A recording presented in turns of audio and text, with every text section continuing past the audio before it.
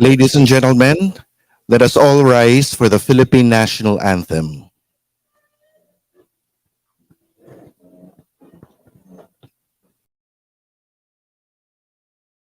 Kababayan, ang pambansang awit ng Pilipinas.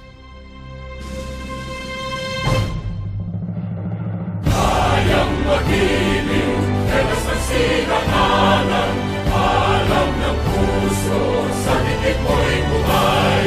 Lupang hinirang, tuyag ka ng magiting, sa manlulupin, di ka pasisingil, sa nagagang tutok sa simoy at sa langit mong pagaw, ay hinagang tulad, awit sa pagkayang minamahal, ang isang ng matawad mo'y tagumpay na nag-iindig, ang bituin at araw niya kailan pa may di magdidinig. Luman ang araw ng walhaging pagsinta, buhay langit sa piling mo. Ang inigaya ng partay mga aking, ang mamatay ng dahil sa'yo.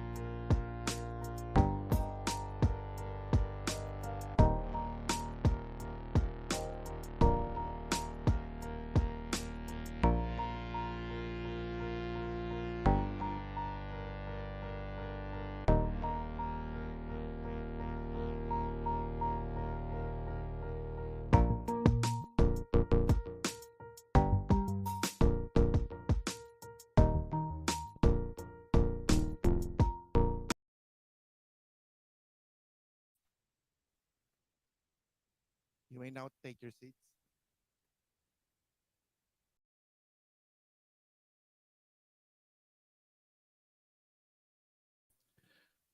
Okay, good morning, everybody, and welcome to our seminar on harnessing the economic and socio-cultural opportunities of rural and farm tourism.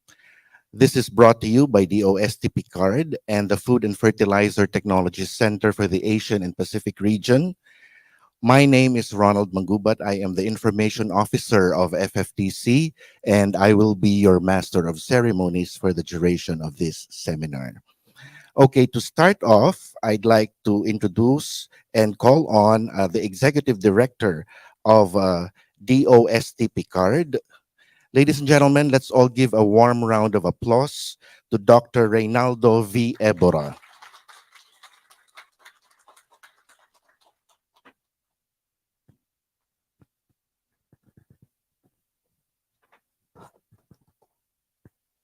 Thank you, Ronald. Good morning, everyone.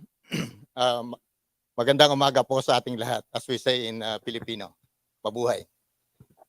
It is my honor to welcome everyone today to the joint international seminar of DOST-PCAARRD and the Food and Fertilizer Technology Center for the Asian and Pacific region, or FFTC, on harnessing the economic and socio-cultural opportunities of rural and farm tourism. First of all, I would like to extend my deepest gratitude to our foreign guests for their presence, to our strong and reliable partners from FFTC, Director Susan Chang, Deputy Director Tomonari Watanabe, Agricultural Economist Mr. Kyonyon Lee, Information Officer Mr. Ronald Mangubat, and Research Assistant Ms. Natalie Lu. To our keynote speaker, Dr. Kako Inoue, Associate Professor at Miyazaki University, Japan. To our invited foreign speakers, Dr. Yongchi Chen, Assistant Professor at the Mingxian University Science and Technology in Taiwan, Dr. Enye Kwon from the Korea Rural Economic Institute, Dr. Perasak Cheprasart, Associate Professor at the Naryusan University in Pitsanulok, Thailand, Mr. Atusi Ihosi, Representative Director of Takachiko Moratabi Company Limited, Ms. Nor Shana Binti Mod Osir of Malaysian Agricultural Research and Development Institute or MARDI, Dr. Ahmad Arifin Hadi of the Institute Pertanian Bogor University in Indonesia, Dr. Chen Wasun of Hualien District Agricultural Research and Extension Station in Taiwan, and Mrs. Pham Thi Tan Ho of the Center for Agrarian System Research and Development in Vietnam. We also would like to acknowledge the presence of Dr. Ho Sheng Lor of the National Taiwan University, Dr. Kinsuke Okada of the University of Tokyo, and our very own Dr. Maria Estera Terol of the University of the Philippines, Los Baños. We also would like to acknowledge our very own invited Filipino speakers, my good friend, Forrester Roberto Sereno, the Vice Chancellor for Community Affairs of the University of the Philippines, Los Baños, Mr. Reynold Ferdinand Manigdig of University of the Philippines Institute for Small Scale Industries, or UPISSI, and Ms. Sheila Elaine Silan, Farm Manager of the Silan Farm. And to all our participants and guests, welcome to the DOST-PCAARRD Innovation and Technology Center, or DPITC, the technology transfer and commercialization platform of the Council at the site of the foot of Mount Makiling. For those of you who are not very familiar with the place, the big mountain that you can see is actually Mount Makiling. And it is also an area covered by the University of the Philippines, Los Baños, where you can see a lot of tree species that are quite unique to the area. Again, magandang umaga po sa ating lahat. We at DOST-PCAARRD are honored to have the opportunity to collaborate with all of you as top stakeholders, researchers, and influential voices in farm tourism in the Asia-Pacific region. As some of you may know, this collaboration with the FFTC has been in the works since 2019, but its implementation has to be postponed due to the COVID-19 pandemic. And most of us actually are very familiar with each other virtually or electronically. This is the first time that we were able to meet physically. So this is a very important occasion for all of us. As borders in most countries is up after the COVID-19 breakout in 2020, this seminar could not have come at a better time as tourism picks up at its momentum. According to the Economist Intelligence, while the international travel drive still hasn't gone back to its pre-pandemic levels, growth is still expected to increase by 30%. Moreover, the Asian Media Center announced early this year that 2023 is a vital year for tourism in Asia Pacific as the competition among countries and destinations will intensify.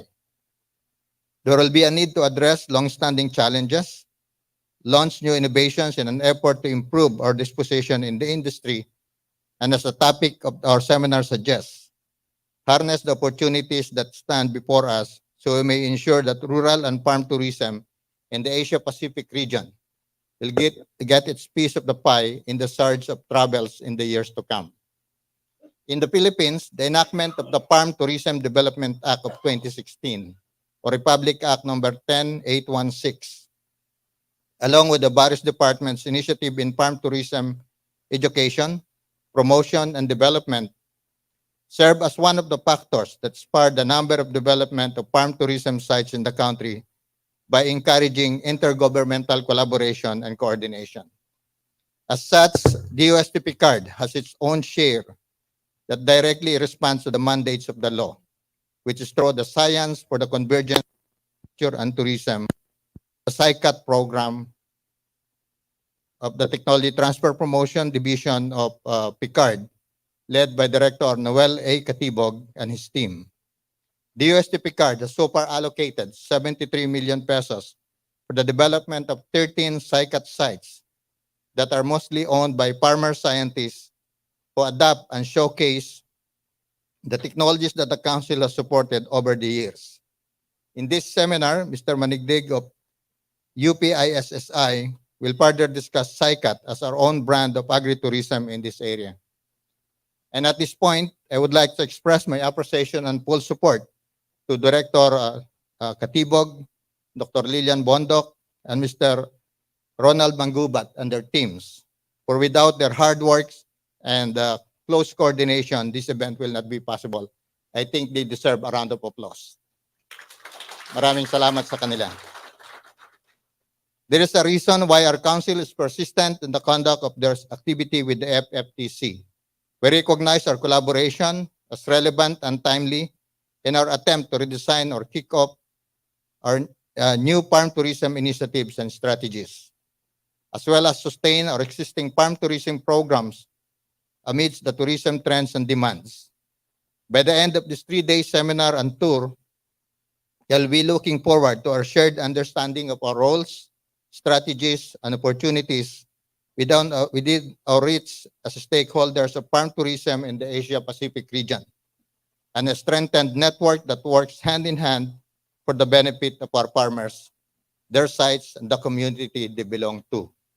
I also hope that we will be able to develop a collaborative regional program that will promote sharing of experiences and best practices in the agro-tourism industry. As I always say, aside from Philippine Council, the PNC of PCAARRD also stands for partnership and collaboration. With that, I would like to thank our guests who have come all the way from their homes, and to our participants for making this event possible. Again, welcome to the Philippines. Welcome to the DOST-PCAARRD. Thank you and good morning.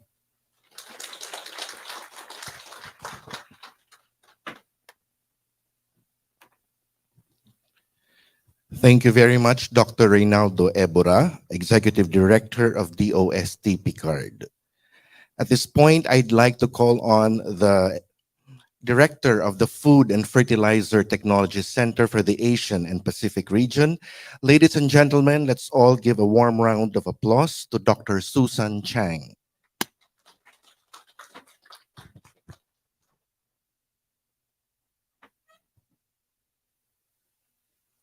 Thank you, Ronald. Dr. Reynaldo Ebora, Executive Director of DOST-PCAARRD. Dr. Noel Katibog, Director of PCAARRD's Technology Transfer and Promotions Division. Directors of PCAARRD's other divisions. FFTC's Deputy Director, Dr. Tomonari Watanabe. Our 12 speakers from Indonesia, Japan, Korea, Malaysia, the Philippines, Taiwan, Thailand, and Vietnam. Our 3 external reviewers who are with us to observe our workshop, Dr. Hussein Lul, the Dean of the College of Bioresources and Agriculture, National Taiwan University, Dr. Kensuke Okada, Professor Emeritus, Graduate School of Life Sciences, University of Tokyo, and Dr. Maria Stia Tiro, Dean of the College of Development Communication, UPLB. Participants and observers from different countries who have joined us on site or online, friends, ladies and gentlemen, good morning to all of you. Finally, after almost 4 years of preparation and waiting, we made it to the Philippines. As I recall, as early as 2019, Dr. Noel Katibog's team has already proposed that we join forces and co-organize a seminar on farm tourism. We are all excited to co-organize this because farm tourism is very much a part of our center's strategic action plan for 2021 and 2024 on strengthening resource management and rural development, which covers rural revitalization, agro-entrepreneurship, ecosystem service, and farm tourism. However, everything has been put on hold as the punishing COVID-19 pandemic practically shut down and disrupted all activities. The alternative was to hold this activity online, but we stood by our decision that farm tourism should be held face-to-face instead of online, because just an online activity, we feel that by this very nature, farm tourism should be experienced firsthand instead of being merely virtual. Now that almost all countries have opened their borders and the travel industry is now back in full swing, we are ready to open this 3-day seminar on harnessing the economic and social cultural opportunities of farm rural tourism. The 3-day seminar aims to increase awareness and understanding on the issues and key challenges of farm tourism. Today and tomorrow, our 12 speakers and participants are expected to share various farm tourism strategies, policies, programs, and initiatives in the Asian and Pacific region, and then from the best practices and success stories of agro-entrepreneurships. On the third day, we'll embark on an educational tour to nearby sites here in the Philippines and visit popular agro-tourism places like Gourmet Farms, Sealand Agri Farm, and Cavite State University Agro-Tourism Farm. Managers and owners of those sites will share their experiences on how they were able to successfully develop their farm tourism businesses. According to the United Nations World Tourism Organization, the major trends driving the recovery of travel and tourism right after Asian countries open their borders are open air activities, nature-based products, and rural tourism. From trips to organic farms in Chiang Mai, to cricket farming tours in Cambodia, to farm-to-table culinary feasts in the Philippines. Tourism stakeholders are indeed raising the bar for more creative strategies, tax holidays, and templates to grow the farm tourism niche. But farm tourism alone seems to have limitation in achieving the goal of vitalizing the economy.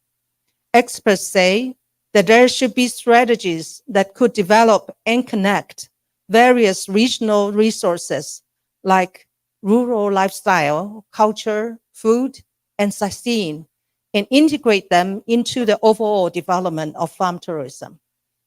On behalf of FFTC and our co-organizer, DOST-PCAARRD, I would like to warmly welcome all our guests, speakers, and participants to this very important seminar. FFTC is very honored to work together with DOST-PCAARRD in the organization of this event, which has taken quite some time to realize. And now that the long wait over, I wish all the speakers and participants a fruitful discussion on the issues that hopefully would encourage more economic activities where both tourists and farmers could benefit from each other.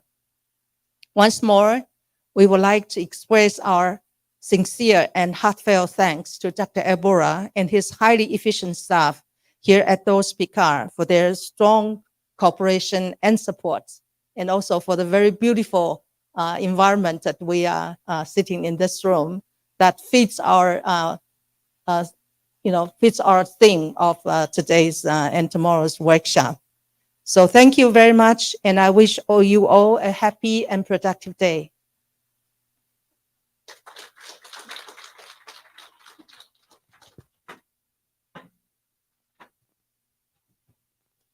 Thank you very much, Dr. Susan Chang, Director of the Food and Fertilizer Technology Center for the Asian and Pacific region. At this juncture, I'd like to call on our Deputy Director of FFTC to talk about the seminar background and rationale.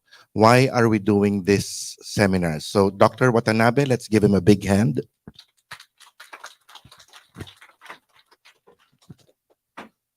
Thank you, Rano. Good morning. Dr. Leonard Ivora and Dr. Noel Activo, and directors of PICAARRD's other divisions, our 12 speakers, and our three external reviewers who are with us to observe our workshop. And participants and observers from different countries who have joined us online, and friends, ladies and gentlemen, good morning to all of you. It is a pleasure and honor for me to present to you the rationale and objectives of this workshop on harnessing the economic and socio-cultural opportunities of rural farm tourism. From the time this workshop is being conceptualized by our co-organizer, PCAARRD, that we really want to tackle the farm tourism as one of the topics of our workshop, as this is very much connected to be the fifth theme of FFTC Strategic Action Plan for 2021 to 2024, which is the strengthening resource management and rural development. So the part of this theme that covers from farm and ecotourism. Now, the many countries in the Asia and Pacific regions are fostering and supporting tourist farms with various concepts and strategies. However, the farm tourism alone has limitations to vitalize the local economy and create jobs. Not only is it difficult to meet the diverse demand of the tourist with only one farm's capabilities. In fact, even if farms succeed, the effect of the performance on the local economy will be limited. So that there must be a strategy based on the concept of the rural tourism that develops and connects the various regional resources, such as rural lifestyle and the culture, the food, and the sightseeing in the farm tourism equation. Aside from this, the concept of the fun and the leisure should also be intertwined and interwoven into the whole framework for farm tourism to succeed. So this is a guiding principle why the FFTC and PCAARRD have joined forces to organize this international workshop, focusing on the economic and the socio-cultural opportunities of farm tourism. It aims to include the participation of agri-entrepreneurs from different countries who are involved in farm tourism and learn from each other's knowledge and experiences. This exposure workshop also aims to capacitate the participants in providing the technical guidance to farm tourism practitioners to enable them to work in the partnership with other institutions and agencies to foster the farm tourism in their respective areas. So specifically, this workshop aims to achieve the following objectives. The first is increase the awareness and understanding of the issues and the key challenges of farm tourism. The second, share the various farm tourism strategies, programs, and initiatives in the Asian Pacific region. And third, learn from the best practices and success stories of agri-entrepreneurs of selected farm tourism sites. And fourth, is establish linkage, the network among agri-entrepreneurs, academy, and the government and the private sector toward promoting the farm tourism to increase the agriculture productivity and improve the rural economy, and identify the factors, resources, and the conditions that are critical to transforming rural economics from agriculture activity into tourism, as well as the changing roles of farmers from producers to service providers. I hope that presentation that are going to be delivered by 12 speakers through our lively discussion and educational field trip on the third days, all our objectives will be achieved and we will have a deeper and more meaningful understanding of how we can attract more tourists to visit our area and vitalize our economic activities in the process. So thank you very much, and I wish you all a fruitful and productive workshop. Thank you.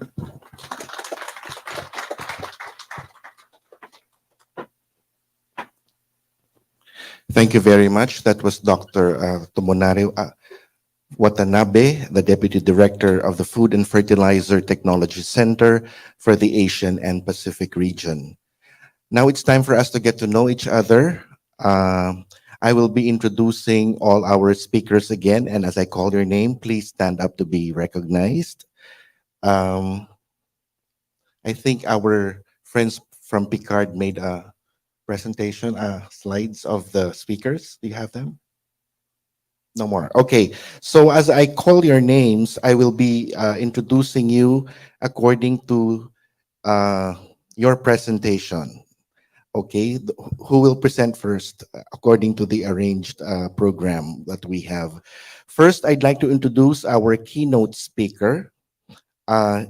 She is the Associate Professor of Miyazaki University in Japan, Dr. Kako Inoue. We also have with us the Assistant Professor of the Department of Leisure Management, Mingxin University of Science and Technology Division, Dr. Yungchie Chen. And from Korea, she is from the Survey and Research Team Lead, Quality of Rural Life Research Center of the Korea Rural Economic Institute, or CRE. Let's all welcome Dr. In-hye Kwon. We also have with us the Associate Professor of the Department of Agricultural Science, Faculty of Agriculture, Natural Resources and Environment of Naryusan University in Phitsanulok, Thailand, Dr. Pirasak Chaiprasart. And here in the Philippines, he is the University Extension Specialist 5 of the University of the Philippines Institute for Social Scale Industries of UP Diliman in Quezon City. Let's all welcome Mr. Reynold Ferdinand G. Manigdig. And we also have with us the representative director of the Takachiho Moratabi Company Ltd. In Japan, Mr. Atushi Ihiyoshi. So those are the speakers you are going to hear for today. For tomorrow, we have with us the Senior Administrative Officer of the Malaysian Agricultural Research and Development Institute, or MARDI in Malaysia, Ms. Norziana Binti Muhammad Uzair. And of course, we're very honored to have with us the Vice Chancellor for Community Affairs of the University of the Philippines, Los Baños, Forester Roberto P. Sereno.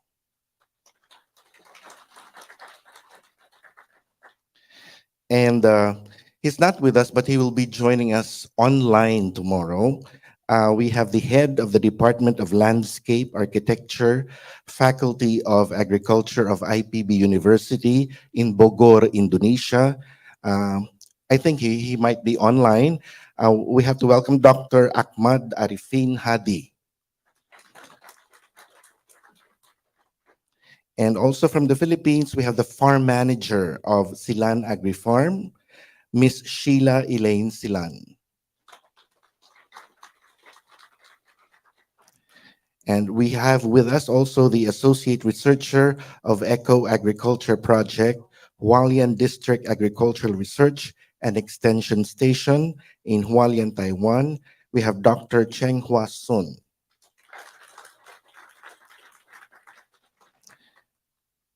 And we also have the Deputy Director of the Center for Agrarian Systems Research and Development of the South An Can urban area in Huai Duc, Hanoi, Vietnam. Let's all welcome Mrs. Pham Thi Han Tho. So those are our 12 speakers for today's seminar. And of course, again, I'd like to welcome also the external reviewers of the Food and Fertilizer Technology Center. We have Dr. Husheng Luer from the National Taiwan University, Dr. Okada from the Tokyo University, and Dr. Maria Estela Tirol from the Dean of Development Communication, University of the Philippines at Los Baños. Okay. Those local participants, can you please stand up to be recognized? I think they came from different parts of the Philippines. Yeah, are they here? Yeah, please stand up. Thank you.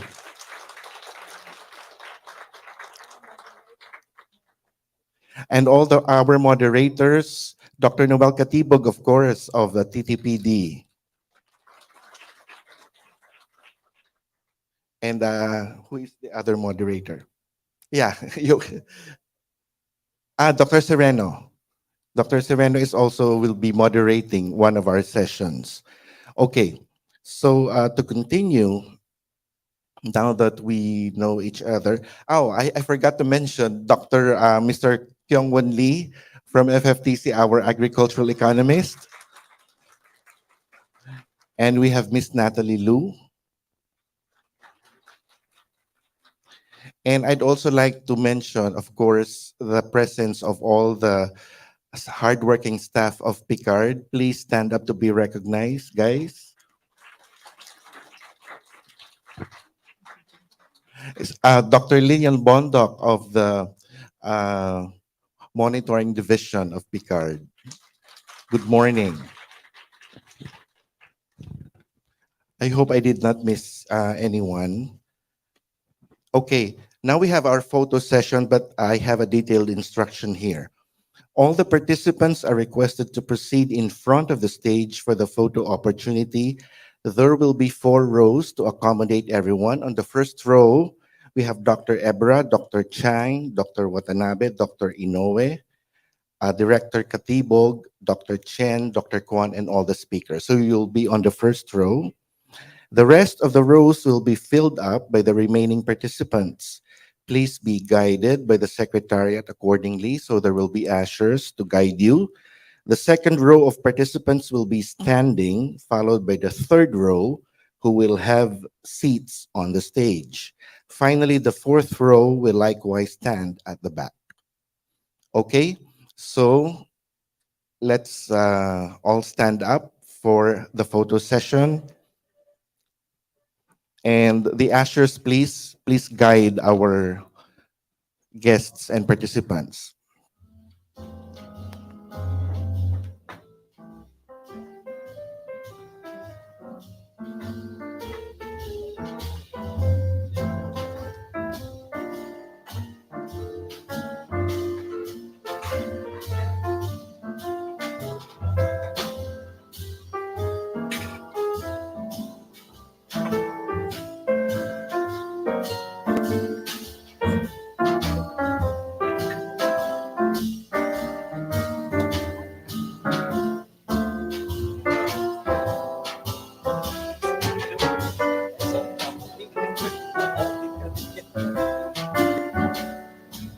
Okay, everybody, please, Dr. Watanabe.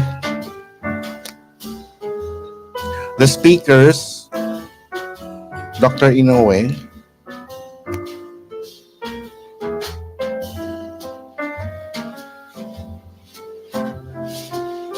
Dr. Sun here.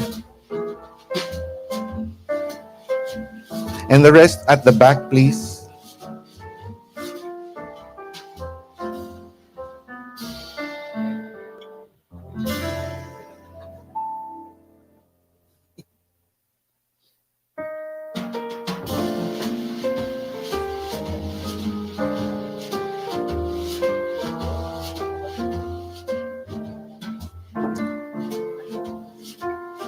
Okay. I think the others can stand on stage. Oo.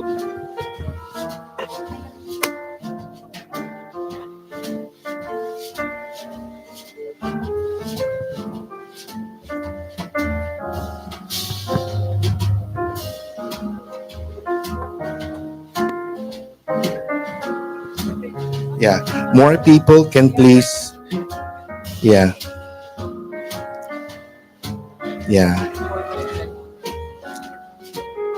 Okay. The others, please go to the left side. It's not balanced.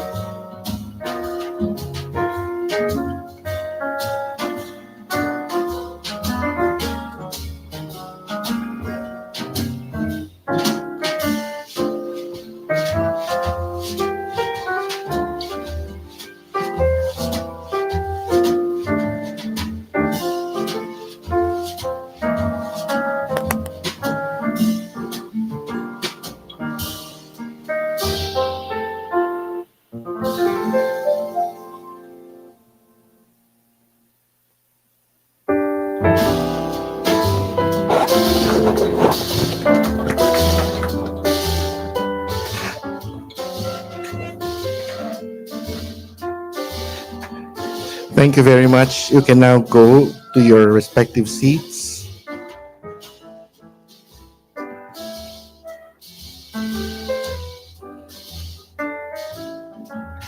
According to our program, this is our coffee break. So we will pause before we begin our keynote presentation. We will be resuming at exactly 10 minutes after 10 o'clock. So please help yourselves. There's coffee and some snacks at the back. Okay, we will be back at 10 minutes after 10 o'clock.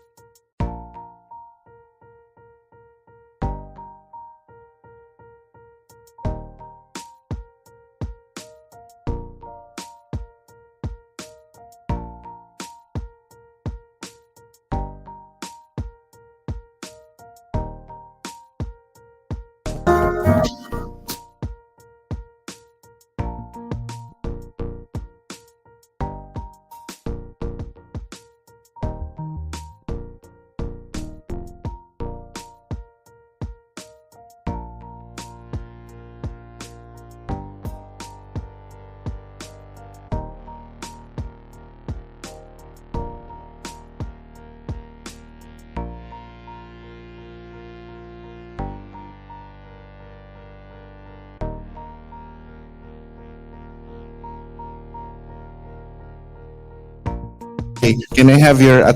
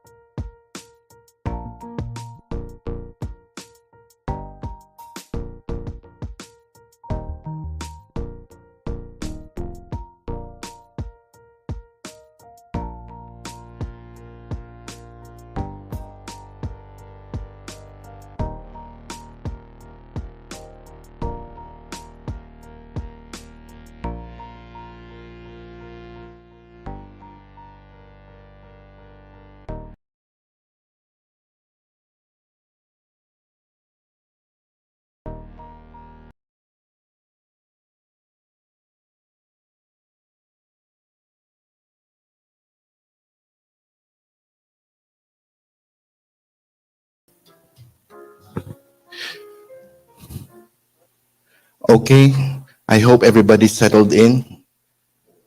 We are about to start our keynote session, and this session will be moderated by Dr. Noel Katibug later on. But first, I have to introduce our keynote speaker. Our keynote speaker is a rural socio-economist at the University of Miyazaki in Japan. She received her BCom at McGill University in Canada, her master's in economics at Cambridge University, and her PhD in international studies at the University of Tokyo. She had led various initiatives to pursue international cooperation projects in Asia, striving to improve livelihood and the resilience of rural communities as a practitioner for 15 years, as well as a researcher for over 10 years. Since 2015, our speaker has been conducting fieldworks at the globally important agricultural heritage system sites, or GIAHS, in remote mountainous areas in Japan, with special focus on pluriactivity with diverse livelihood of smallholders. Ladies and gentlemen, let's all give a warm round of applause to Dr. Kako Inoue.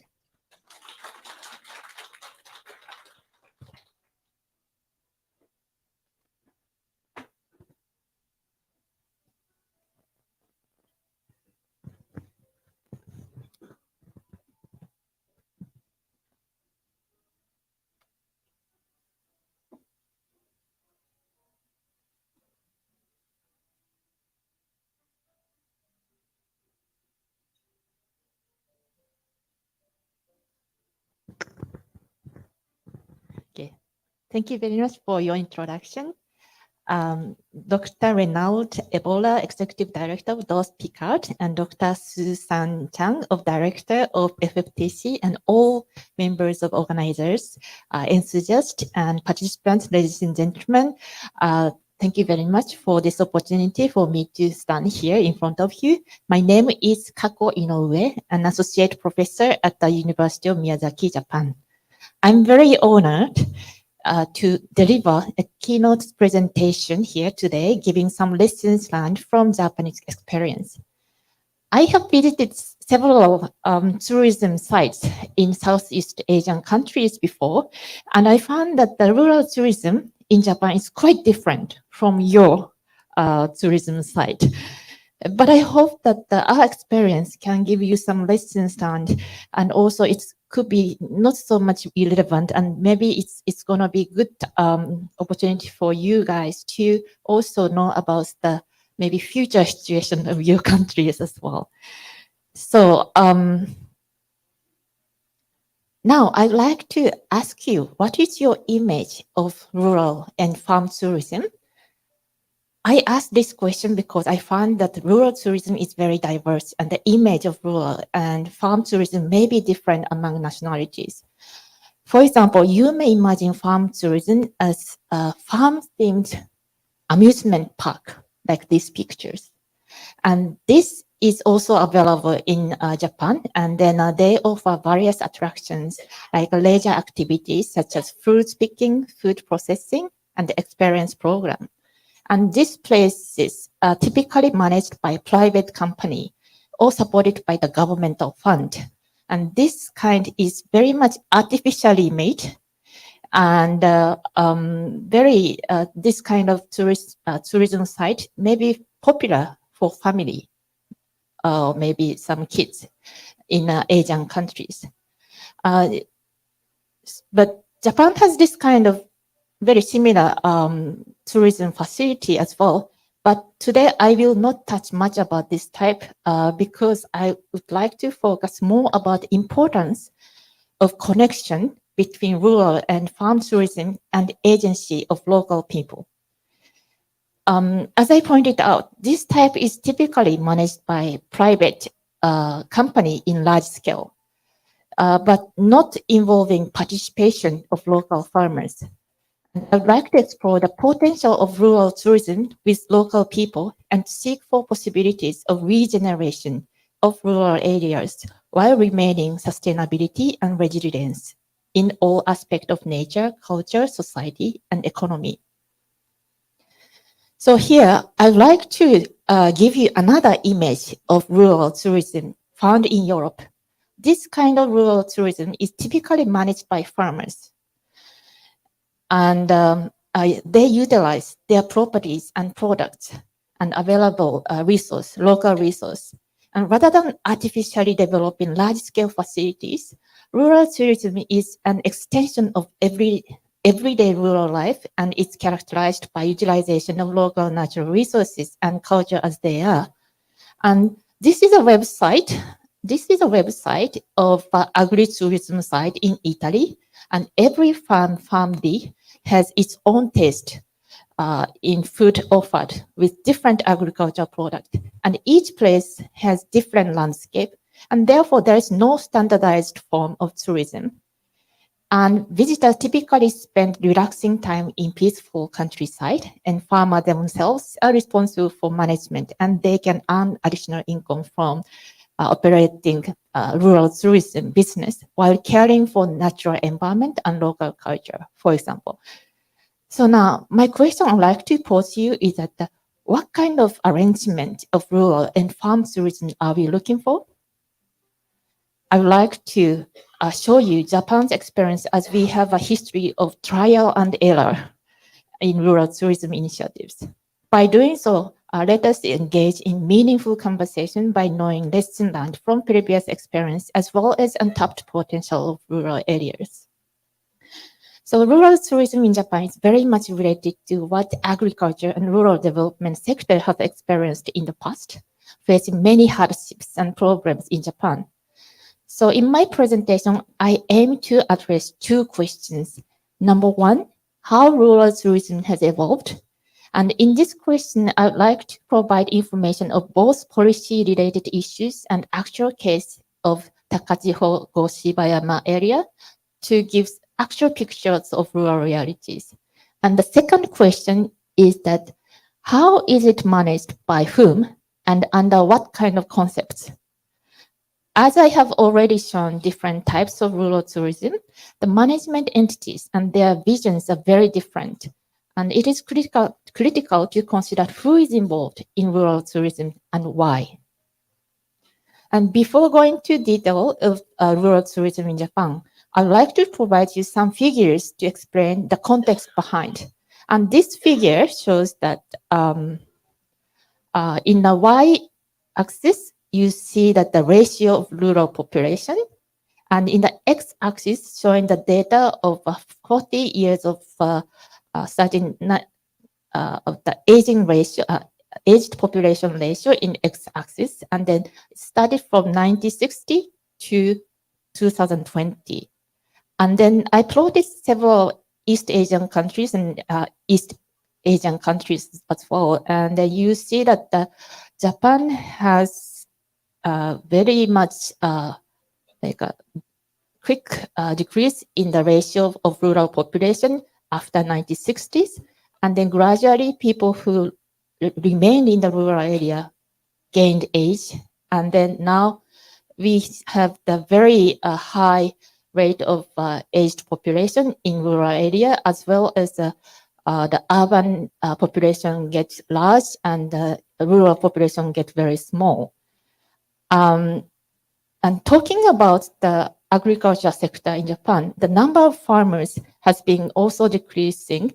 And while farmers themselves are getting very old year by year, the average age of the core persons mainly engaged in farming was 67 years old in 2015.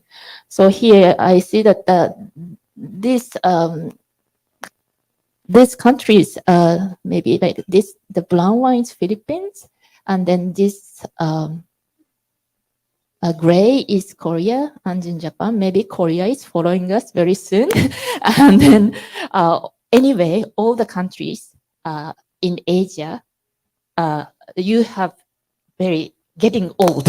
You're getting old in rural area, but maybe Japan is not only developed country, but also aged country, which we have the challenge before you, in prior to you. So I hope that in this presentation, I can show you what's going to happen in future with the old people. So this is my aim.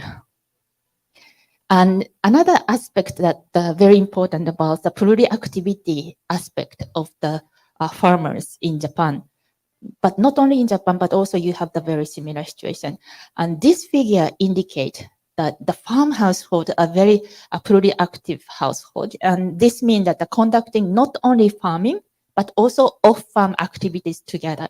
And this means that the many farm households do not depend on their income only from agriculture, but they typically have non-agricultural income source. As farm size in Asia is very small in common, and I understand that many Asian countries have similar situation. Only difference is that such pluriactive farm household are predominantly composed of elderly people in Japan. And another important but little discussed fact in Japanese agriculture is that the persistent self-provisioning farm household.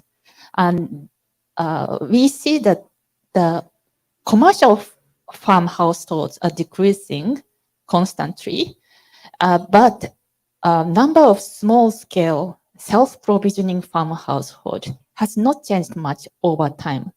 So this means that there are elderly small-scale farmers, even if they do not receive much income from crop sales. So this is very, very important because government always focus on these commercial farms, but actually in reality, we have small-scale farmer. They are not there to sell products only, but they use the land for many purposes, not only for selling crops. So this is a kind of figure I can share with you. So in the shade of the economic growth in Japan, the situation of rural area has changed drastically, leading to a serious hollowing out of human resource, land, and community functions. With such difficulties, potentials of rural tourism has received attention from various actors. But the problem is that its objective and intention, as well as its style, have not been the same and often influenced by socio-economic condition of the time. So here I'd like to show what happened after economic bubble in 1980s, which triggered the first movement of tourism development in Japan. So from around 1985 to 1990, Japan experienced a resort development boom with enormous amount of capital flowed into large-scale tourism development project in rural area. Such large-scale projects were supported by government as the Act on Development of Comprehensive Resort Area, which was enforced in 1987. It was to promote the development of leisure facility in large area with favorable natural environment by utilizing private sector's involvement. And 42 resort development plans were approved, and they're all similar to each other. For example, building similar facility of golf course, ski yards, and hotels in the rural area. And for example, this picture is showing resort project located in Miyazaki City. And you see the golf course and big hotels here surrounded by the natural environment. This project was the first project to be approved under the law in 1988 and started its operation in 1993. However, the problem is that most of the large-scale resort development project failed soon after the bubble economy collapsed in 1991, 1992. And even if big-scale facilities are constructed, they couldn't maintain profitability as economic stagnation forced many plans to be delayed and scaled down. And in this example, the project went bankrupt in 2001 and never being able to turn a profit and ended up handing this facility to a foreign company.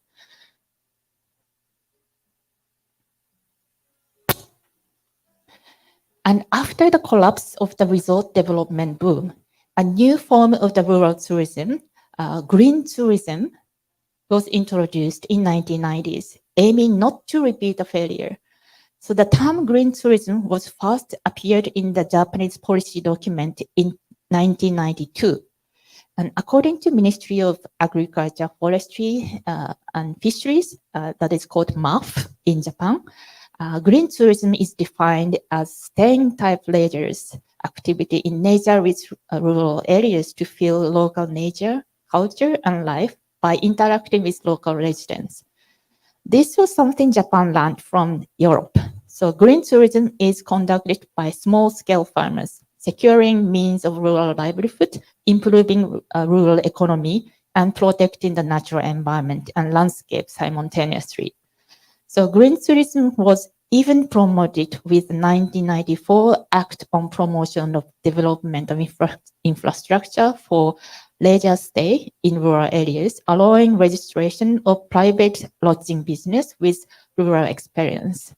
This kind of governmental push promoted green tourism to lead a rise in such activity like exchange program and also farms in service conducted by farm household, and the farm household typically interacted with the guest from the urban area.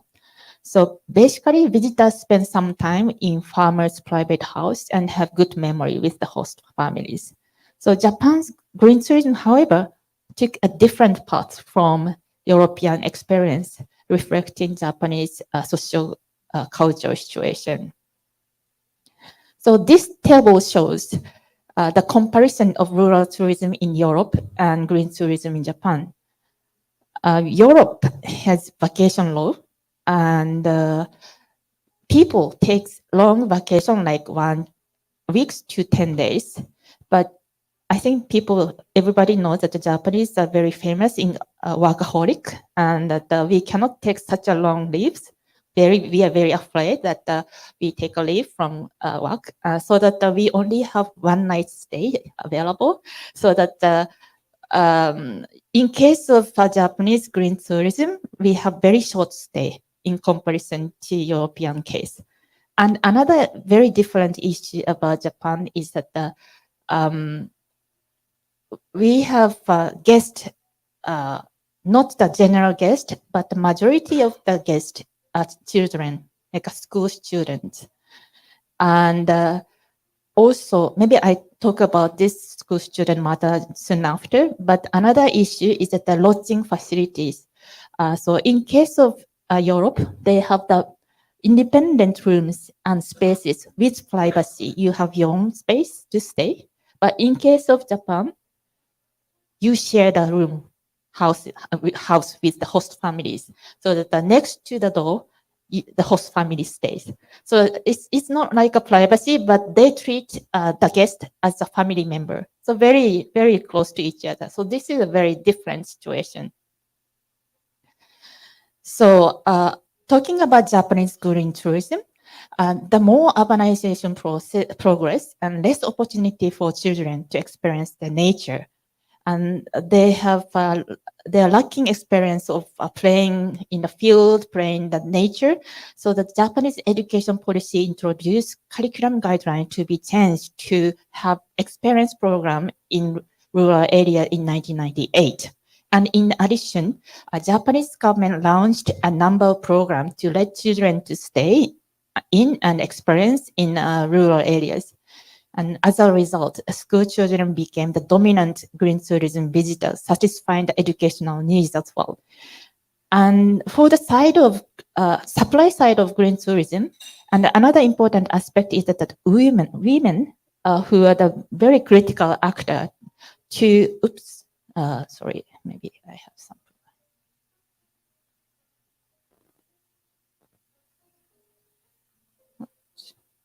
Yes. Sorry. Women are the very important actor who serve local food and provide hospitality to visitors. So this is a new actor in the rural area. And after the green tourism movement, we had a slight change in the orientation. So since 2010, there has been a shift in policy toward the rural tourism to become more industrialized and more profitable. One big push toward this directional change originated from a movement toward 2020 Tokyo Olympic Game, even though it became the 2021. We still call 2020 Olympic Game, which was decided in 2013. And Japan, as a whole, promoted tourism. The Tourism Nation Promotion Basic Law came into effect in 2007, and followed by a new Tourism Nation Basic Plan in 2012. And after Tokyo was selected as the Olympic host, and tourism fever heated up. And the number of international visitors increased rapidly until outbreak of the pandemic in 2020. So in parallel to such trend, there was an agreement signed between Japan Travel Agency and Ministry of Agriculture on promotion of agriculture and tourism cooperation in 2014, and followed by the promotion of countryside stay Nohaku in 2017 with a new law on private lodging business of 2019. And this is the website of Nohaku countryside stay, and Ministry of Agriculture started to use the term Nohaku instead of green tourism in 2016. The reason behind this change was their intention to promote economic sustainability and profitability of green tourism. Government concerns on green tourism was price setting of urban-rural exchange program, and not many young people took over the green tourism effort as it was not profitable enough. And they seem to have the intention to change the course of green tourism to emphasize economic aspects of to achieve commercial viability in rural tourism. And since 2017, Ministry of Agriculture has set Nohaku promotion measures, including direct support for private Nohaku organization, aiming to establish profitable system and polish local treasures towards sustainable industry development with self-sustained management. So maybe you can go to this Nohaku site, and also you can match with your interest and needs with the destination of Nohaku site in Japanese rural areas. And the policy on Nohaku promotion is positioned as one of the measures taken under the development of rural area in the basic plan of Ministry of Agriculture, which has 3 pillars of work, job creation, and livelihood, and framework development. And Nohaku is placed under the first pillar of work, meaning that the creating job in rural area through Nohaku. Government support is given to cover the cost of refining tourist site and activities, and to implement a broad-based Nohaku initiative to enhance the capacity of various sectors in the area, such as transportation, travel, lodging, retail, dining, finance, and telecommunications. And government support is given to approved Nohaku promotion area, and almost 600 areas are approved as of March 2022. And in terms of demand side, the number of visitors who spent overnight at Nohaku increased to 5.89 million in 2019, and government has set the target to make it to reach to 7 million in 2025. So up until now, I explained about rural tourism in Japan in relation with its evolution and policies. But how about real situation? So here I would like to show actual situation, taking the case of Takachihogo Shibayama to explain rural realities. So Takachihogo Shibayama area is located in the north part of Miyazaki prefecture with a population of 248,000, consisting of 5 municipalities. and more than 90% of the area is covered by the forest. And people have very small agricultural land, and it has very distinct local culture. This is very like a famous festival called Kagura, and they have a very traditionally well-known peaceful farming and forestry livelihood there. But the thing is that they are the same with the rest of the Japanese rural area. The population has been decreased, and the area has very high rate of aging population of 43.6% already. And the local people of the area have long been characterized by their commitment to community development, as they are proud of the future of their hometown. And sorry.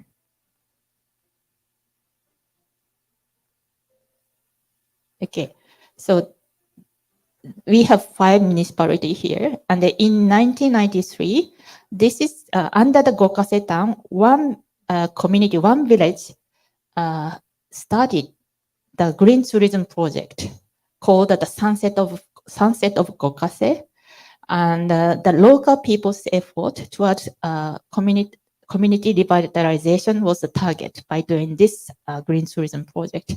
And that was an initiative held by the one rural community of Gokase town. And the initiative of comprehensive area development project, Forest Pier, was implemented by connecting with this these 5 ministries. So first, this small green tourism started, but at the same time in 1990s, not only this, but 5 municipalities started to gather together, to connect together and to start the Forest Pier project. And in 2012, 5 municipalities and their tourism association joined the force to establish the Forest Pier Takachihogo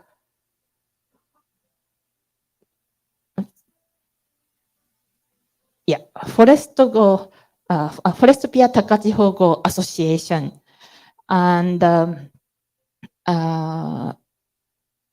this time we have several farms operated under each municipality, and this association manage some activity like a coordination activity and product development and some other like a training course to handle this 5 municipality in addition to this community-based green tourism of Gokase town.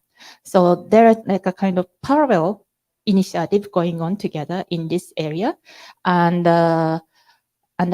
more than this Forest Pier initiative in 2015, this area was designated as a GIS, GIHS, like a greatly important agricultural heritage system site by FAO, and then this initiative was like evaluated as a distinctive for harmony between the forest and agriculture and its precious traditional culture. And association was selected as a no-hack promotion area and the Ministry of Agriculture scheme in 2017. So here we can see the history of green tourism development starting from Gokase town, but also extended to whole area with the establishment of association, which manage the no-haku of more than 30 farm households who operates no-haku in the area.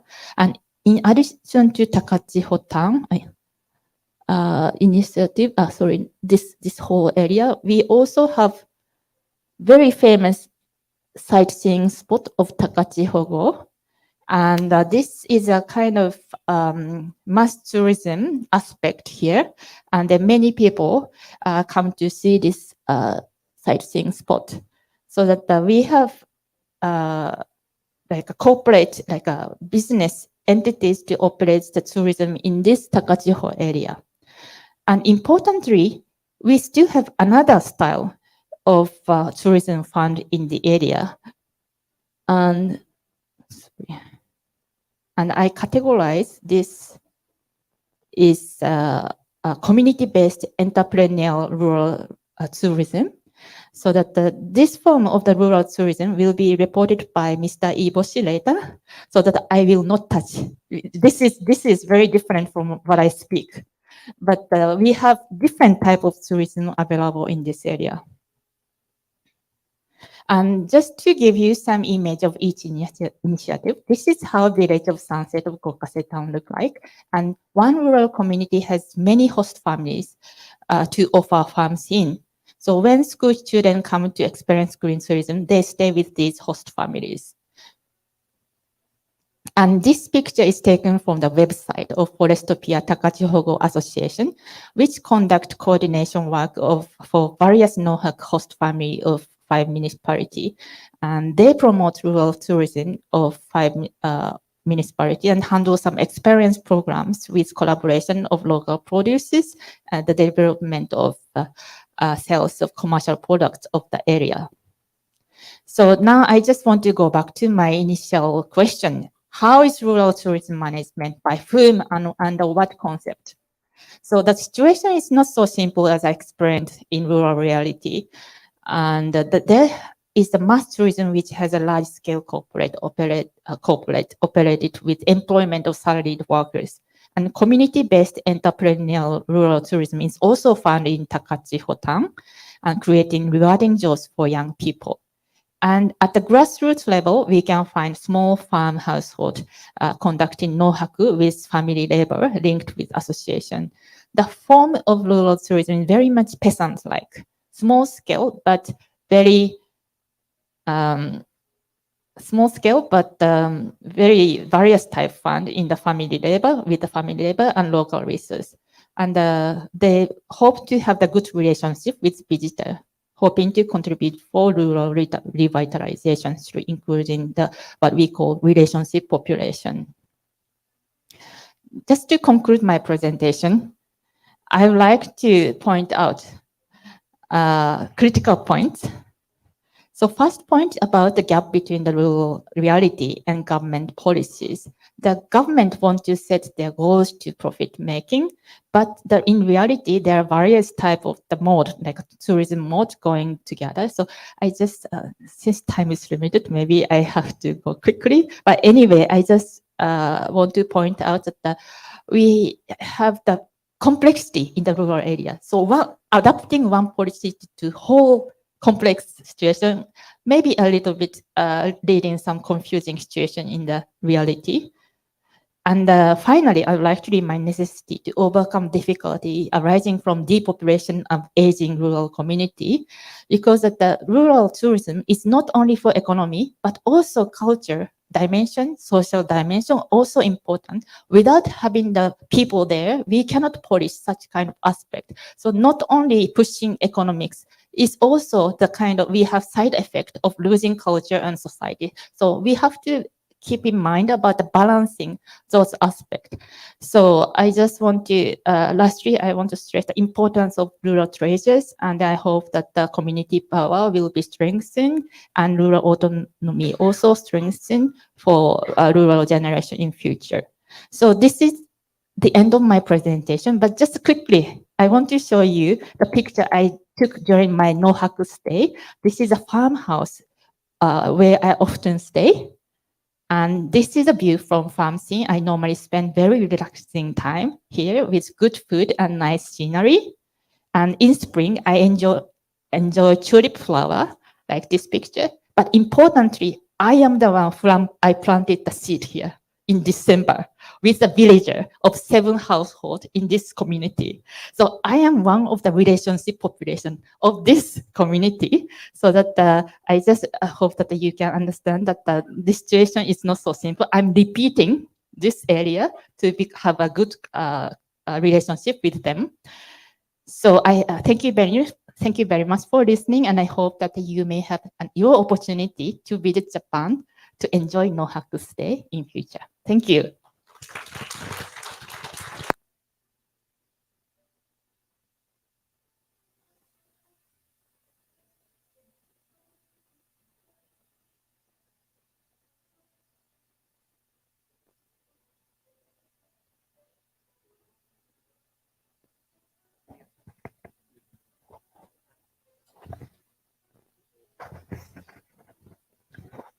Thank you very much, Dr. Kako Inoue.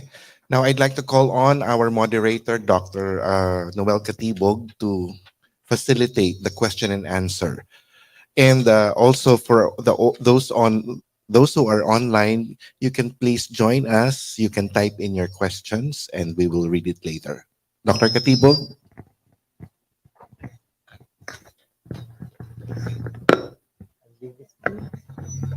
Okay, good morning, everyone.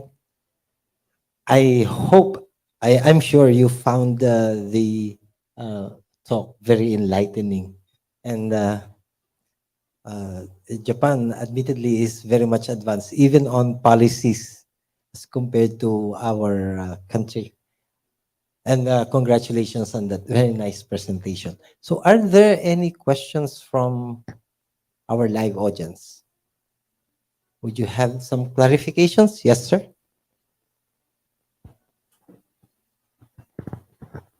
Japan and Taiwan are neighbors, so we share the same problems, especially on the populated and aging.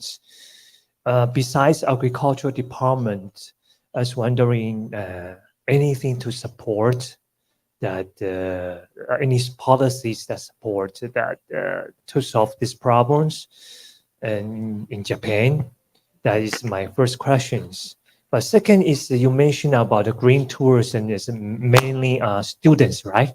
If I recall right.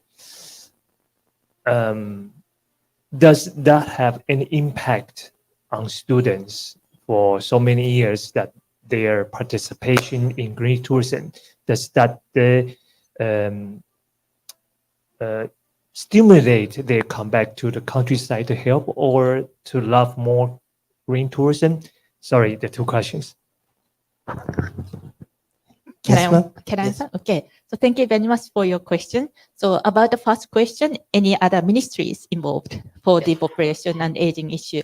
And I think the Ministry of Agriculture is only responsible for agriculture and rural development, right?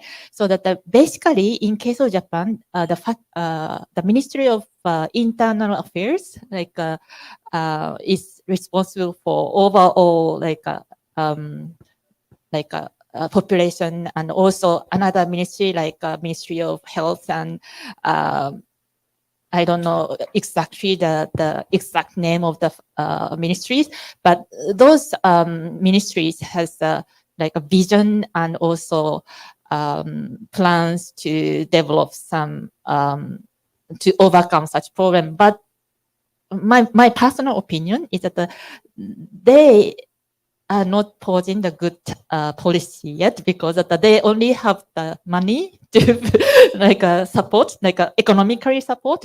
But my understanding about the depopulation and migration is something related to socio-economic condition, as well as the humans a psychological issue. Living in the city has a lower birth rate, and then people in the rural area has higher birth rate.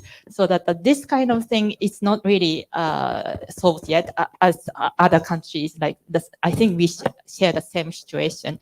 But anyway, Ministry of Agriculture is only handling about the rural things, but they of course talking together among the related ministries. And the second question about the students, the influence of students for future coming back or contributing for rural areas. And I know some cases that some students coming back to the rural area to join the festival, for example, in future, and also some interaction, not 100%, but some coming back. And on top of this situation, we have some slight trend of counter-urbanization, not really counter-urbanization, not yet so powerful, but young people are very much interested in enjoying the rural situation. They are very tired about working in the city, but not everybody, but young generation started to come back to the rural area. So this kind of return migration or counter-urbanization somehow started in Japan. Maybe I can say that it started. Yeah. Okay, thank you very much. I hope our keynote speaker has answered your questions sufficiently. Are there any other questions from our audience here? If none, we will entertain. Okay, Dr. Lerom. And if you have questions, kindly identify yourself and your agency or company. Thank you. Good morning, everyone. I'm Romeo Lerom from Western Philippines University. I would like to thank you for your presentation. Actually, 1999, our school, we have project with Japanese. We have what you have mentioned, we have done that in our school. Japanese coming to our school, having the green technology, and also with our students, actually the indigenous people are also being brought to our school, and they are being taught how to engage with identification of some plants. But my question is, in your case, you have 1 day holiday for the European, 1 week. But for Filipinos, we have a long vacation. How can we have this kind of activity wherein we can utilize if our culture as Filipinos, we are doing a very long vacation? Thank you. We envy you. And I think, you know, we are not we, like especially the peasant-like type of the people are already accustomed to receiving short stay, so that they have so much hospitality, they treat so much, and then they get tired if they're long stay. But I hope, but in future it's gonna be changing, and I hope that you can come, spend longer time, and then gradually I see variety of the farm scene, not only the type of the sharing house, but also there are some separate place for the lodging place, and then so that the longer stay is possible. In case of my case, this place, I normally stay 1 week with my work together, and then the COVID-19 was very good opportunity for us to have the remote work opportunity, so that gradually more people having opportunity to stay long with work in Japan, so that I think Filipinos people can come to Japan, spending more time utilizing your vacation in Japan. I'm not sure if I answer your question correctly. Yeah, I agree that we have a lot of time, vacation time. We don't have a lot of money to spend. We have another question from our speaker from Vietnam. Yes, thank you very much, and congratulations for your very nice presentation. And I have a question related to the young generation born in rural area. And because of the aging, they are going to the city, big city, for earning money. And do you have any studies or policies of the government that they support the young generation coming back, or even stay in rural area working with parents? Because if we have an investor outside the rural areas, they may not concentrate on keeping the cultural values, and the best generation to do so is the young generation that the parents or parents to do so. So do you have any experience in Japan to promote that? Thank you very much. Okay, thank you for your question. Maybe I have several answers to your question. One, not really policy, the program we have to invite the young people in city to move into the rural area,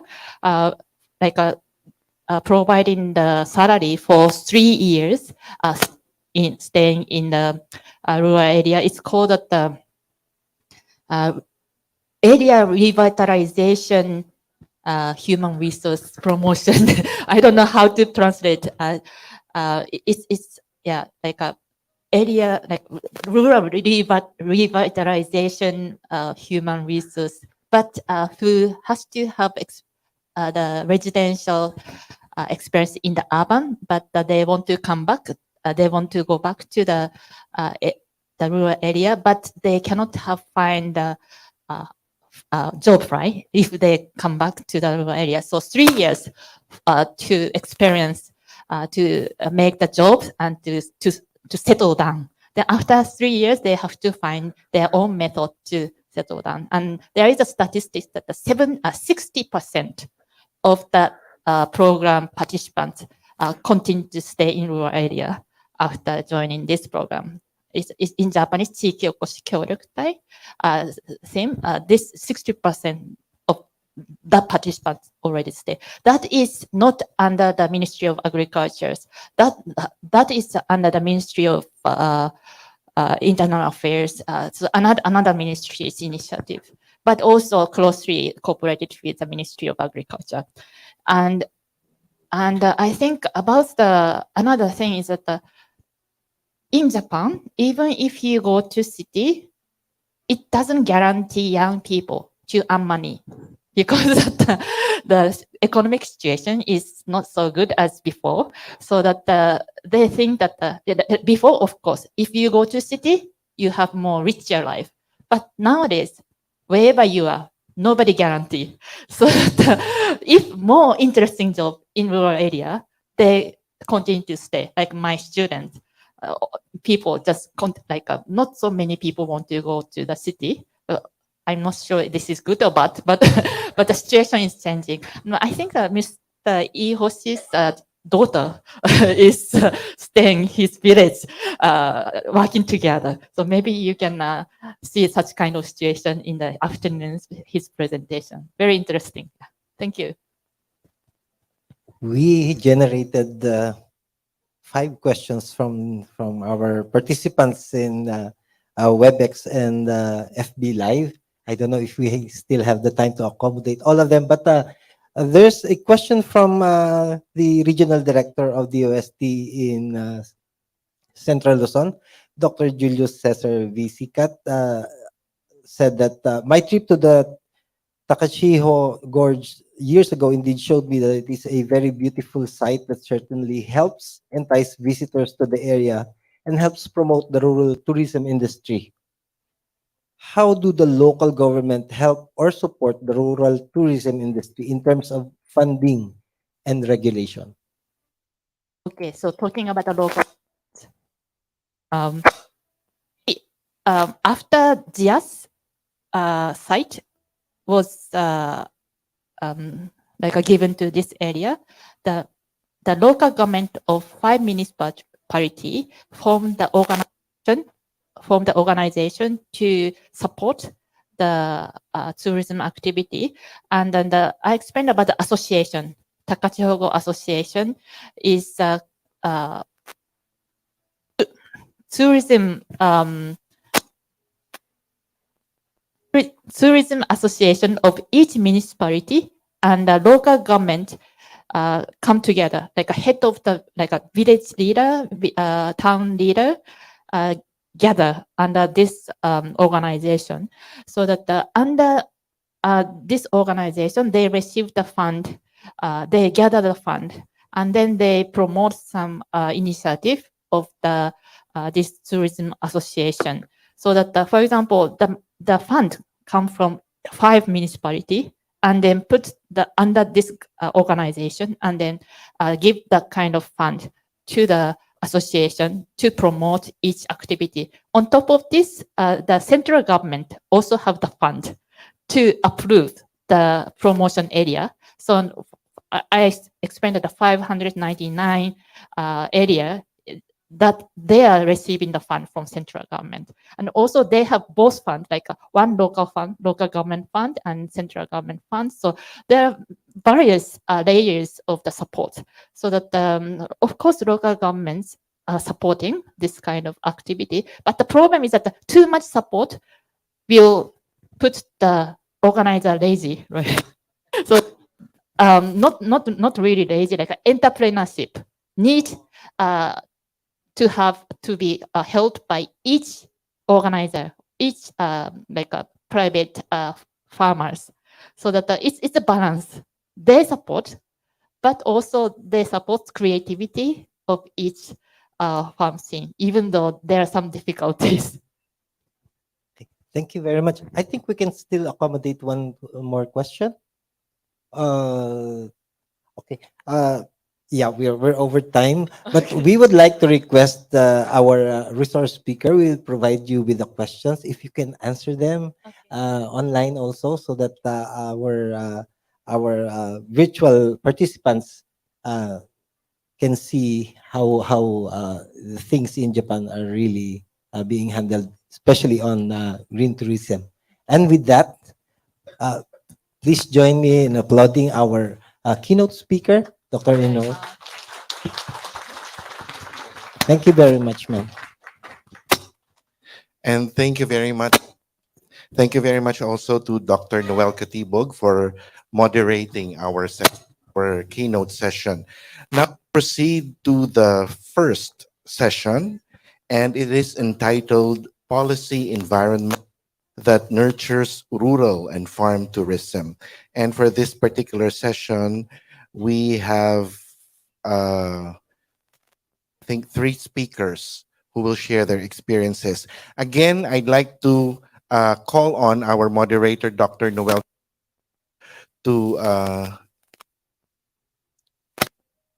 to moderate our discussion and introduce our speakers. Let's give him a big hand.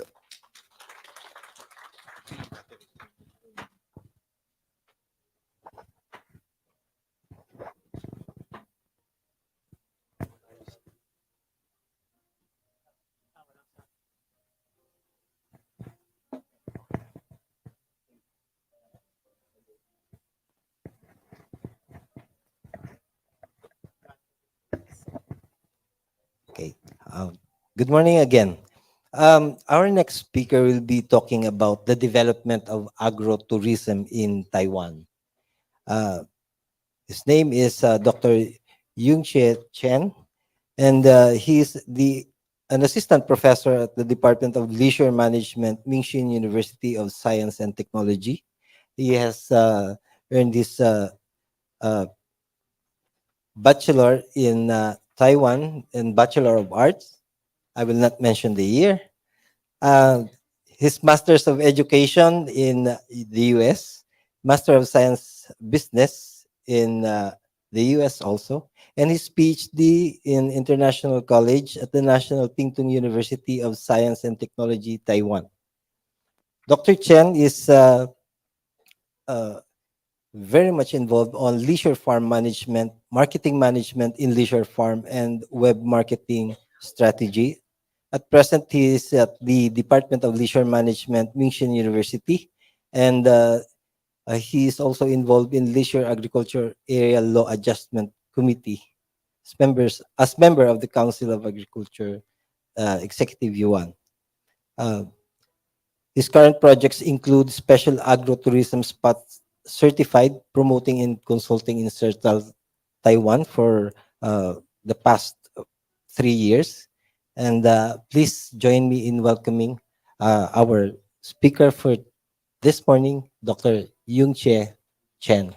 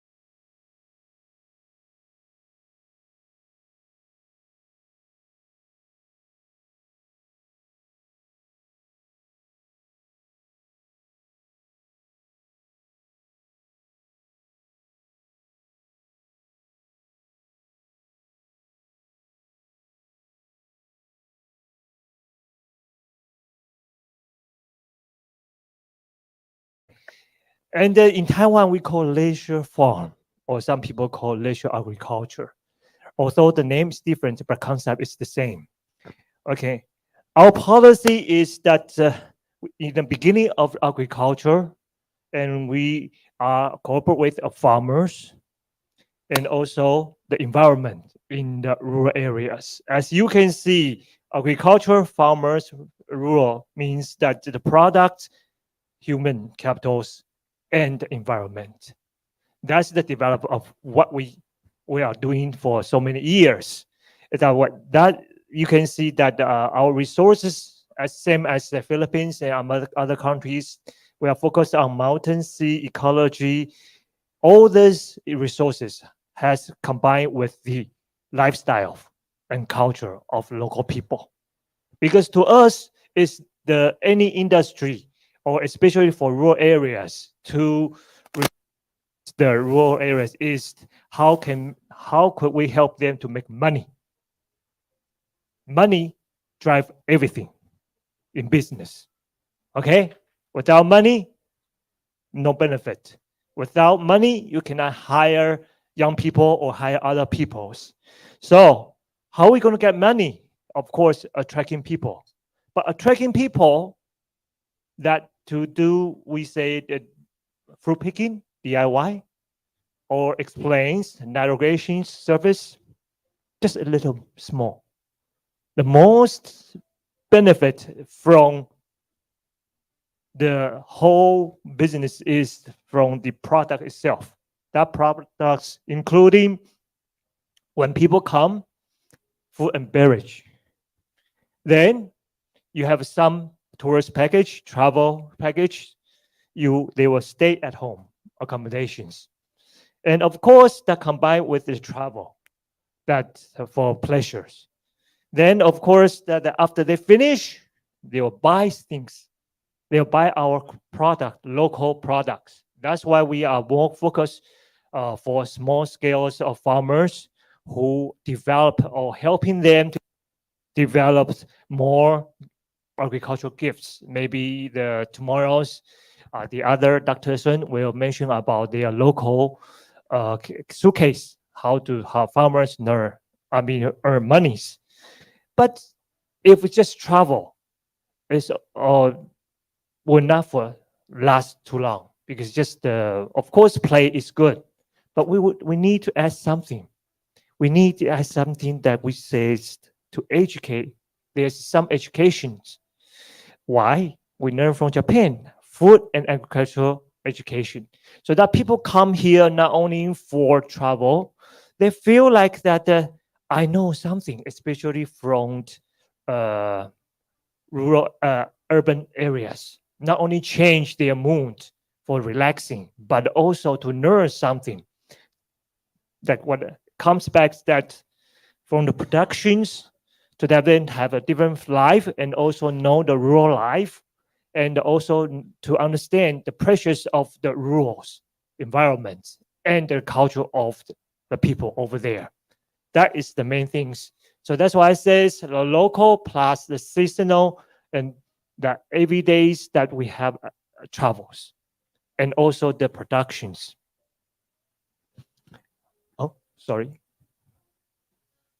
So in order to make that, our government, the Council of Agriculture, exactly, and we call COA, one part is that you need help them to make money. But there's a law that says farm land only can be used as farm productions. You want them to transfer as a travel or farm tourism. The usage of the farm name the policy need to a little bit change. That's why we call it restoration adjustment. Then it is so when they change, they will not get fined. A lot of the times that as before that we encourage the rural areas to change something, that providing infrastructures, for a parking lot, toilet for visitors to come, because this is the need of the visitors. There's also joking that when you drive a car to a rural places or any tourist places, what is the first things you do? You find a parking lot. Parking because you drive cars. And what do you do next? You go to a toilet because a long drive, a 30 or 1 hour drive. So that's why we say we need to get some changes about the land usage. Second, people come. You need to train the person in the rural areas who participate in farm tourism to know how to deal with the visitors. We need to understand. See, yesterday we was talking about my families, my boss, my wife. If I don't know my wife, I will have a miserable life. Agree that? You agree, right? Women controls the war, okay? About the world, okay? That's my experience, you know. That's why if the customers or visitor come, you don't understand them. But the rural people, they don't understand it. They in the beginning of their transformations that are reverse, that they don't know how to deal with it. So you need to training for the rural people. Okay, how to deal with what they think, what our customers think. That's why I say the business model. We need to tell them we no longer just take care of our planes. We also need to take care of our people. It's the people to give you money. Of course, the planes that provide you some benefits. The third one is that I mentioned when we change the restorations. Okay, there's some of the infrastructures that the rural people need to be revised. As I say, parking lot in rural areas, the farmers don't know about what's the importance about parking lot. What's the importance about providing the basic need for the toilet when they come, or something, or pay for a road, even for some other department that we need assistance. Of course, what they want to come here for, pleasure, buy things. Women, as I say, my boss controls everything. When she goes out, what do women goes out? Tell me. Shopping, right? If you don't let them shopping, they don't feel what? Today is miserable, right? I don't shopping, right? It's good shopping, product development. So we have some programs that I mentioned later on. Say we are helping the rural areas, farmers to develop some of the programs, some of the products, maybe the packaging devices, to that urban people to feel like to buy it. Okay, and of course the shopping, we no longer use money. We use what? What you saw, we all have the mobile phone. What do you use? A lot of time we use like line pay, whatever pay, right? Yes, when you pay, you pay a lot. You use as same as you use credit cards. You don't see your money go out. So they will, when they are happy, they buy more. Not until the next month you see the bill. Okay, but that is not our business. You pay for that. You get it, the products. And of course, to provide them that for a longer time, as just mentioned that 2 days, 1 night, 2 days, right? We wish they could stay long. When you want to wish people to stay long, then you have to have theme marketing. Okay, that people to choose the right, it's just like the husband and wife choose the right person, so they can stay longer on their marriage. Okay, the next one to mention about it. As I mentioned, farm land cannot only for productions. So you need to change the law so they can have a parking lot, the needs of the customers. Okay, parking lot, toilet, pavement, or other instructions. So we change so they won't get fines. Trainings for young people, training for local people to how to deal with our customers. because when the customer happy, they will spend more, they will stay more, and the other people, I mean other related like restaurants, accommodations will benefit for that. Even it's not agriculture, but there is a side effect to beneficial the areas, okay, from other industry. Okay, especially just mentioned about the young people that we learn from Japan. I always say that we learn from Japan, okay, because they have the 3 years, right? The program that you mentioned.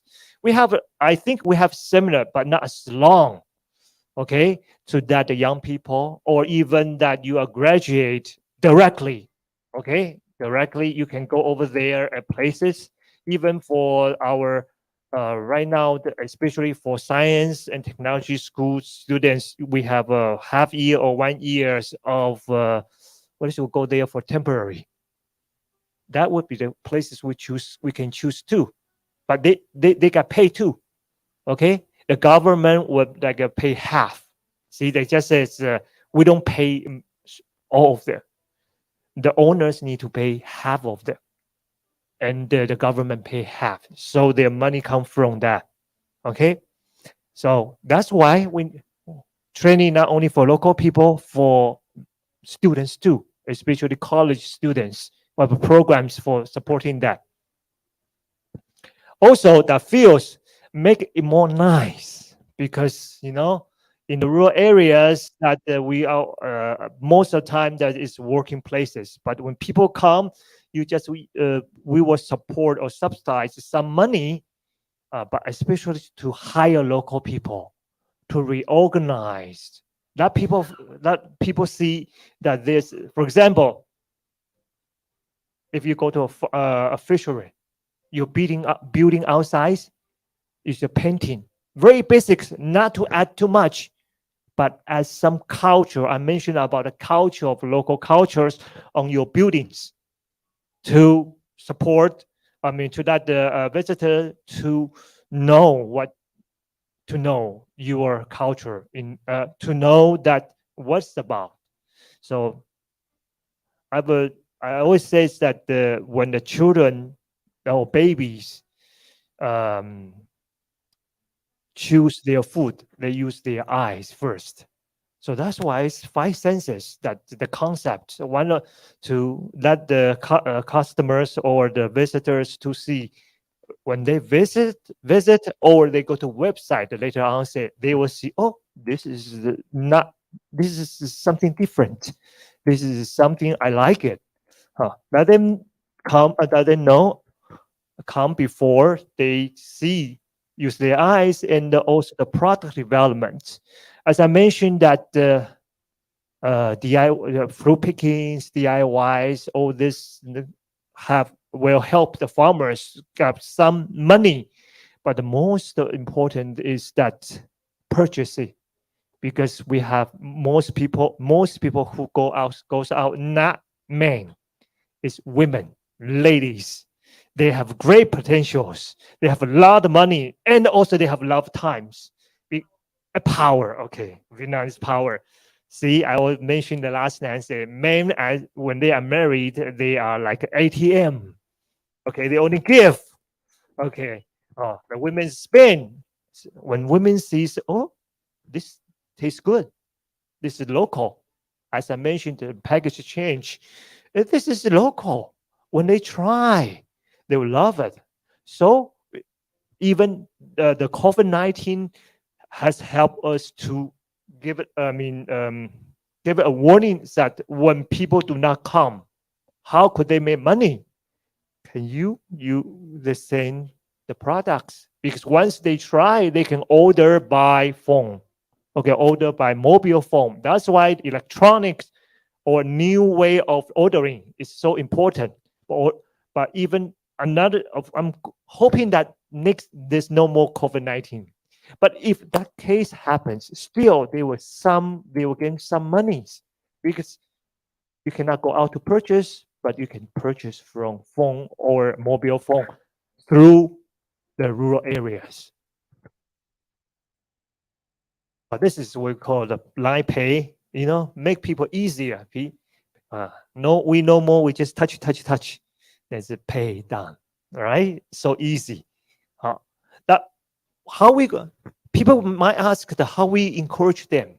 Of course, that we try to mention about in the local government, try to let our farm associations in many details, in many ways to persuade them that the benefit. Some people will think, oh, there's commissions, right? I mean, as we know, nothing is free. Okay, my wife says when we get married, because I love you, but love pays. Pays of what? You need to give her what? Money, because money is everything. So we first in the beginning that the policies or all those things we give a little bit subsidized in the beginning. Okay, not yet, right?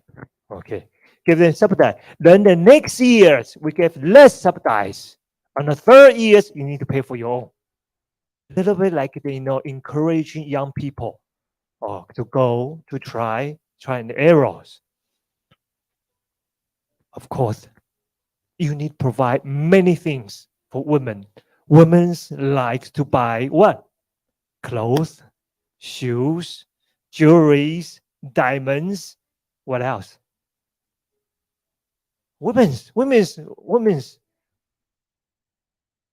Huh? Food. So you have to talk to them. You give them the theme. Okay? As maybe that is not so clear, we give things to foreigners. Theme travel to children. Fruit, who likes fruits? When I mention themes, that's the targeting. Okay? Not only domestically, also internationally. Or those who likes, vegetables, whatever. So we have many things. We need to tell them where they are. That we call leisure farms or farm tourism locations. What they can do. Show them the pictures. Okay, through not only website, also that things that people use FB. So we teach them how to post. We teach some of the owners, more young owners, using FB. Since you use FB or Instagram, young people like it because they use it. It's for the marketing. Okay, you cannot tell them how good is it if they cannot get anything feedback. Maybe the feedback of money is the slow, not as fast as you can see, but you can, as we know, the feedback from customers or potential customer is fast. So that encourages young people say, okay, someone responds. It's better than nothing. Maybe I cannot get it. I mean, he did not come yet, but there's potential. Okay, that as I mentioned, that we start from a small unit. Okay, leisure farms, tour farms, but later on, more and more people got involved. That's united our powers. Mention about local people. Okay, local people, maybe not all of them are agricultural production. They may have other job careers like open restaurants, maybe accommodations. That's reunited them and the form organization. They are local organization. So we call leisure agriculture areas, places to show people that where you can buy, where to get discounts, what are their main themes about each places. That's help each other. Because in this world, okay, 5 minutes. Okay, got it. Like, for example, you can go over there to do this, to do that. You can have a site for young people. You can go over there. Let me ask you, what did you think about these things? Ginger.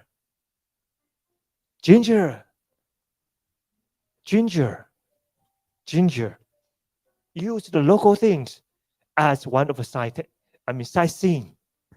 because for 5 minutes, this is the things that maybe that is more important. That see, it's AS. Wait. This is where we one of the most important that I want to tell you. We try to help them through the government help that they go in the site for domestic and also the international. We are trying to marketing Japanese, Korea, Vietnam, Thailand. Okay, and we have other languages. As you can see, this is the SAS that over here. Let me see the English one. Okay. Outsider, you can go over here. This is called the Taiwan Develop Associations. They design for all over here. They have different language. We try to develop 7 language. Okay, there's one project I'm involved in. Then people can choose. For example, you like farming, your subcategory, you like rice, then you'll see in Taiwan who are involved in. Okay, then you will know. Okay, that is something we help them to get business. You tell them it's just like a teachers told you, say it's good to study, but if they don't see there's a benefit behind them, there's nothing. Okay, due to the time, let's see. This is something agri-tourism spot. Hey, wait. Okay, continue. This is because we found our customers, they have when they have time and money, they want to choose something they wanted. So we use this kind of program to then choose what it is, what they can do. This is on the website. It all talks about that. Due to the time limit, I will omit this part, but you can go to the website. Okay, I'm thankful for the association to let me use all the information about it. The most important thing is that this one, customers know to pick it up where they want.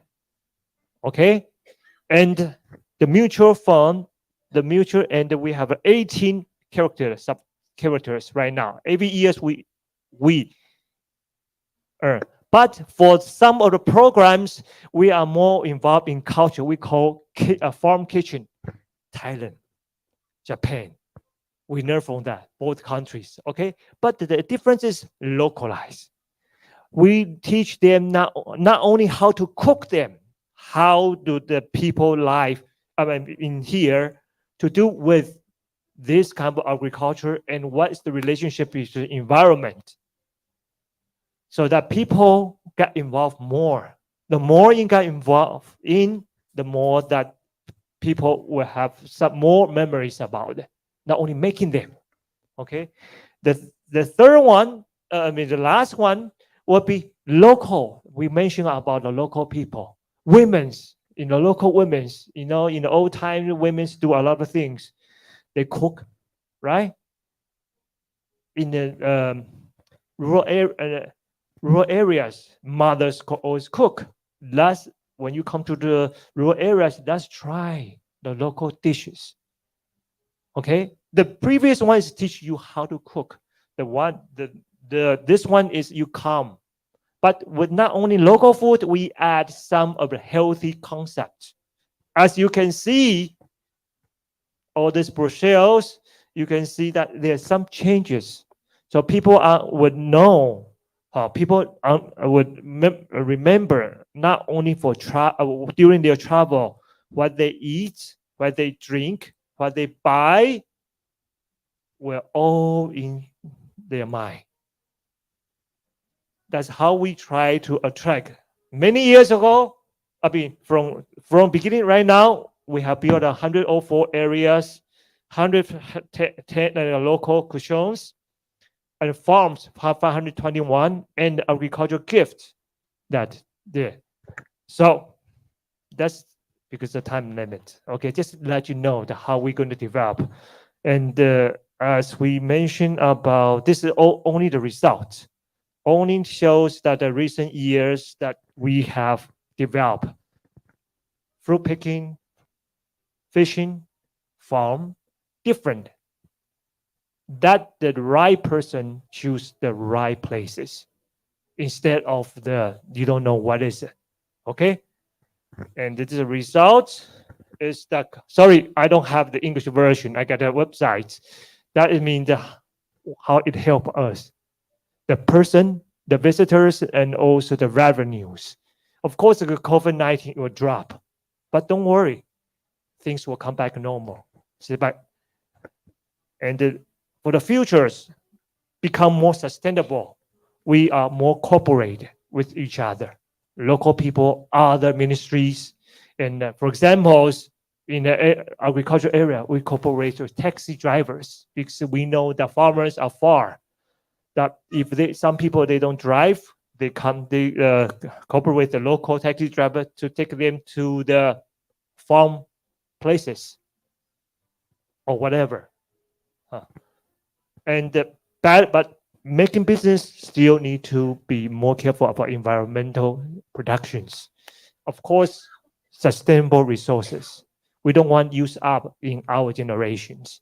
That's why in many talking about food and agricultural education in some of the programs that helping the young people to understand. Thank you. Thank you very much, Dr. Chen. I can feel the passion in your talk, and when it comes to women's power, I can feel you. There is a question. Let's go first from our viewers' question from WebEx, Dr. Roberto Acosta. What are your advices to Philippine policymakers at the national and local levels so that the country can catch up with Taiwan's advanced level of development in leisure agriculture?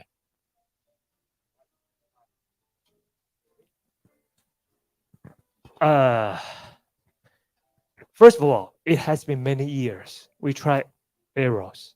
Okay. So my question is the most important thing is about the man, the human resource power. Okay. The first thing, many trainings. The second one I mentioned about the personal training. That's very important. You need to change the concept for people in the rural areas. Let them know that I mentioned if you want people to come, you need to know the way, the things that they want, how they want their travel package being planned, what kind of food or accommodation they can accept. Training always is the beginning, and the training always can help us to get more human resource power. I mentioned about that we steal from the concept from Japan, that the young people for their practical training or after their graduations come to the organization or some of the farmers to do the practical training, and the owners pay half, the department pay half training. I think the training is the second is ask others to help each other, especially united the power of that your local school, universities. See, students involved, teachers involved, because in the university there's another department we call USSR. That kind of programs that involve that help not help, ask the university to help the local. Okay, different programs, different department, they do only one thing is gather more human resources from outsiders and to help the rural, because we face the same things, aging, populated in rural areas. Same thing. That's what we try for so many years. We do have little good things coming back, but it's still not enough. We know that it's still not enough, but we continue because cultivate people takes time. Okay, But the first one about the law, changing of law, I don't know about the Philippines, but to me, human change is much more important because human has the power to change, not not the hardware or in the law. Human, if someone change, it's just like the if I mentioned about if my wife change, then my life change. Thank you very much. Yeah, I can also relate to that. Any other questions? Let's entertain questions from the audience. Other questions? Oh, my time's up. Yes, ma'am. Yeah, thank you very much. And as a woman, I'm happy myself, and I think that I'm more powerful now. Can spend a lot of money. I have a question related to Mhm. your presentation. Mhm. Somewhere you put the indicators for assessment or something, but I would like to ask about very starting point when we have a project that agri-tourism development, and how to select the good location can means a lot, Mhm. because every farmers they can have a lot of activities like cultivation, Mhm. but you have to select the location. Probably is related to very traditional tourism site. For example, it's nearby the ancient area that attracts the people come, or you have a long-term festival of the city or the rural area that attract the people a long time ago. But now you started to add agri tourism to have more value to attract the customer. So the question is that how to select the location that you want to develop or promote agritourism. Um, that's my concern. Thank you very much.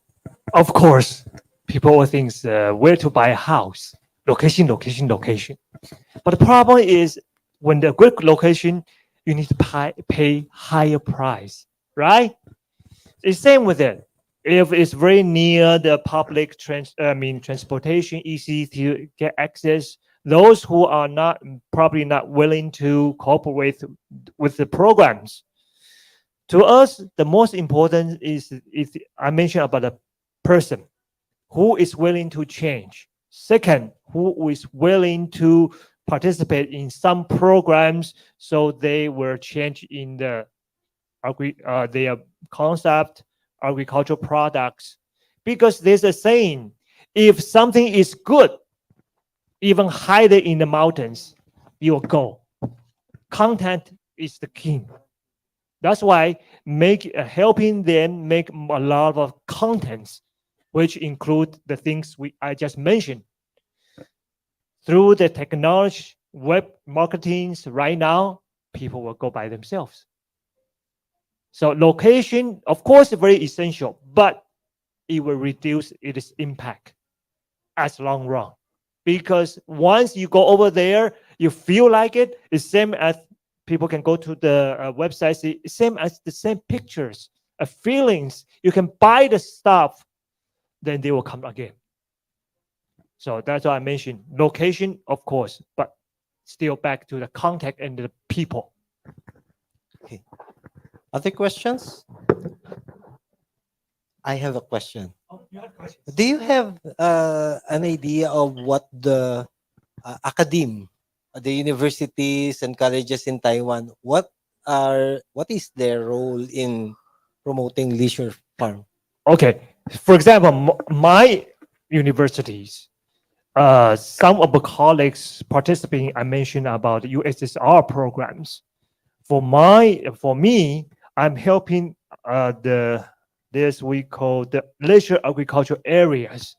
So at least once a month, I go to these areas and helping them. If they have problems, they want to ask, and then we have meetings to solve not only the low problems, but probably they have problem on how to get resources, or how to they need some students to come to give them feedbacks. This is the one. That's why I say using the resource, especially from academic. Okay, once that students, it's good for our student too. They know the locals. Maybe they are not from the from the locals. They come from other place, but at least they know the person. So continually to mention about using the manpower around you, academic, even for the elementary schools. Go to elementary schools, introduce some, teach them about their cultures. For people, for the elementary school will know more about their places, and they will become more interest, more touch, more interest.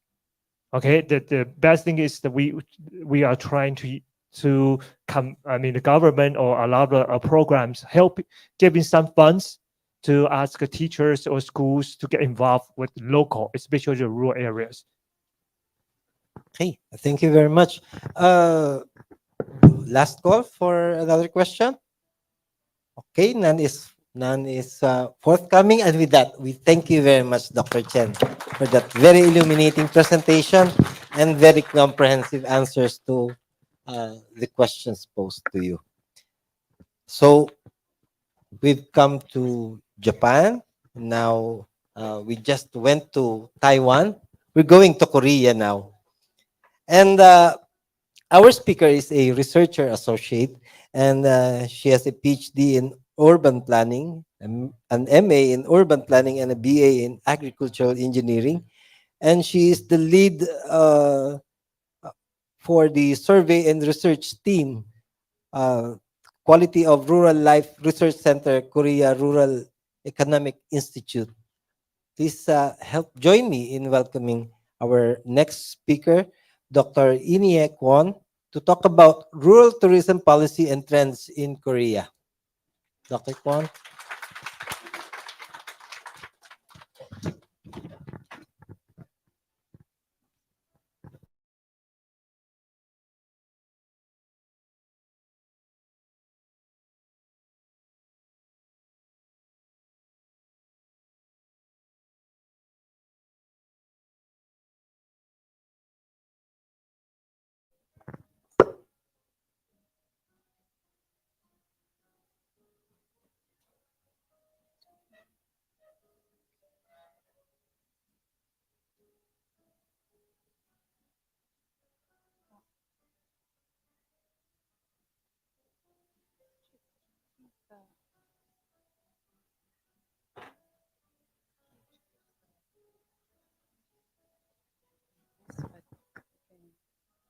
Down below.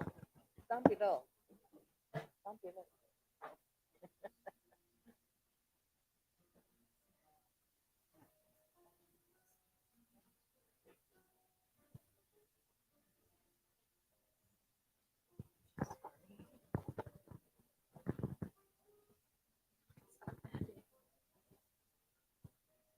I'm sorry.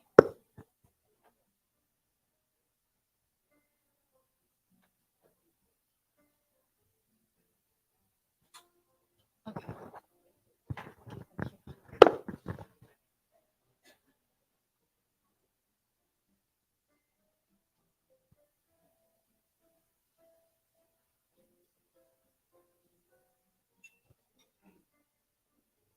Okay, I was nice to meet you, everyone. I'm In-hye Kwon from Korea. I'm from Korea Rural Economic Institute, and it's very great to be here to share our cases and thoughts on rural revitalization with new opportunities of rural tourism. Today I'm going to talk about rural tourism policy and trends in Korea.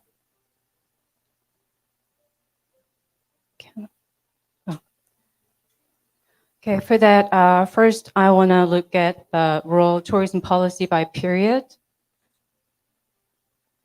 And then we are going to review some government support for rural tourism.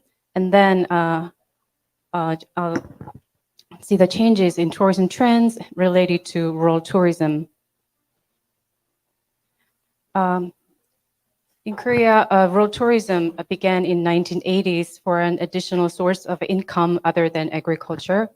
On the other hand, as people's disposable income increased and the 5-day work week system was implemented, tourism demand increased. As the share of agriculture in the national economy has been declining, rural tourism is becoming increasingly more important for the development of rural areas. Although rural tourism has been passing through crisis of the COVID-19, it is facing a new opportunity in accordance with the social changes and people's increasing interest in Korean society. Rural tourism policy by period. The first period is from 1980s to 1990s. It's a period of increasing non-agricultural income. The government support projects for garden farms, rural tourism resort complexes, and rural B&Bs were introduced to expand income from non-farming sources. They're called Rural Tourism Recreation Resource Development Project. And the rural B&Bs and rural garden farms, they were subsidized by government for their maintenance, their operation, and their facilities. The second period is around 2000. Rural tourism support for rural village community support projects for village level rural tourism were implemented to support rural village community as tourism business entity. Various central administrative agencies promoted development projects to create tourism villages across the country. They have their own purposes and their respective titles. So as a result, approximately 2,000 rural tourism villages were created across the country. So we can say that rural tourism in Korea, it is centered on rural tourism villages. Third period is around from 2010 to 2020 is the period of reinforcement of rural tourism system and support for convergence. Institutional foundation of rural tourism was reinforced, and the contents of rural tourism began to be enriched through convergence with other fields. Services began to be diversified by combining education, culture, food, oriental medicine, and also by means of ICT, while expanding the scope to local tourism. Since 2013, a rating system for rural tourism villages, garden farms, and rural B&Bs has been introduced to evaluate and assign grades.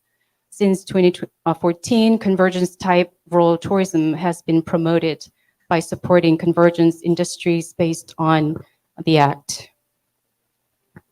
And fourth period is from early 2020 to this day.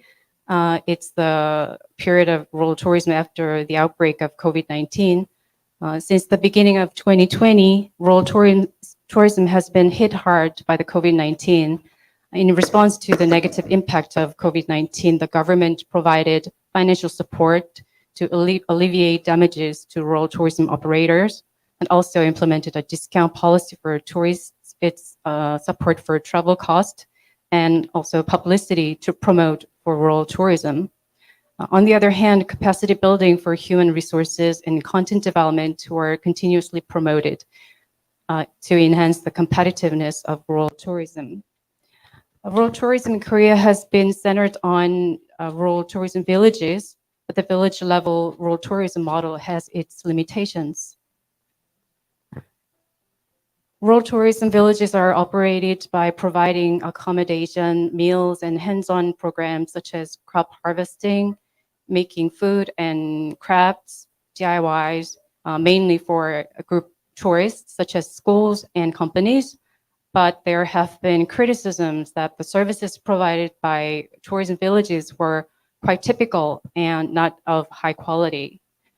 Due to the profit structure, which highly depends on a big group of tourists, rural tourism villages faced a serious crisis in the time of COVID-19. So we are going to see a little bit government support for rural tourism. There are rural tourism policies promoted by central government. Here I review the projects mainly from MAFRA, the Ministry of Agriculture, Forestry and Rural Affairs. It's title of the ministry. The projects that the MAFRA implement include local level rural tourism, and there are support for various activities concerning rural tourism vitalization, like development of resources for tourism villages, information provision, and promoting to urbanites and foreigners, capacity building, etc. There are also support for activity cost of samujang. Samujang means a manager of rural tourism villages, and training for village leaders, including samujang, and support for rural festivals and support for rural horseback riding tourism.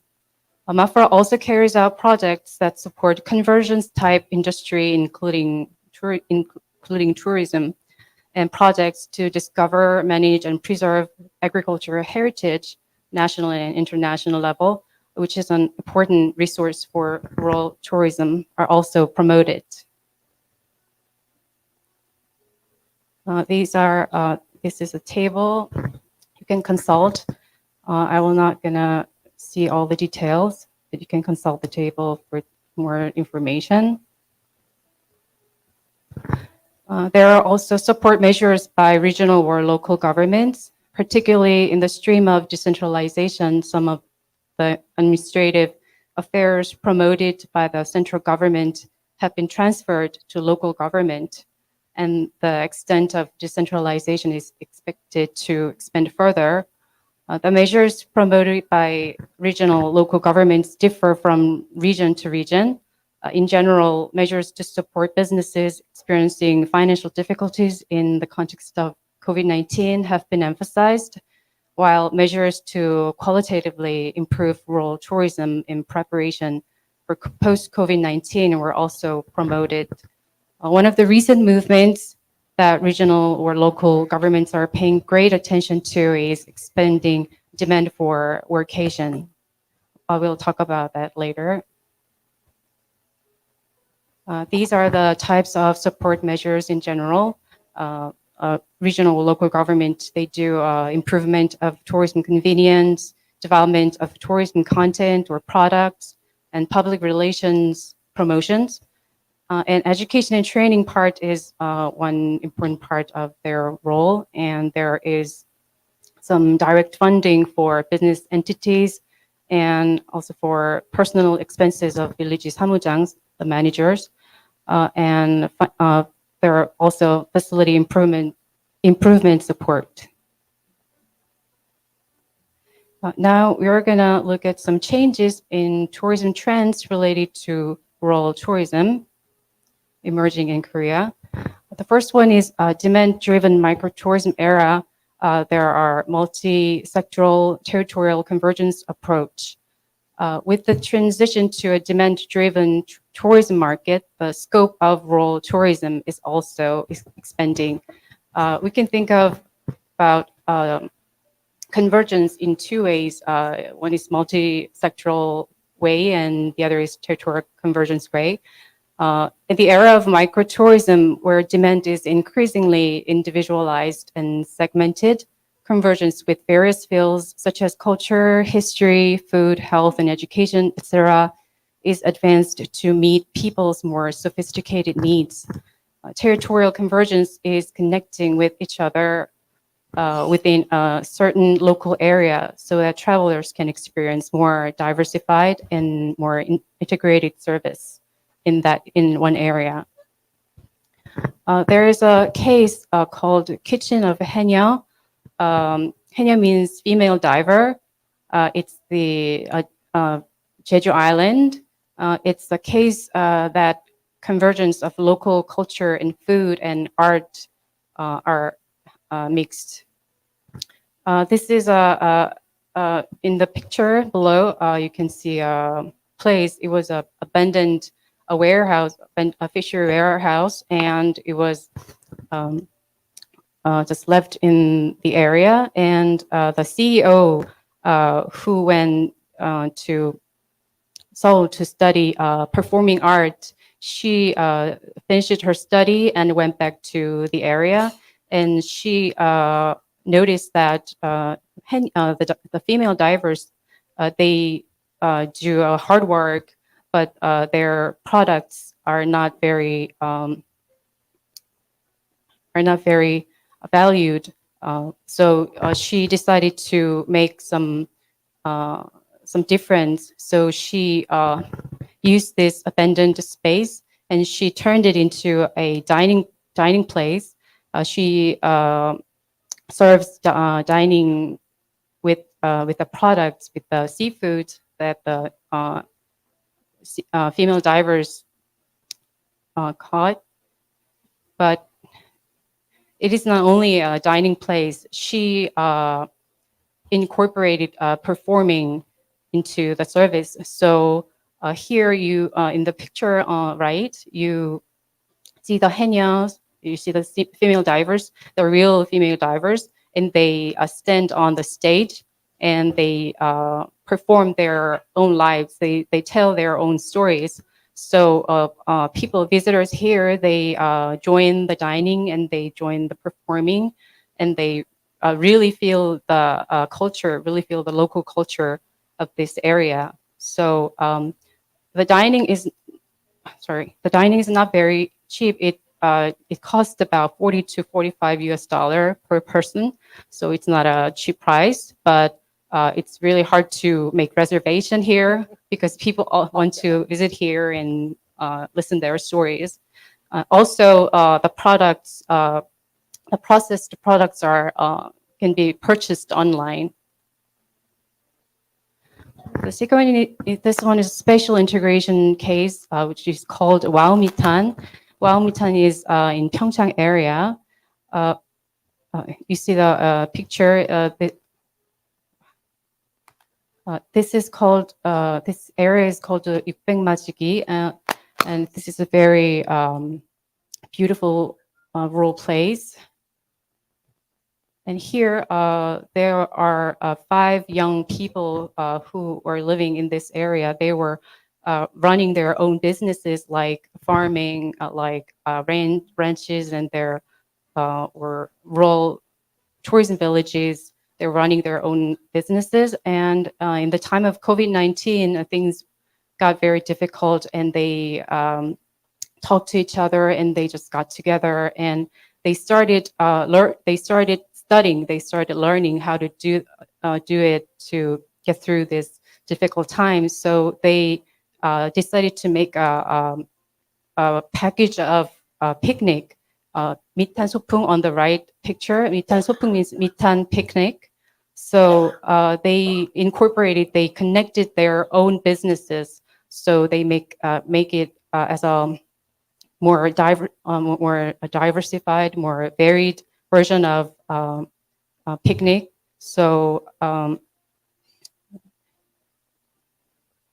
it's one of their programs. It's combined with gourmet tourism. So here they invite city dwellers to the area, and they serve the foods. The foods are from the ingredients, the products of the area, and the beers, it's from this local brand. So it's kind of a integrated version, territorially integrated version of convergence.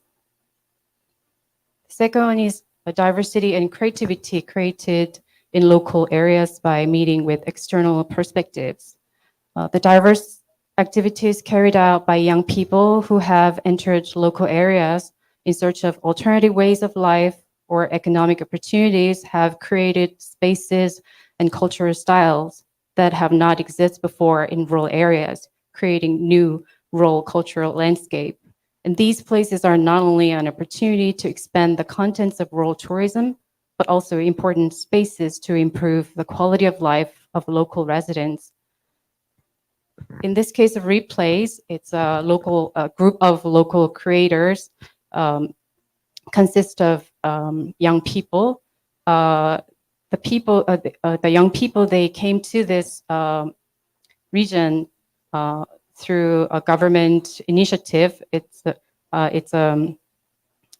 The location is in Gyeongsangbuk-do. So Gyeongsangbuk-do is a regional government, and they made an initiative to invite young people from cities. They can choose the rural areas, and they stay that area exploring their business opportunities. And during that time, the government subsidized their stay and their activities. So they explored the area, and they decided to open guest house and cafe. And in the picture, you can see the old house, and they turned them into a whole new space. So this is called the Hwasuwon, and it's a guest house and cafe. So also they wanted to make the business to be compatible with the local people, so local residents. So they very actively developed recipes using the products from the local area. So they made these recipes, and also using the garden space of Hwasuwon, they opened some little performances and one-day classes and poem readings, such events. And people from local areas, local residents, they can come together and join together the events. This was not very possible before they came in, but after they came in and make these new cultural opportunities, cultural spaces, people can enjoy their lives more. And also at the off season, it is really hard to run the business. So they decided to make some goods. In Korea, we call them goods, this kind of products. So they collaborated with the artists of the local area. Third trend is pursuing different lifestyles, and it's a form of try-living travel. In Korea, it's a society with a very high urbanization rate. It's around 91%. So people are very tired of competitive and very dense urban lifestyle. So they want to stay longer and in search of an opportunity to experience or live different ways of life. So try living in the local area is a form of local tourism where people stay quite close to the area for a certain period of time. For example, a 1 month try living, 2 weeks try living. It's not very easy to take this time as in Japan. In Korea, we are afraid of taking a long leave. So anyway, it's like living like a quasi-resident of the area. So this is a poster from Ministry of Tourism. They selected 13 local areas to be try-living tourism.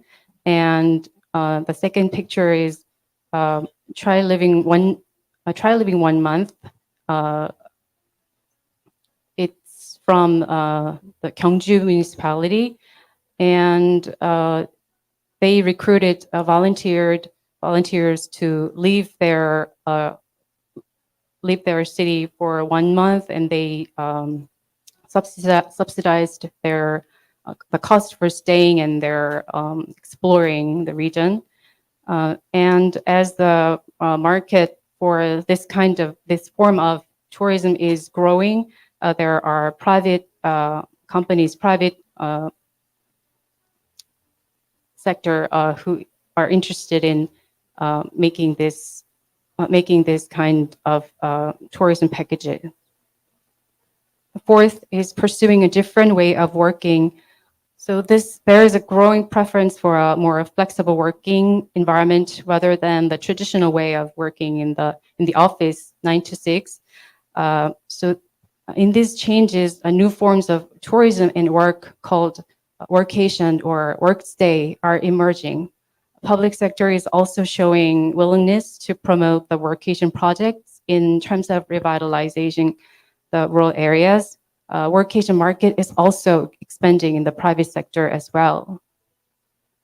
So on the left, it's called Wave Salon. It's located in Gangneung-si.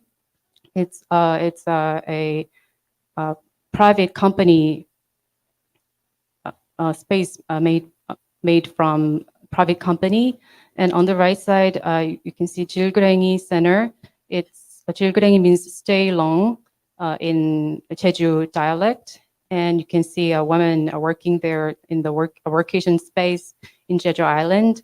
And in this case, the village called Sehwa, the village residents, they got together and around 500 residents, they got together and made a cooperative to open this space.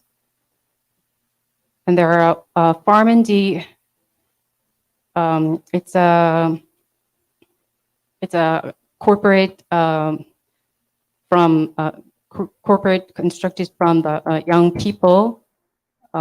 They came to this area, Koksang area, from outside, and they also explore the region, explore the area, and they wanted to open this space because they thought there are chances, there are opportunities that there are people who want to stay and work in rural areas. So they opened this beautiful space, and they are running their businesses. They are expanding their business to private companies.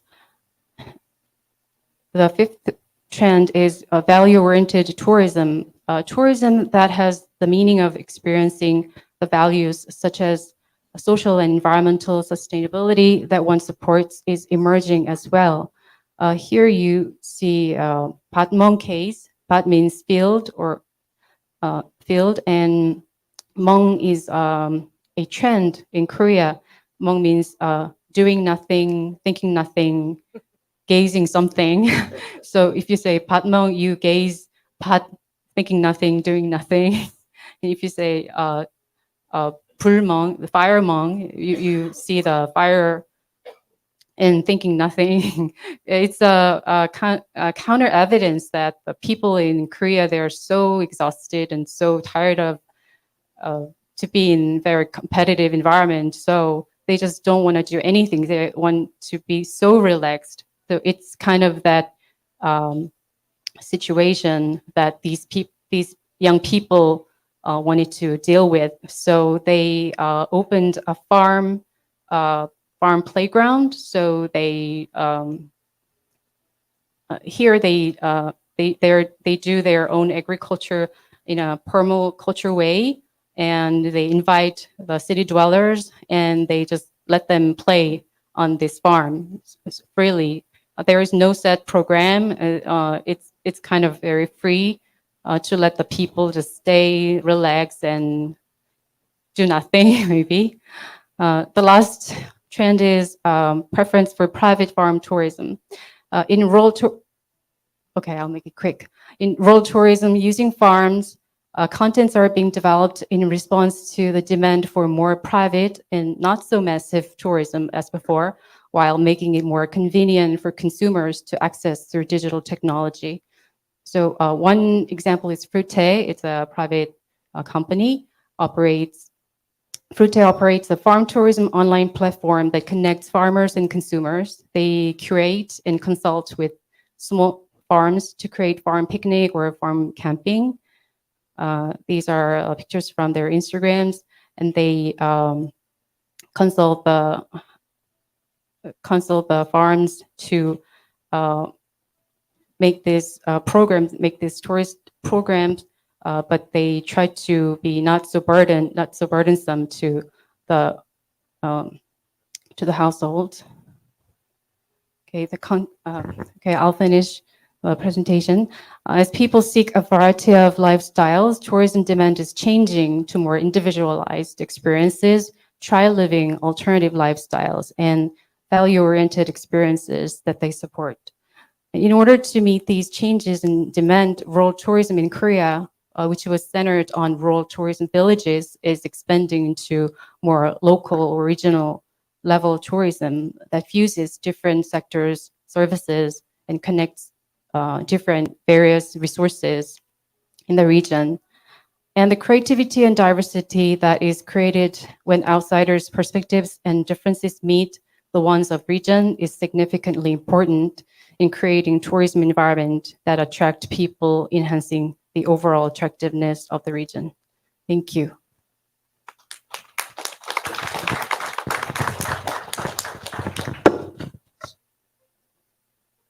Hello. Okay. I've heard and seen very interesting terms there. Workation, try living, and the one I like most, doing nothing. Okay, who has questions? Yes, sir. Dr. Chen? Well, thank you for your presentation. You know, I can steal something from Korean again. Okay, but I have a questions. I mean, the all you know all those nice locations, pretty sceneries, yummy food. How did you promote it? I mean, how did you let that domestic people or international people to know? Because as I mentioned, from my perspective is that if farmers or people who they are ready, it's time that they need to make some money for living too, or living too. This is one first question. I was wondering if you know how to do. Second is that as we know, farm tourism, there's two kinds of tourism. First one, as the first speaker says, a mass tourism, right? The other is the opposite, the small scale or individual tourism. I was wondering if the things that you have shown today is belong to which categories, and what's the response about people that after they join? Can you give us some cases that, as you know? Sorry, I always raise two questions. The first one is how do they promote those approaches? As to the promotion, actually for the rural tourism villages, they were subsidized from a government budget, as I said.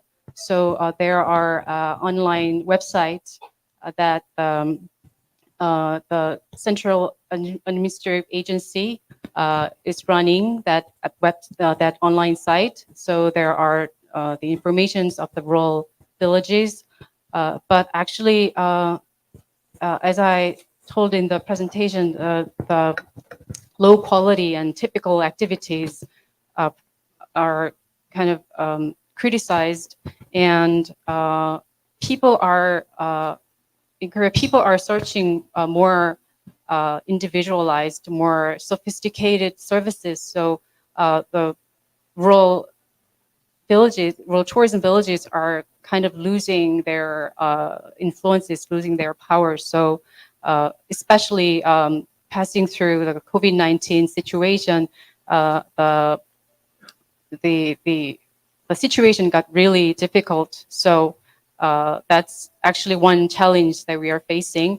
And the cases, the pretty cases that I showed you, actually they are very young people or a private company or a corporate that young people constructed. So they are kind of they're in the fashion. I mean, they they can change, they can observe technologies, they can observe the very fast-moving cultures. So they promote their services through online, mainly online, through SNS or, the Instagram or things like that. So they can move fast, they can move more flexibly. So it's kind of a challenge that we are in the public sector, but in public sector, things are quite, rigid. It's not very flexible and it's not very, it's hard to catch the fast moving culture. So that is actually one challenge. And for the second question, what was the second question? I'm sorry. I think the second question is about to which category, mass tourism Yes. or individualized tourism? Yeah. Actually, I think it's in the very similar context from with the first question. In Korea, the policy and the activities of rural tourism was centered on village, rural village model, but it was really highly dependent on the massive big group of tourists from school and companies, as I show you the picture. So I think that form of tourism is kind of losing their attractiveness from consumers, and they prefer more private, more small scale form of tourism. So this is changing, and it's one form. It might be one form of tourism, but I think people are getting less and less interested in that kind of massive tourism. So we need to change our policy directions.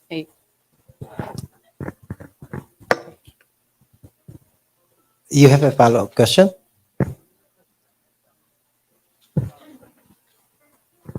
We have same things. The reason I ask mass tourism and the small scale, because it happens in Taiwan too. And thank you that let me know that we're neighbors too. Something happens, but about the mass tourism, let me share the experience about in Taiwan. I mentioned about the cooperation with the universities. A lot of times we cooperate with travel agencies. You might have doubts that because usually the travel agency is mass tourism, okay? And why should we incorporate them if we will upgrade our quality of travel or tourism package, right? You just mentioned, because we want to, extension that more people to know. We found out if you come with the with companies for some reasons that is mass tourism, at least people know there's a location. You have something, okay? Because a lot of times people are more cautious about what is online. What you show, pictures, movies, all those can be fake. It happens in Taiwan too. So once they participate in the mass, tourism with the travel agency, then later on, the next time they choose, they'll go by themselves. It is a mutual. To us, is that we need to cooperate whatever possibilities that will promote the rural areas. No matter they, as I mentioned, no matter in the first time you don't earn much. That's why we, especially that we ask, we trying to educate them that if you probably you don't earn much money from the DIY experience, but you can earn more when they purchase, and you can earn for a longer period of time that they can order from you next time. So that's why I mentioned our agricultural gift is very essential. That in our development of agri-tourism, maybe that's why I see so many good things. Times to eat. Okay. Thank you, Dr. Chen. Are there any other reactions, questions? Okay. None? Ah, you're hungry.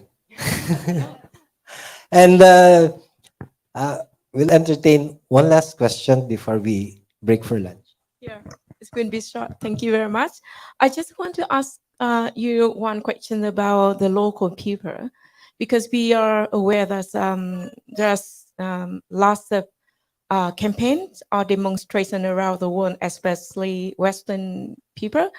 They're not very happy to develop the tourism because they influence a lot the local life.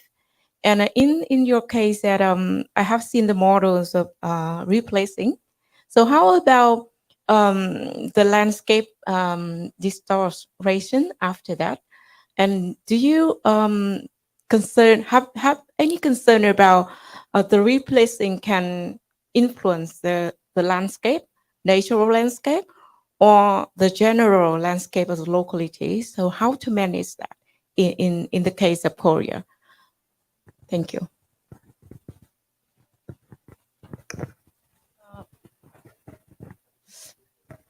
Actually, I'm not sure if I well understand the second part of your question about the landscape.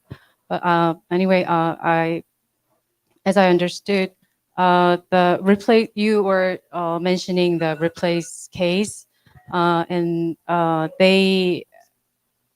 they're young people from outside. So normally, in many cases, rural community can be quite a little defensive against the outsider, the people from outside. So they at the beginning they kind of had difficulties incorporating into the society, into the local area.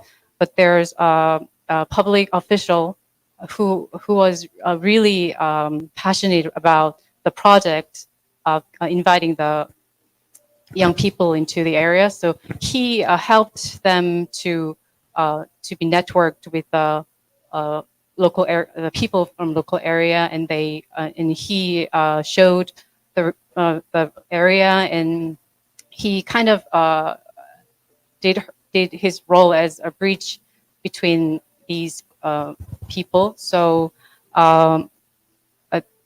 there was a help from the local area, help from people from local area, and the young people, they try to make win-win structure of the business. In many cases, if young people or people from outside, they got into an area and they run a business, they earn big money, and then the local residents, they actually they don't like that kind of situation. Maybe it could have some very negative influences, like traffic or trashes, or the change of culture. But these young people, they try to make to be profitable to both sides. They used the local products. They very actively developed recipes for the guest house, the cafe, and they collaborated with the potters, the local artists, to make their goods. And they tried to invite the local people to the events, like as I said, like poetry reading and one-day classes, things like that. So they really tried to be incorporated into the community. So I think that is the landscape they were making. Okay, thank you very much, Dr. Kwon. And let's give her a big hand.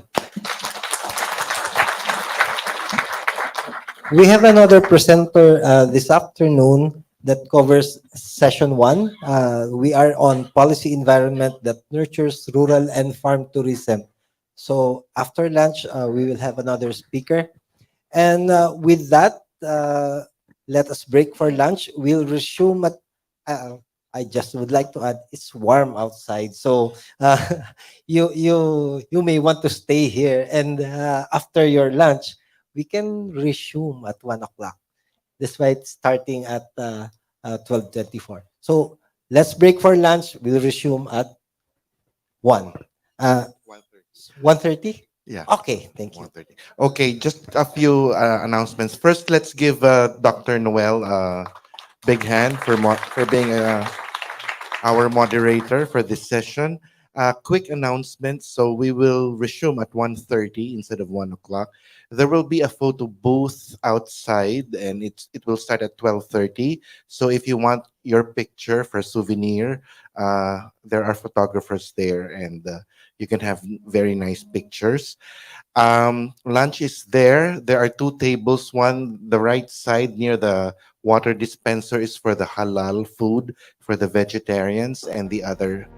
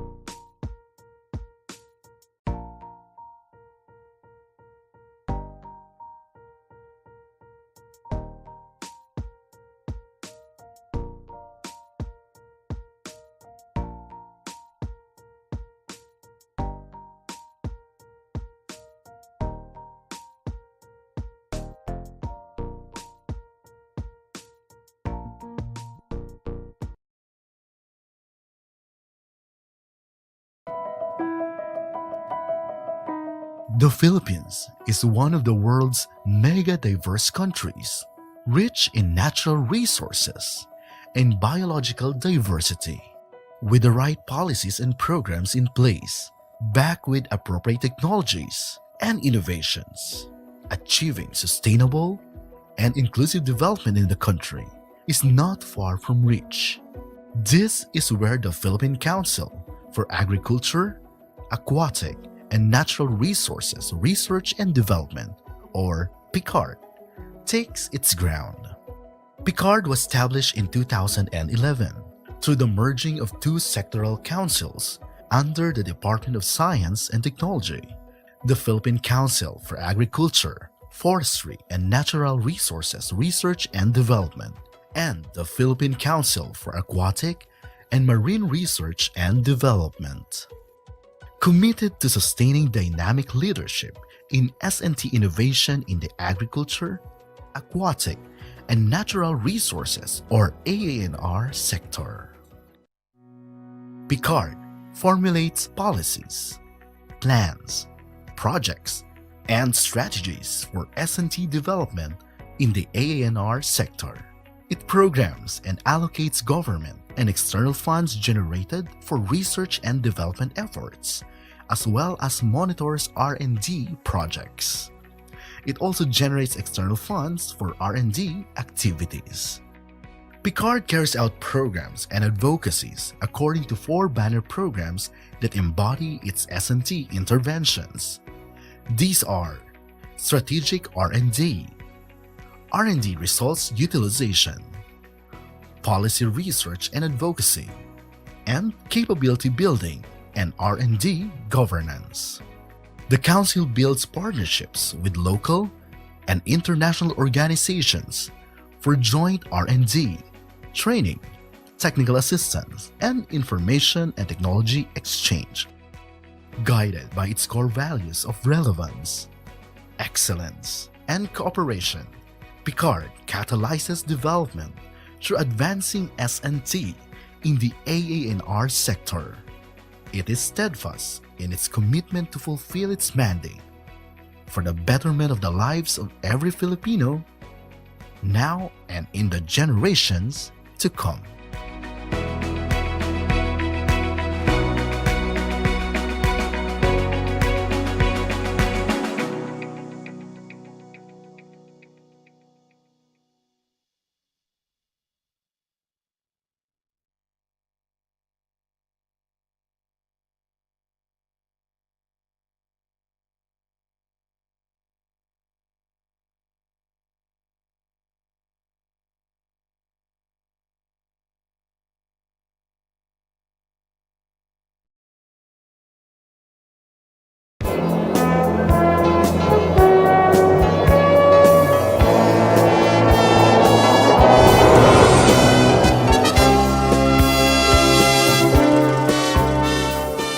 The late 1960s.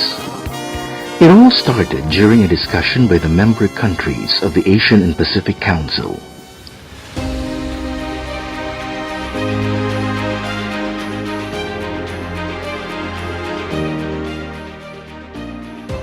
The 1970s.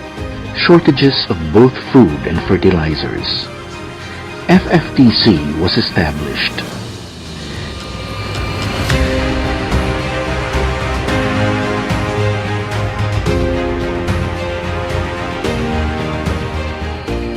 The increasing agricultural food production and raising farmers' incomes are of primary importance in the development of the region.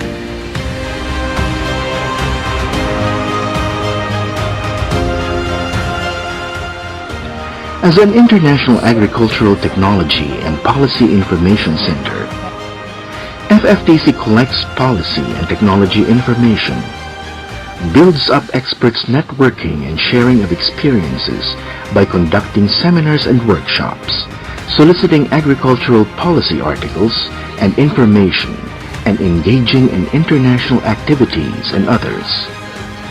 The center conducts consultations with agricultural experts in the region. FFTC packages the collected information and disseminates this through annual reports, newsletters, e-publications, the Center's website, Facebook, and other forms of social media.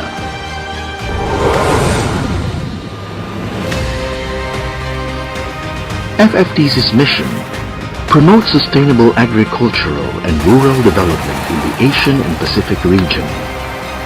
Bridge the gap between scientists and farmers. Share new technologies and policies developed in different countries. Help close the technology gap between developed and developing countries.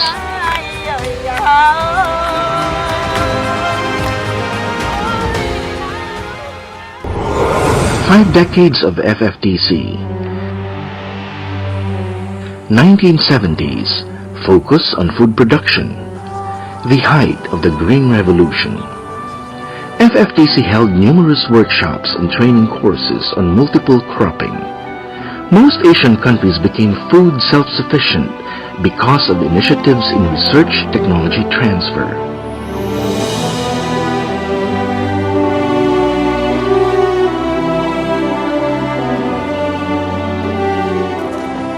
'80s, focus on higher farm incomes.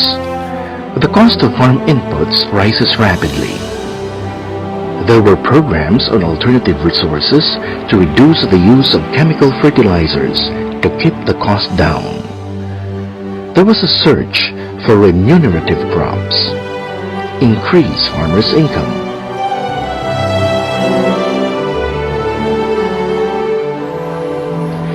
'90s, focus on sustainable agriculture.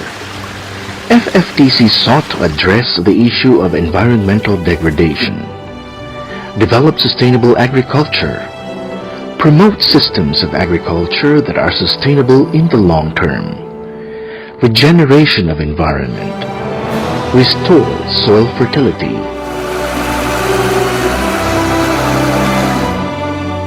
'2000s, focus on plant protection and biotechnology. Challenge of globalization.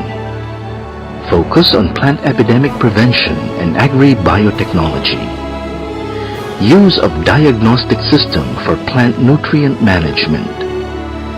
Citrus greening disease management technology.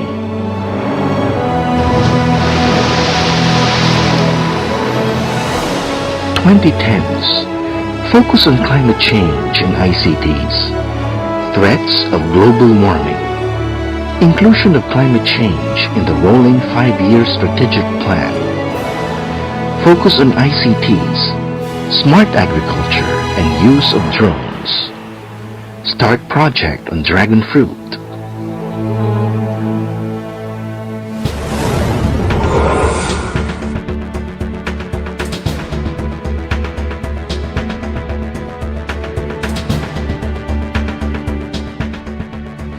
In light of maintaining and improving the quality of soil and plant tissue testing laboratories in the Asia-Pacific region, this proficiency testing program is designed to offer the participating laboratories the opportunity of comparing their analytical results with those of other laboratories.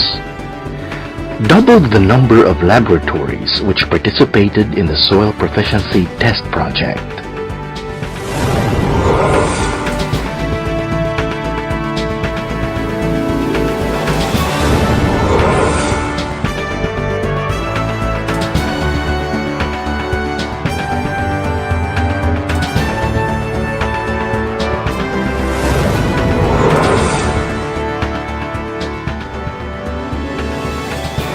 Paid courtesy calls to various representative offices in Taiwan to extend and strengthen relationships and explore the opportunities for cooperation. Websites, social media, and publication.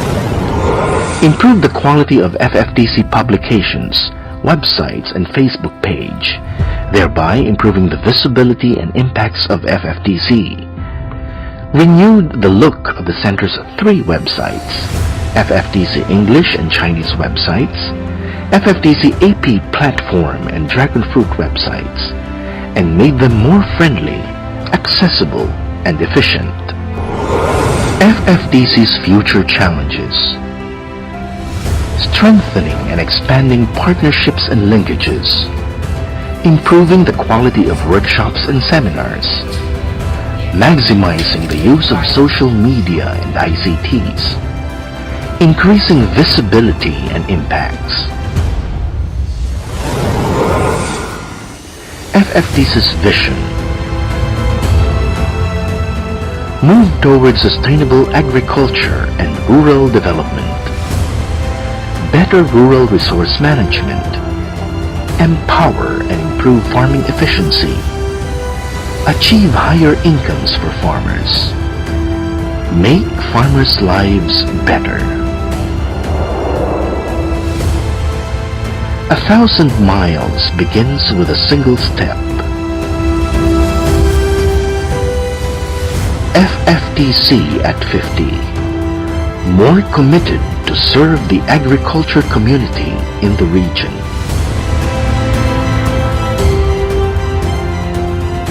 FFTC, empowering people in agriculture through science and information.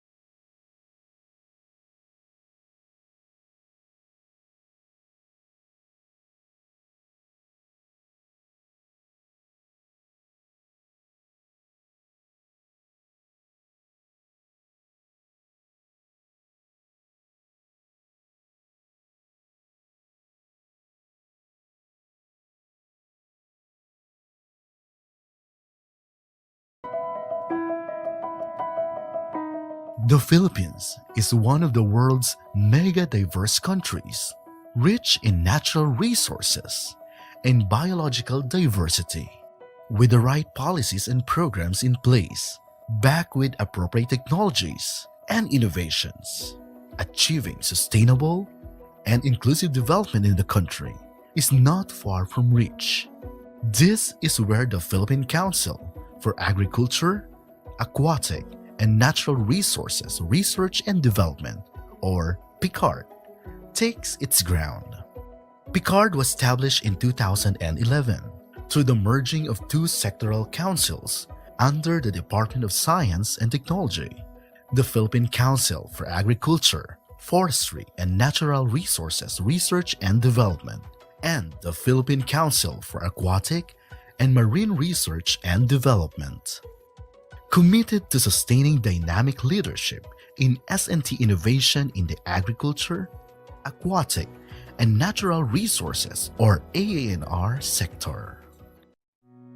PCAARRD formulates policies, plans, projects, and strategies for S&T development in the AANR sector. It programs and allocates government and external funds generated for research and development efforts, as well as monitors R&D projects. It also generates external funds for R&D activities. PCAARRD carries out programs and advocacies according to 4 banner programs that embody its S&T interventions. These are Strategic R&D, R&D Results Utilization, Policy Research and Advocacy, and Capability Building and R&D Governance. The Council builds partnerships with local and international organizations for joint R&D, training, technical assistance, and information and technology exchange. Guided by its core values of relevance, excellence, and cooperation, PCAARRD catalyzes development through advancing S&T in the AANR sector. It is steadfast in its commitment to fulfill its mandate for the betterment of the lives of every Filipino, now and in the generations to come.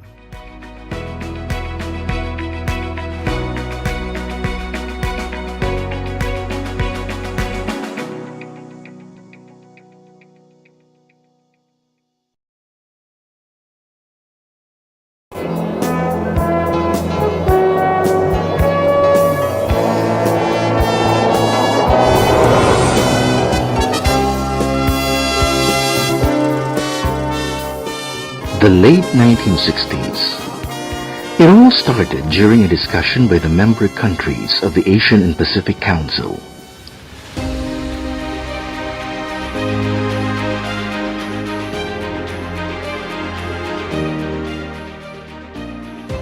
The 1970s. Shortages of both food and fertilizers. FFTC was established.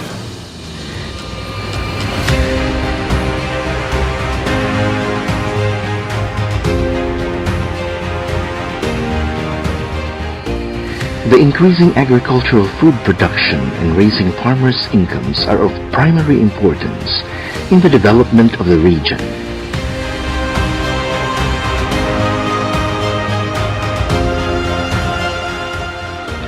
As an international agricultural technology and policy information center, FFTC collects policy and technology information, builds up experts' networking and sharing of experiences by conducting seminars and workshops, soliciting agricultural policy articles and information, and engaging in international activities and others. The center conducts consultations with agricultural experts in the region. FFTC packages the collected information and disseminates this through annual reports, newsletters, e-publications, the center's website, Facebook, and other forms of social media.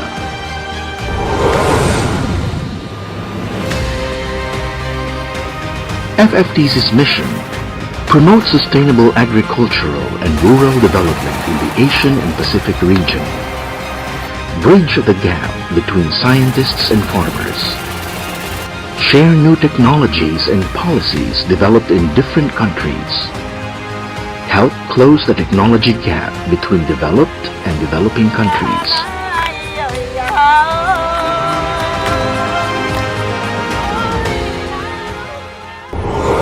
Five decades of FFTC.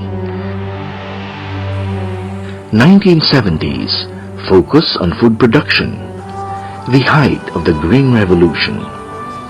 FFTC held numerous workshops and training courses on multiple cropping. Most Asian countries became food self-sufficient because of initiatives in research technology transfer.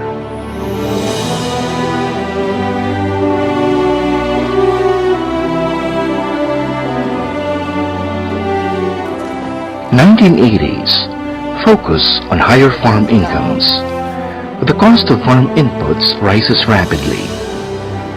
There were programs on alternative resources to reduce the use of chemical fertilizers to keep the cost down.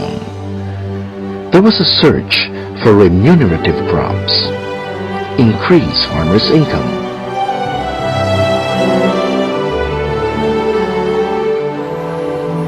(1990s) Focus on sustainable agriculture. FFTC sought to address the issue of environmental degradation. Develop sustainable agriculture. Promote systems of agriculture that are sustainable in the long term.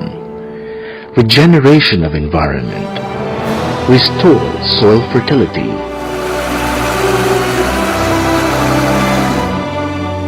(2000s) Focus on plant protection and biotechnology. Challenge of globalization. Focus on plant epidemic prevention and agri-biotechnology. Use of diagnostic system for plant nutrient management. Citrus greening disease management technology.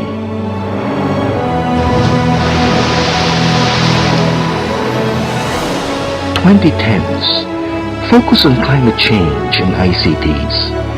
Threats of global warming. Inclusion of climate change in the rolling 5-year strategic plan. Focus on ICTs, smart agriculture, and use of drones.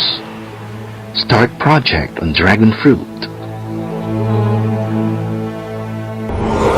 FFTC's recent performance and achievements.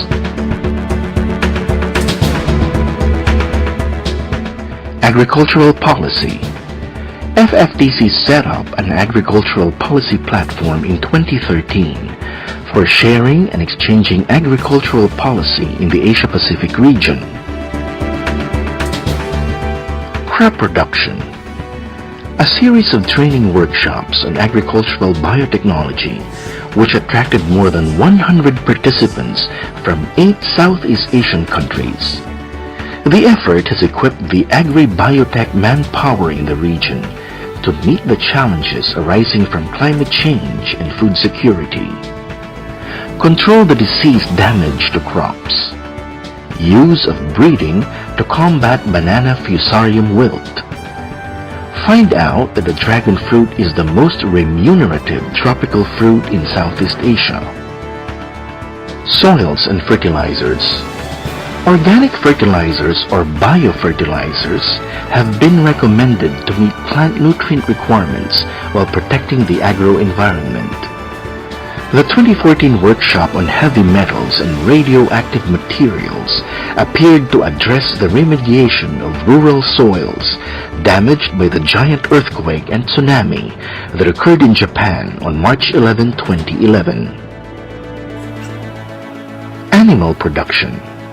Symposium on improving swine breeding and dairy herd improvement with reproductive biotechnologies. Complementary partnerships between technology advanced countries and technology disadvantaged states. Focus on sustainable fishery resource management for over-exploration.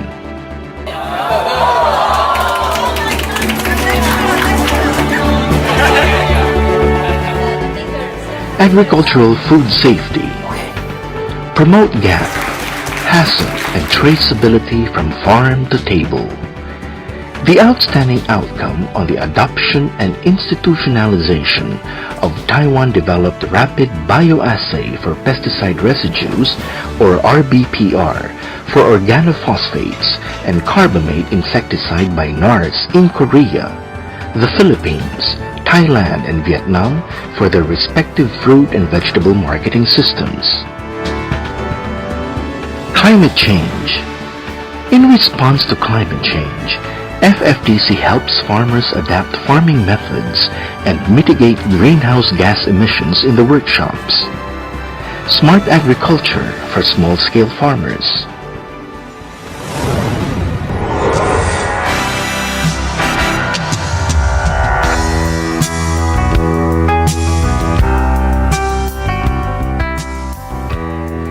In light of maintaining and improving the quality of soil and plant tissue testing laboratories in the Asia-Pacific region, this proficiency testing program is designed to offer the participating laboratories the opportunity of comparing their analytical results with those of other laboratories. Doubled the number of laboratories which participated in the soil proficiency test project.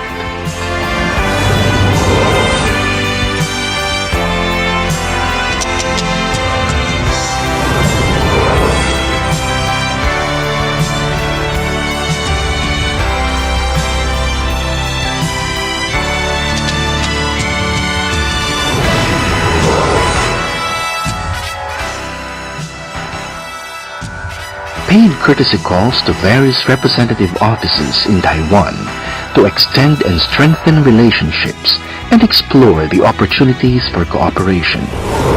Websites, social media, and publication. Improve the quality of FFTC publications, websites, and Facebook page, thereby improving the visibility and impacts of FFTC. Renewed the look of the center's 3 websites: FFTC English and Chinese websites, FFTC AP platform and Dragon Fruit websites, and made them more friendly, accessible, and efficient. FFTC's future challenges: strengthening and expanding partnerships and linkages, improving the quality of workshops and seminars, maximizing the use of social media and ICTs, increasing visibility and impacts. FFTC's vision: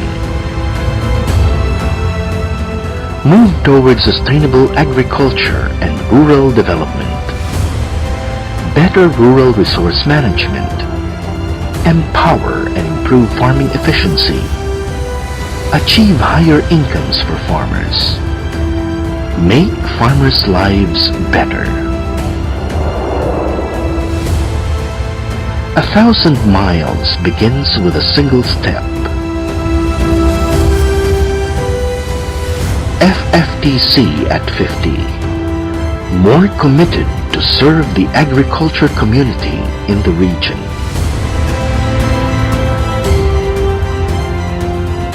FFTC.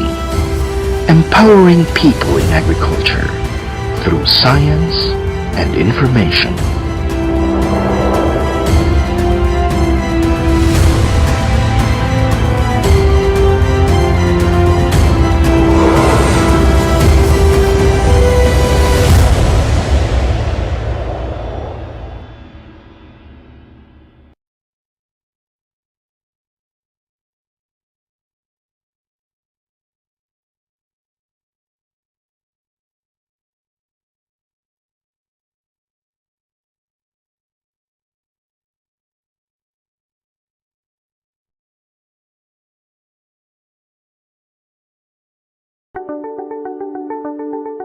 The agriculture, aquatic, and natural resources, or AANR sector, are foreseen as major growth drivers to boost the Philippine economy. That is why funding for research and development in the AANR sector has steadily increased, paving the way to generate more inventions and innovations to boost productivity in the country's agri-aqua enterprises and industries. Unfortunately, these new technologies have not been fully transferred, utilized, and commercialized by their intended users. Filipinos, particularly farmers, fisher folks, and potential investors are largely unaware of these breakthroughs that could result to sustainable and inclusive development in the country. Strengthening partnership with the private sector as well as intellectual property protection and better coordination among concerned and allied agencies are also considered as important factors in achieving exponential growth in the AANR sector. With this, the Department of Science and Technology, through the Philippine Council for Agriculture, Aquatic and Natural Resources Research and Development, established the DOST-PCAARRD Innovation and Technology Center, or DPITC. DPITC serves as a platform for technology transfer and commercialization. It is a one-stop shop convergence hub for investors and technology users in the AANR sector in the Philippines. Strategically located in the Los Baños Special Science and Nature City in Laguna, DPITC serves as a link for different stakeholders from the academe, private sector, NGOs, and international partner institutions to strengthen and forge new public-private partnerships for technology commercialization. DPITC's main thrust is to enhance the transfer and commercialization of AANR technologies. It has 4 service hubs. The Technology Business and Partnership Hub provides networking, strategic partnership, and technology business services. The Knowledge Management Hub houses the Internet Cafe and digital library services. The Science and Technology Promotion Hub showcases the technologies and innovations generated by R&D projects in the AANR sector. The Innovation Services Hub serves as a venue for capacity building initiatives, trainings, meetings, and conferences. With its state-of-the-art facilities and capable experts pool, DPITC takes the lead in ensuring that PCAARRD's technology portfolio will be properly evaluated, protected, and made available, thus enhancing the livelihood and business opportunities in the AANR sector for a more competitive, sustainable, and inclusive Philippine economy. Here at DPITC, we determine and assess the commercial potential of technologies for the AANR sector. We protect intellectual properties of R&D technologies. We increase client awareness through our knowledge management system, e-library, and strategic communication. We transfer technologies from market study to business plan to valuation and market matching, even providing transfer incentives. DPITC will be of assistance and support to various stakeholders in the AANR sector. And we capacitate stakeholders by conducting training and strengthening partnerships with different institutions, both in the public and private sectors, as well as international organizations. This is what we do in DPITC. We develop, we protect, we inform, we transfer, we facilitate commercialization. DPITC, bridging inventions to innovations.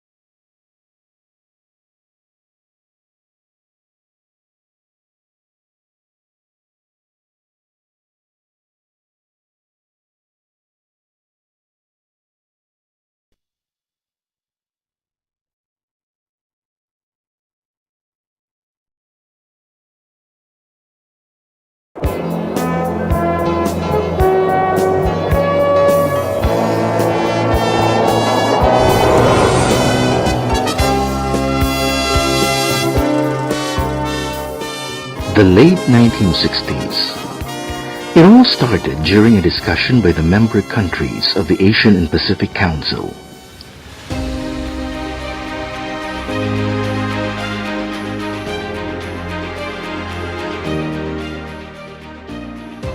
The 1970s. Shortages of both food and fertilizers. FFTC was established.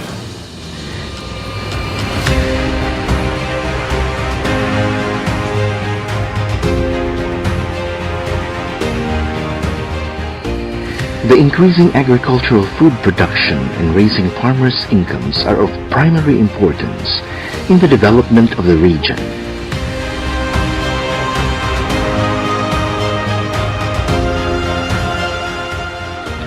As an international agricultural technology and policy information center, FFTC collects policy and technology information, builds up experts' networking and sharing of experiences by conducting seminars and workshops, soliciting agricultural policy articles and information, and engaging in international activities and others.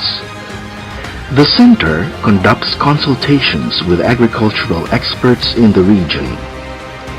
FFTC packages the collected information and disseminates this through annual reports, newsletters, e-publications, the center's website, Facebook, and other forms of social media.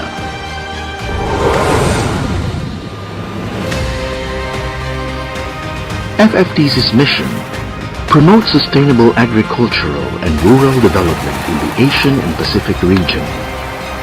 Bridge the gap between scientists and farmers. Share new technologies and policies developed in different countries. Help close the technology gap between developed and developing countries.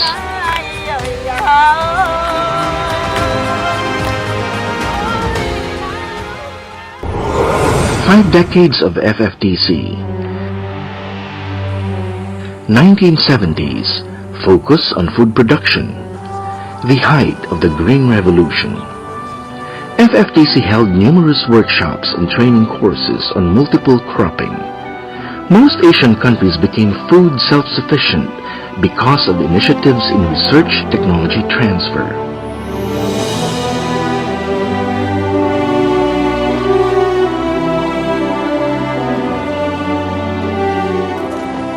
'80s, focus on higher farm incomes. The cost of farm inputs rises rapidly. There were programs on alternative resources to reduce the use of chemical fertilizers to keep the cost down. There was a search for remunerative crops, increase farmers' income.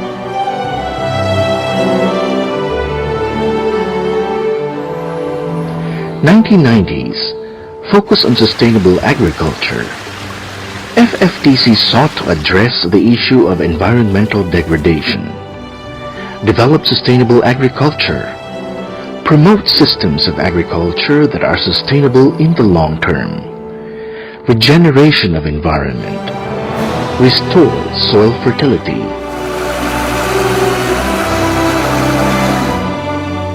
'2000s, focus on plant protection and biotechnology. Challenge of globalization. Focus on plant epidemic prevention and agri-biotechnology. Use of diagnostic system for plant nutrient management. Citrus greening disease management technology.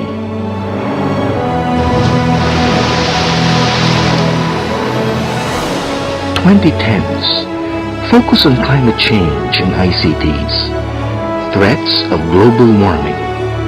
Inclusion of climate change in the rolling 5-year strategic plan. Focus on ICTs, smart agriculture, and use of drones. Start project on dragon fruit. FFTC's recent performance and achievements.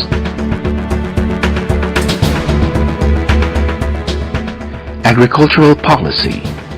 FFTC set up an agricultural policy platform in 2013 for sharing and exchanging agricultural policy in the Asia-Pacific region. Crop production. A series of training workshops on agricultural biotechnology which attracted more than 100 participants from 8 Southeast Asian countries. The effort has equipped the agri-biotech manpower in the region to meet the challenges arising from climate change and food security. Control the disease damage to crops. Use of breeding to combat banana fusarium wilt. Find out that the dragon fruit is the most remunerative tropical fruit in Southeast Asia. Soils and fertilizers. Organic fertilizers or biofertilizers have been recommended to meet plant nutrient requirements while protecting the agro-environment.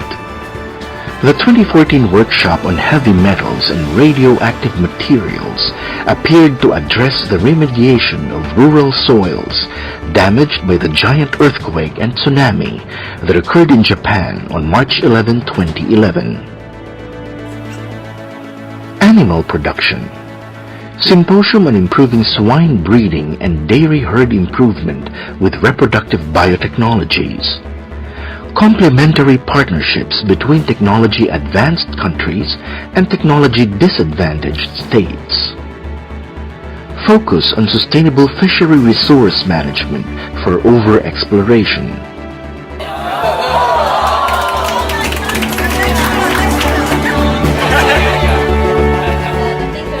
Agricultural food safety. Promote gap, hassle, and traceability from farm to table.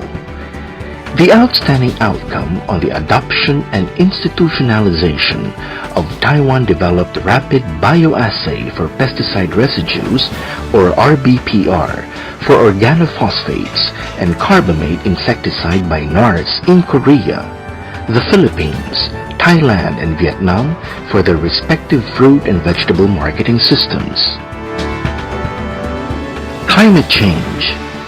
In response to climate change, FFTC helps farmers adapt farming methods and mitigate greenhouse gas emissions in the workshops. Smart agriculture for small-scale farmers.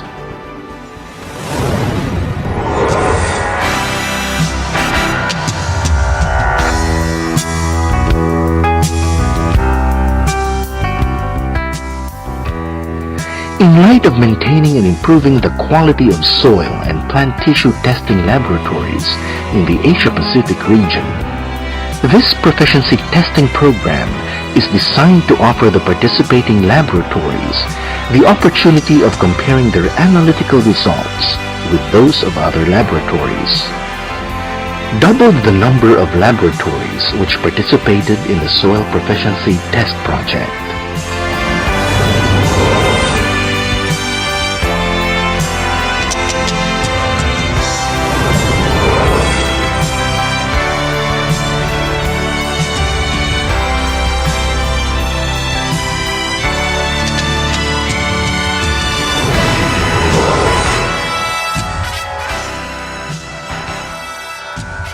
Paid courtesy calls to various representative offices in Taiwan to extend and strengthen relationships and explore the opportunities for cooperation.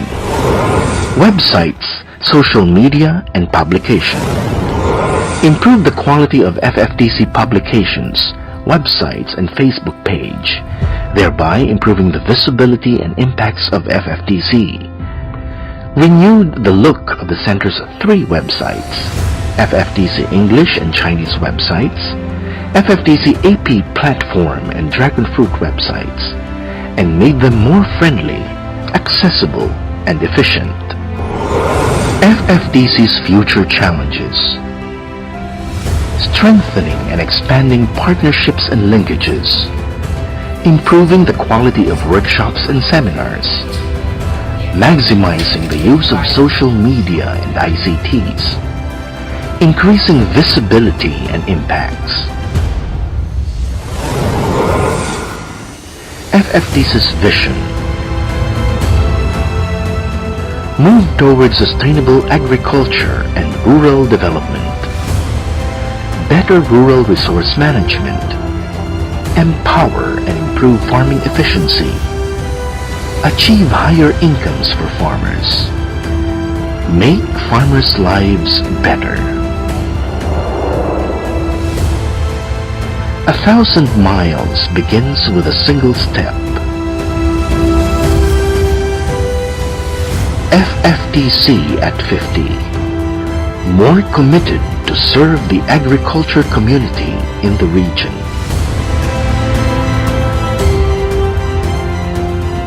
FFTC, empowering people in agriculture through science and information.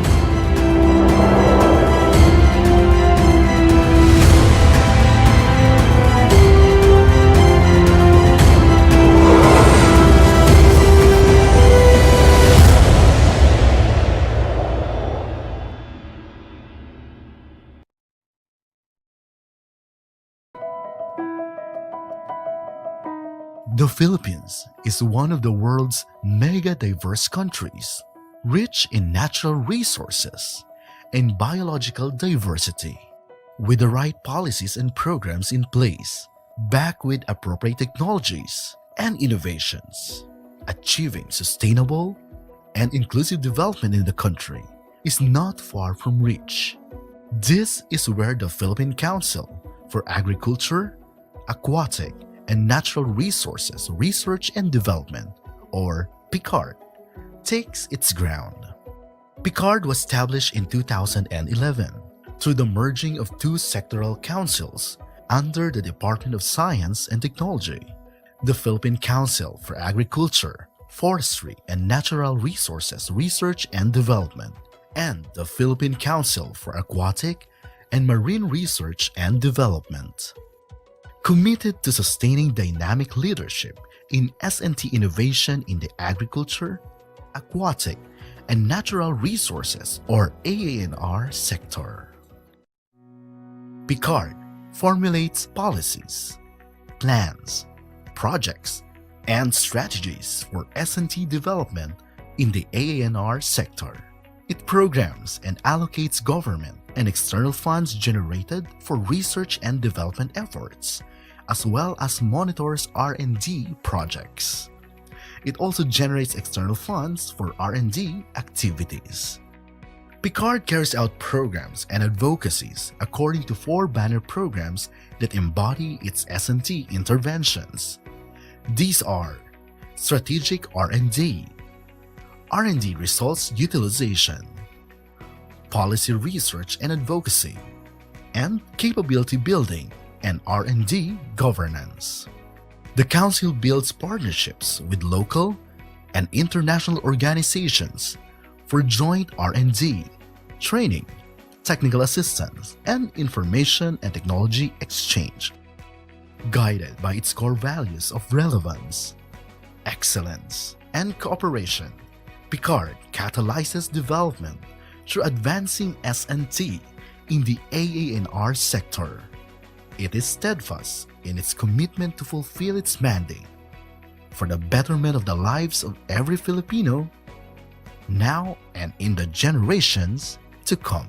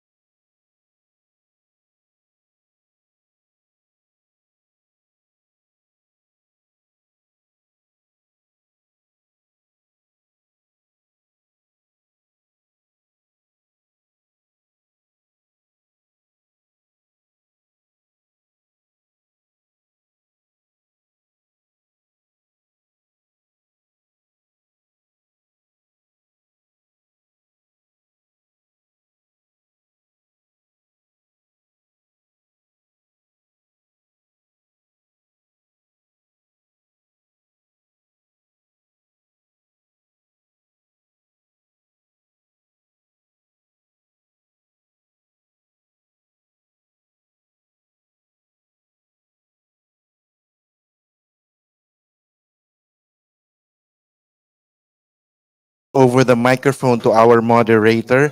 Let's give a big hand again to Dr. Noel Katibog. Hello. Take it away. Thank you very much. Magandang hapon. Good afternoon. As Sir Ronald mentioned, this is the final presentation for our session 1. And our speaker this afternoon will talk about issues and key challenges of agri-tourism in Thailand. He is an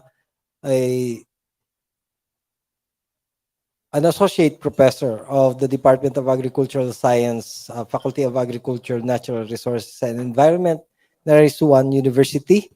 And he has a PhD in Agricultural Science, Post-Harvest Technology, Post-Harvest Physiology and Technology, Masters in Agriculture, Horticulture, Post-Harvest Technology, and Bachelor in Agriculture, Agronomy, and Horticulture.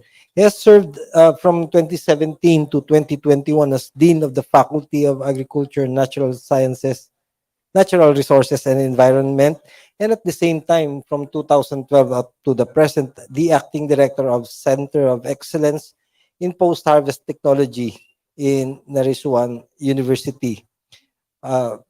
Please join me in welcoming our speaker for this afternoon, Dr. Pirasak Chaiprasart. Sir.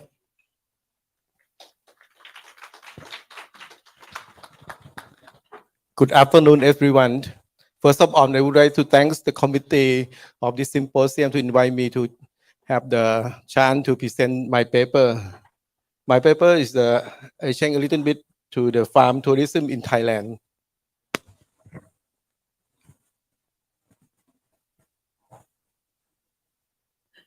Okay.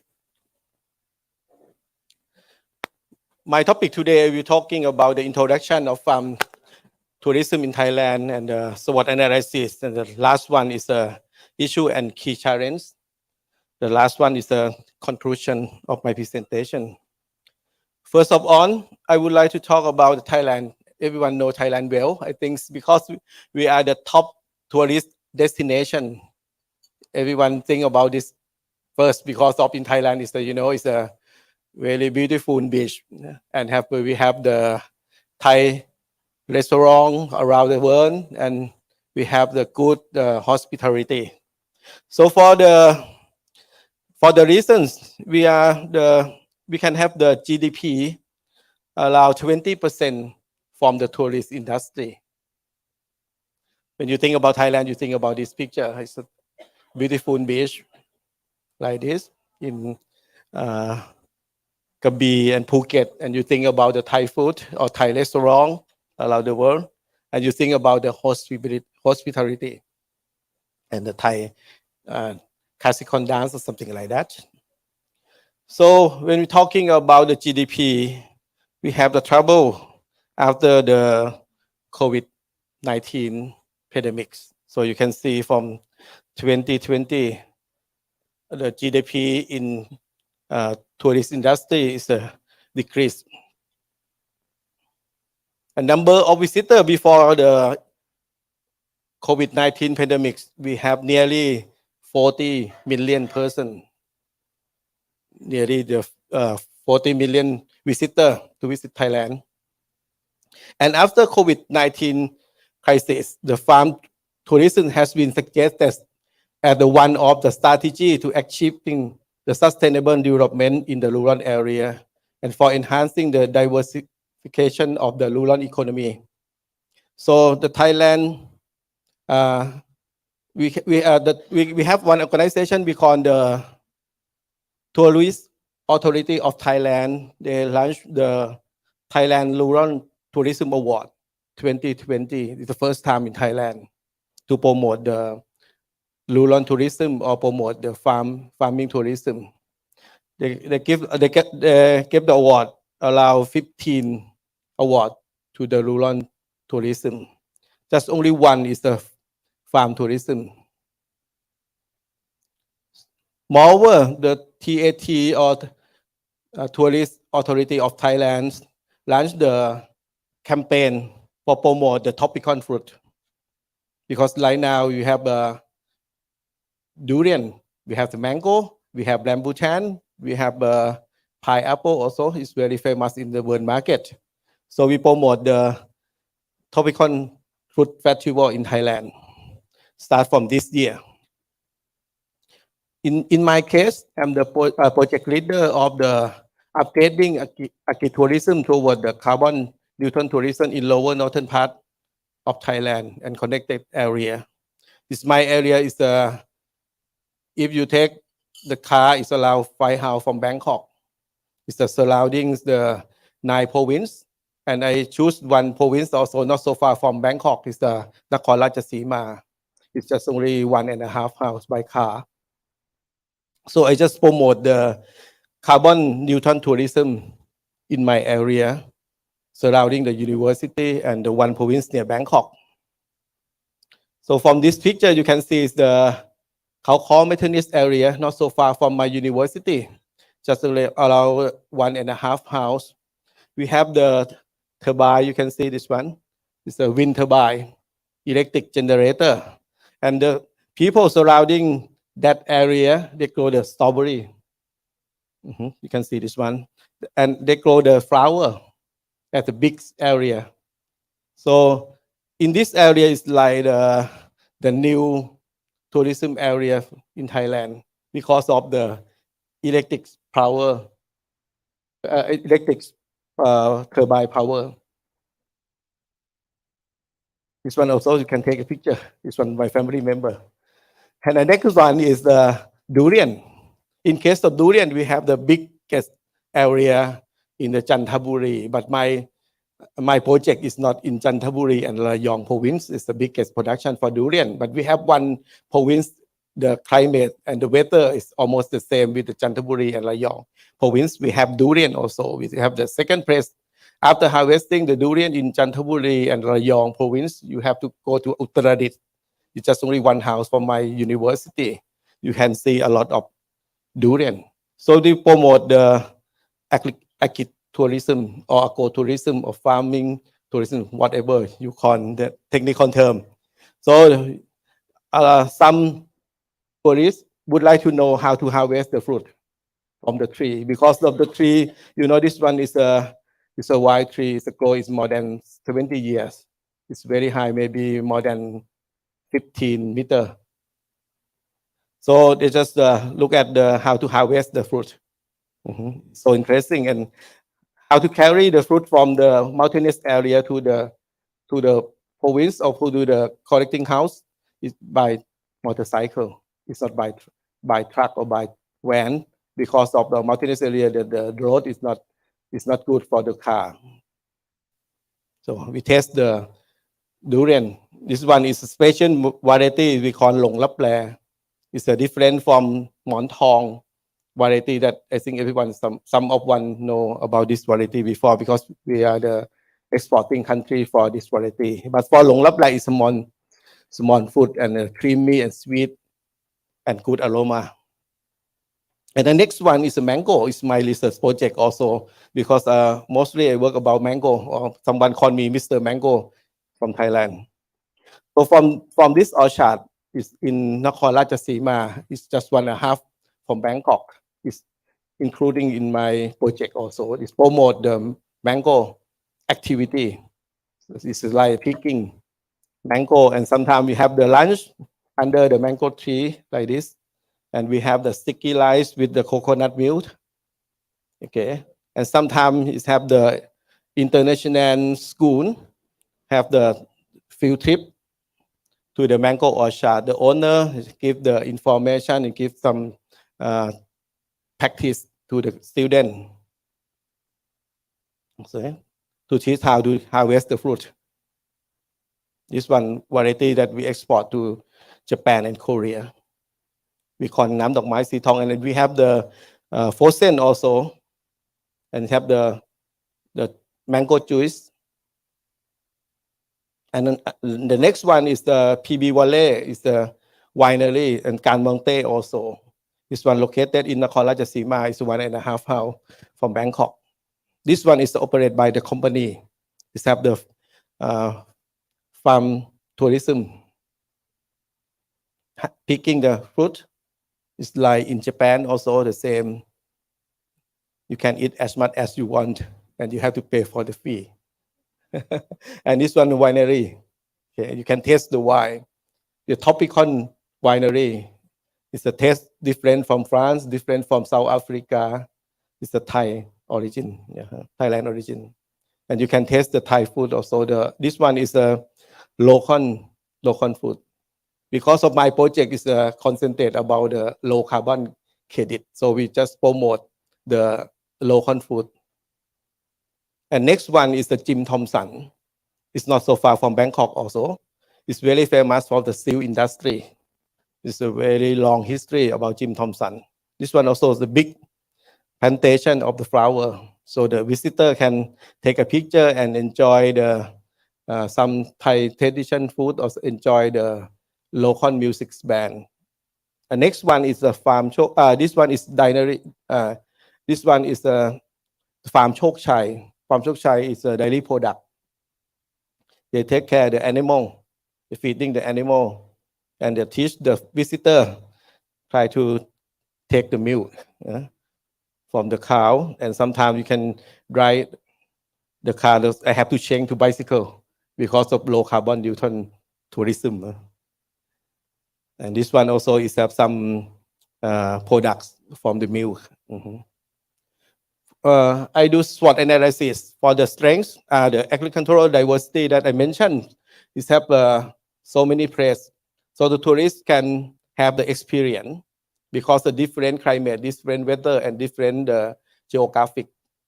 And another thing is the cultural heritage also. Is in different parts of Thailand, the northern, northeastern, lower part of Thailand is different for the culture.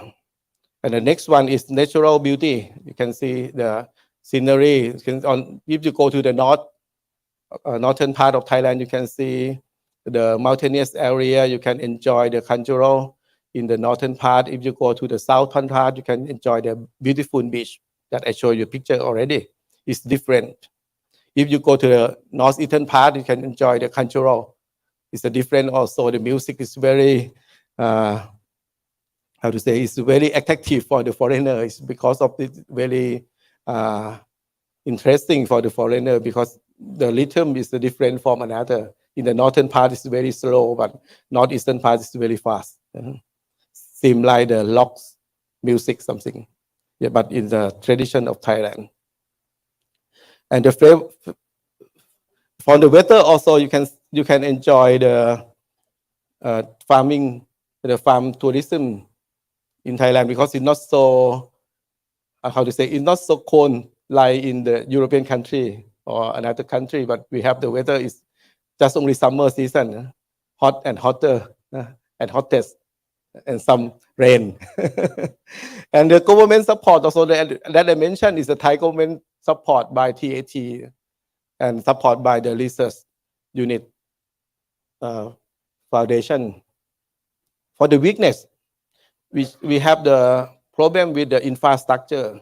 Some area that I show you already, the durian orchard, it's very difficult to get inside. So you just, how to say, you just have the tourists only who can enjoy the rural area and can go to the mountainous area by walk, or have sometimes they can just take a look a little bit. Cannot go to the top of the mountains. It's very difficult. The second one for the foreigner, very difficult because of we have the problem with English language, because the Thai people cannot speak English well, right? Another country, because of we never been any colony of that another country before. So that's why we have trouble with the English language, like me also, because I'm not the, how to say, I'm not graduate from US or graduate from UK, but I graduate from Japan.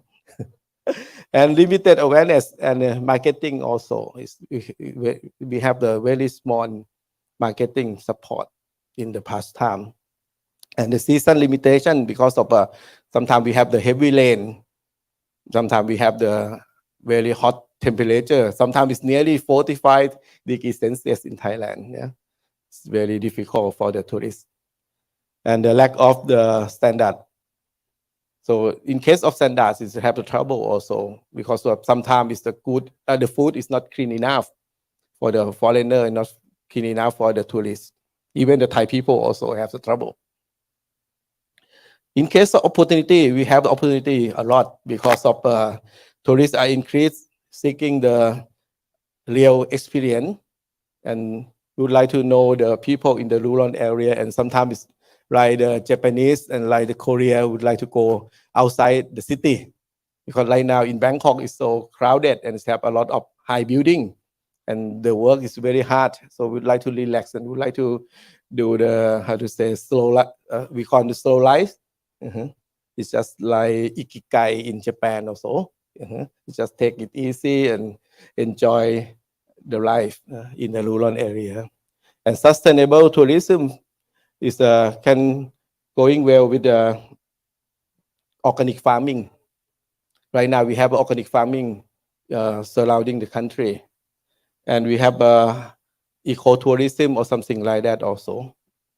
And collaboration and partnership is have the opportunity because of right now Thai government and local government also try to promote the rural tourism or agri-tourism.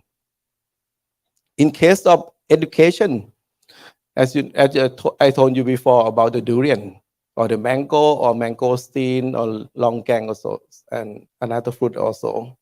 The tourists would like to know how to harvest, how to grow it, how to propagate or something like that. So it's a good chance for the grower or the owner to teach the tourists in that activity.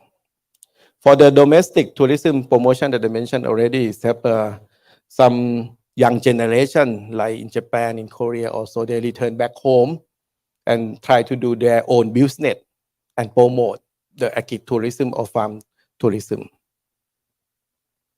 For the treated from outside, we have also the climate change and natural disaster. We used to have the tsunami before. In case of the southern part of Thailand, just one time in my life to see the tsunami. When I study in Japan, I never know about this thing before. But when occur in Thailand, we have the big disaster, and we have the competitor also from surrounding Thailand. Right now, if you have some country try to promote the agri-tourism also. Health and safety concern, the foreigner and the tourists from another country, they think it's not clean water and not clean food or something like that. That's one is the trouble also, and including the COVID-19 pandemic. We don't know is in the near future we have another disease or not. We cannot make the, how to say, we cannot make sure it's not occur again. Even right now also in Thailand, we still have a small number of the COVID-19. And the last one, I cannot speak, is politics. We have the trouble in Thailand also. After the new election, we don't know the trouble in Thailand or not, because it's a young one. Just only 42 years old prime minister, the new one. I don't know in the near future, because in Thai history, we never have the young generation to become the prime minister before. It's the young generation. So issue and key challenge on the farm tourism is a limited awareness and the understanding, because of the owner, they just go the durian and mango and take care of the farm.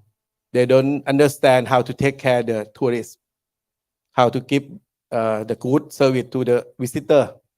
That one is trouble also. It's the, how to say, the misunderstanding between the owner of the farm and the visitor and tourist. Visitor and tourists would like to get inside and take a picture, and sometimes just harvest the fruit without permission or something like that. Because we have to teach both of them, the owner and the visitor also. The second one is the infrastructure and accessibility, as I mentioned already. It's sometimes very difficult. Some place we cannot get in because of the high mountainous area, or sometimes it's the road is not good condition.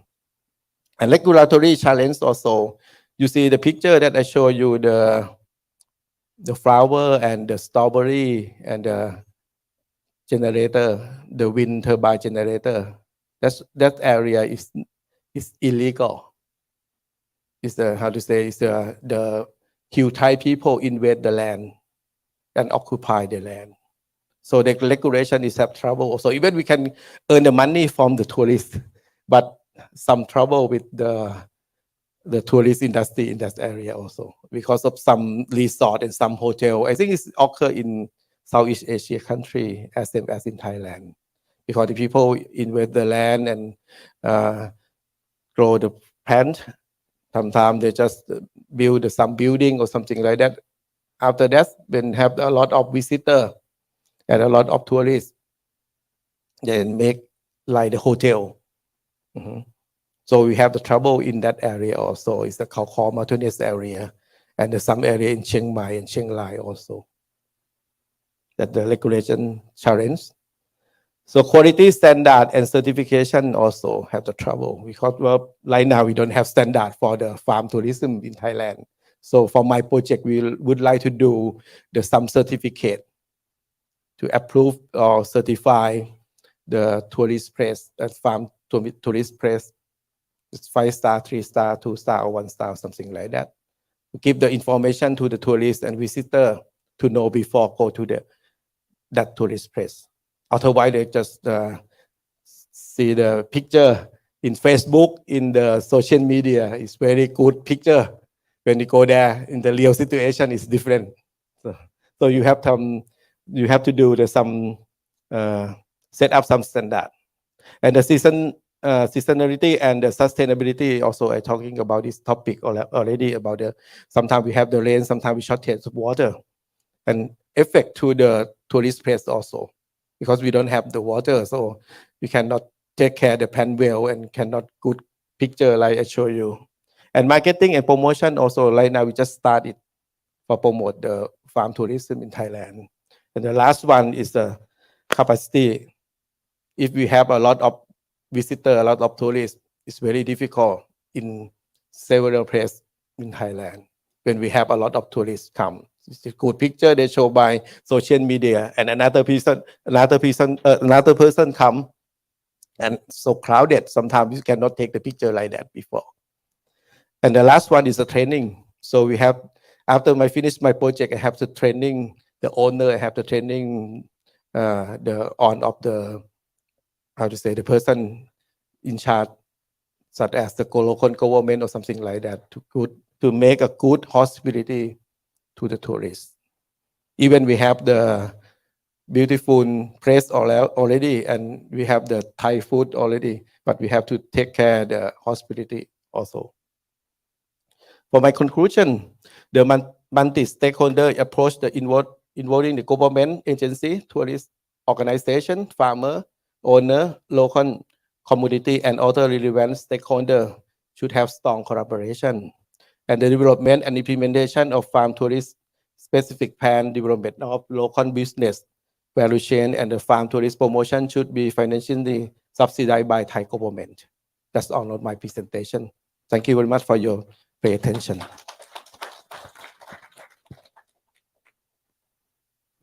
Thank you very much, Mr. Mango Yeah, of thank you very Thailand, much. Dr. Chai Prasad. Yes. Other questions on the floor? Any raised hands? Sir Loloy.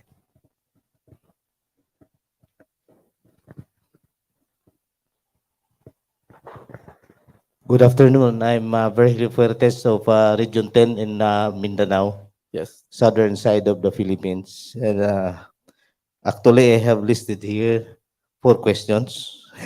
Dami. Considering Thailand's success in farm tourism as presented, what was the level of government support since you presented in your strength? You just listed there some support. What are those level of some support, considering that you're successful in your tourism? And number two, do you allow outside investors for farm tourism in Thailand?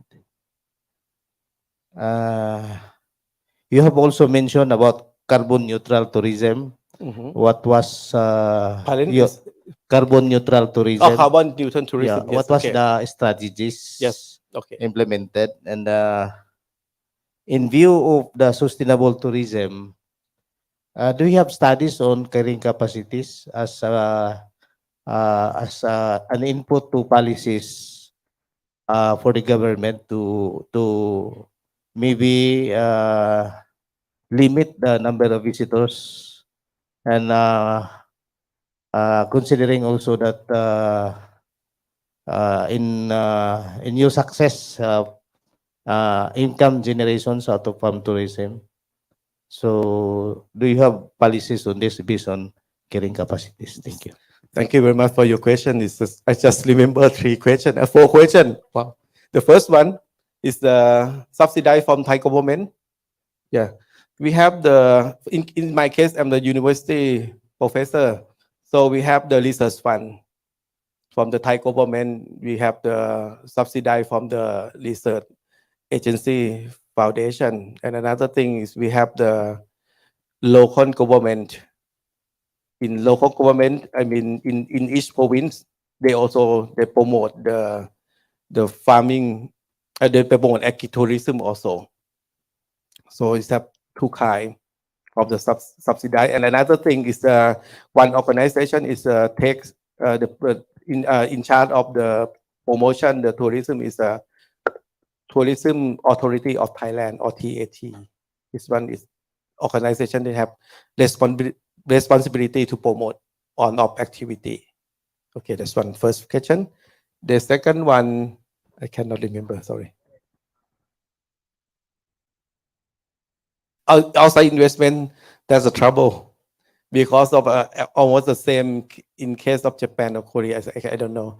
It's when the tourist place is become popular and famous, like the Khao tourist area. At first, the Hill try invade the land and grow strawberry and do the beautiful flower plantation. The outside investor come to that area also and build the hotel and resort in in the mountainous area is not allowed. It's illegal. Have the trouble also. In the real situation, we have to control. But the situation Southeast Asia country, you understand the meaning. We just let it go, and after that, we just try to get it off the area. So we should stop before, right? But we just let it do because of very close relationship with the local government or something like that. So they just let it go, and after that have the trouble in the television program or in the media. They just get it off building of the area. There's trouble in Thailand also. It's a big trouble because of the government officer in Thailand is not strong enough, in my idea. I cannot talk so much in detail. I think you understand my meaning. Okay. We try to control, but very difficult, but sometimes they have the close relationship with the politician or something like that. Very difficult. Yeah. But we have the regulation and we have the law.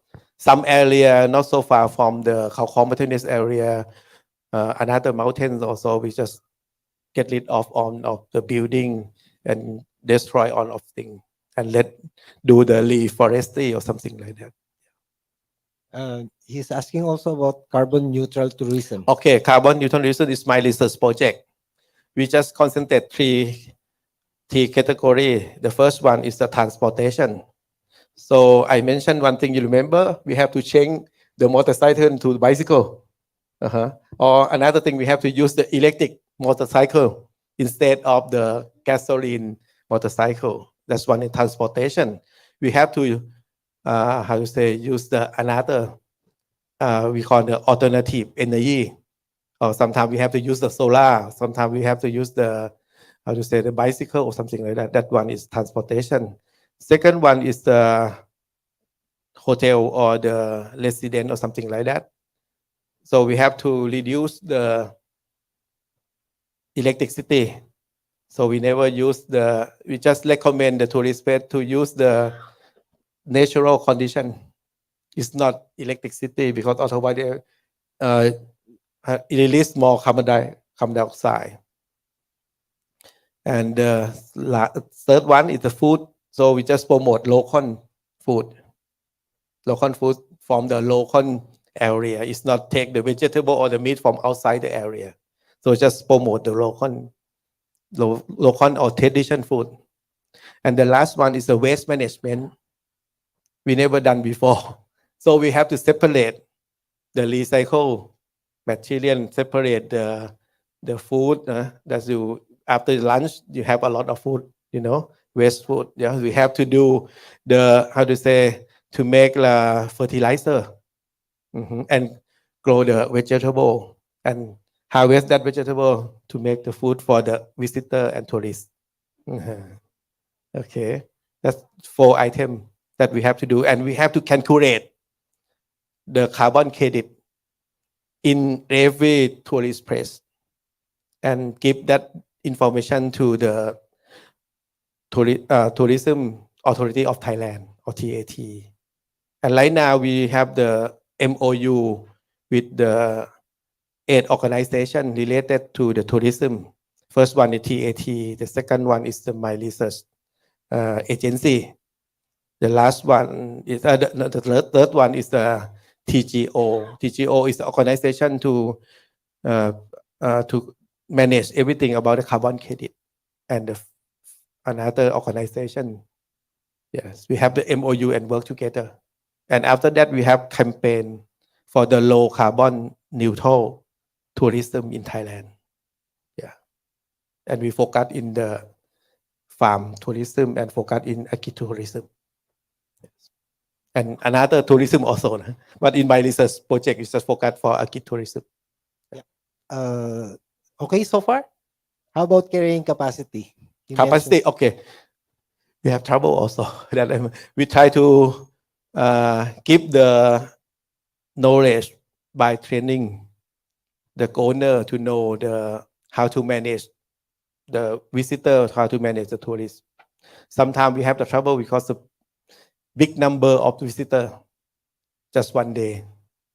So it cannot work for the sustainable tourism. So we have to give the information and have to train the owner, have to give information to the tourists.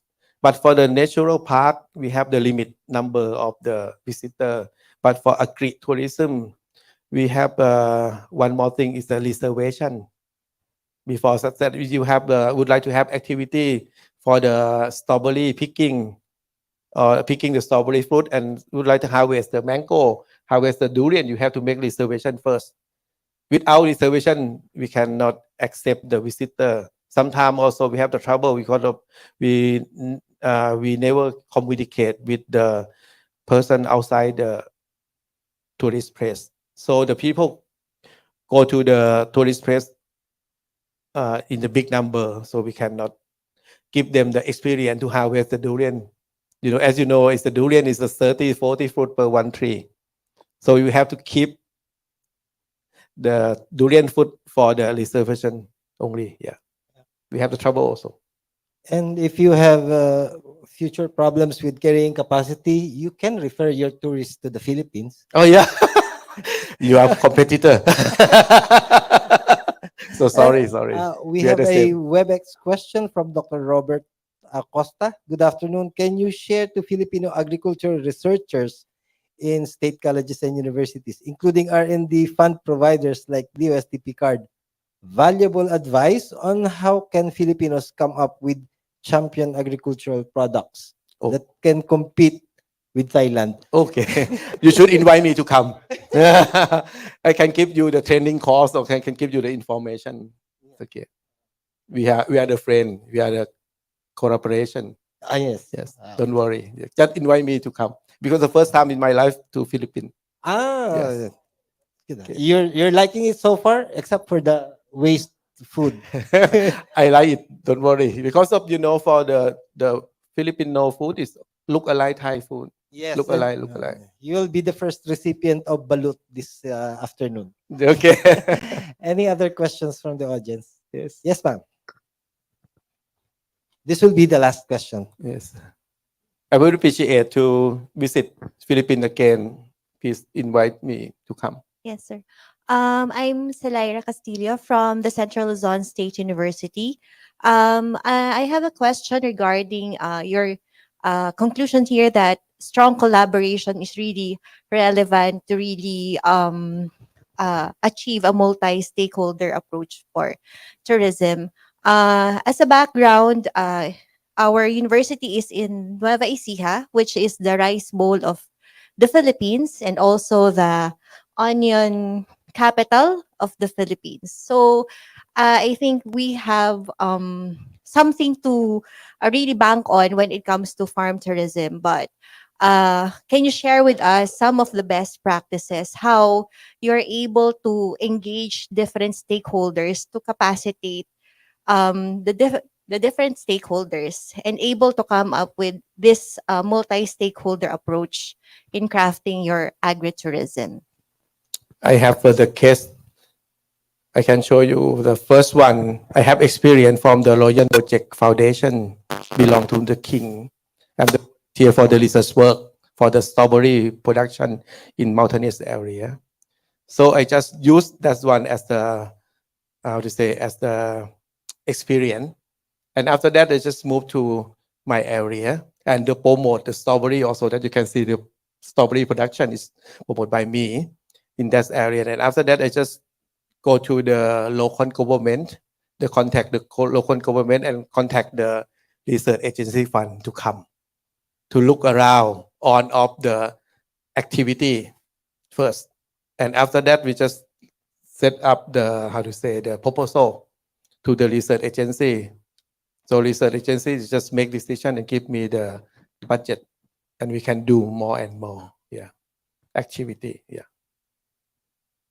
And one more thing, for the team of the research, we have a interdisciplinary team.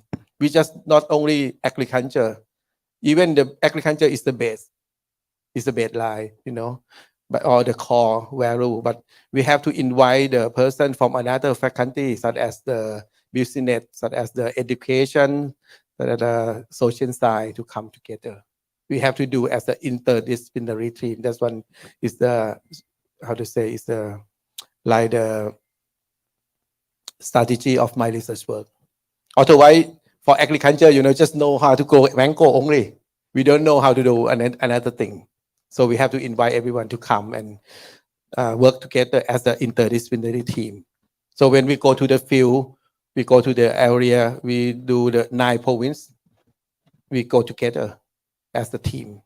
Yes, we spend the weekend together and sharing at night time or something like that and work hard. Okay. So let's give a big hand to Dr. Chai Prasad. Thank you very much for your talk. It's very comprehensive. And it seems that a lot of points that you were making relates directly to the Philippine scenarios. And that concludes our session 1. We are now opening up session 2, which is the farm tourism as innovative business model. Thank you again, sir. And allow me to introduce our next speaker. Our next speaker is Mr. Reynold Ferdinand Manegdeg. He is a university extension specialist assigned as MSME consultant and the division head of Business Enterprise Development Division of the University of the Philippines Institute for Small Scale Industries.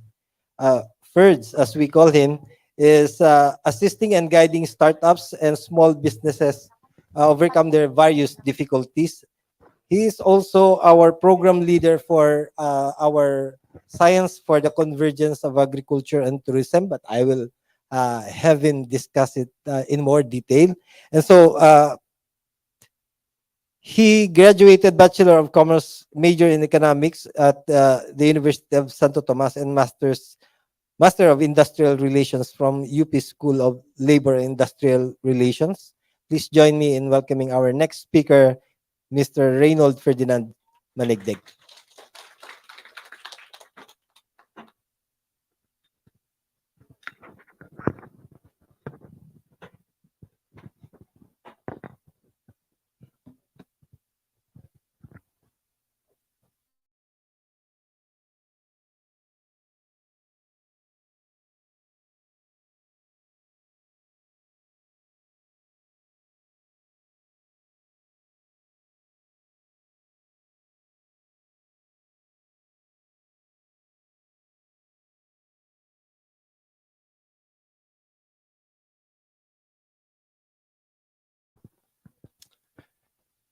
Okay, so Director Noel Katibog, I think Dr.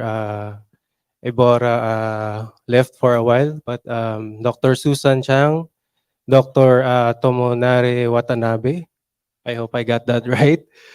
Our guest speakers, participants, and friends, good afternoon, everyone.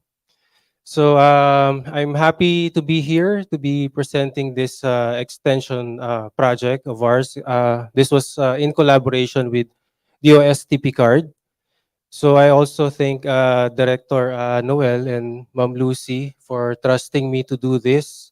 So in case I make a mistake or get this wrong, you can blame them. No, kidding aside. So this project is the brainchild of Picard mainly. Um, the central idea was to seek other ways to promote agricultural technologies, or what we call it a package of technologies. So specifically, is there a creative way to sell the idea and benefits of agricultural technology? And the short answer is yes, there is the SciCat way. Okay. So to unpack the extension project, let me propose to you these contents. We'll start with the introduction, the brief rationale, more on the major accomplishments in detail, and finally, what we learned during the implementation of the project.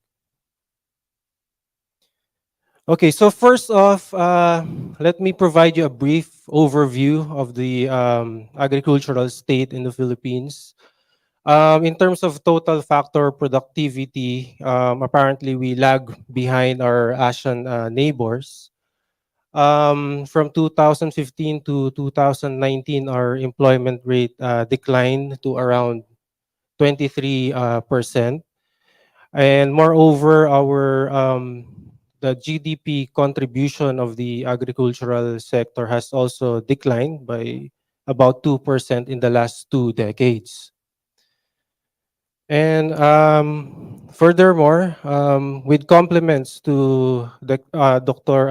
Reynaldo Iborra, their study found out that we are only doing 0.3% of our GDP in terms of investments to agricultural in R&D, which is the standard the suggested standard is 1%, but we are a bit below that. So how can we contribute in solving the said problems, or at least improve? Um, how can a creative promotion of agricultural technology help solve this problem? So may I present to you the SciCat project, or it's short for Science for the Convergence of Agriculture and Tourism. In the Philippines, SciCat may connote popularity, or sikat, or a sun shining, or sikat. But when we presented this to the governing council, the pronunciation should be SciCat, of course, being it science-based. Okay?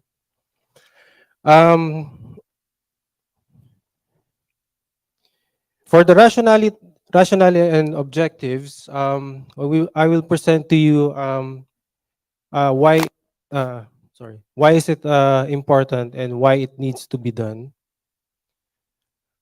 Of course, this was conceptualized and implemented in collaboration of different partners. So of course, Picard would be the lead partner, and then UPISSI, or Institute for Small Scale Industries.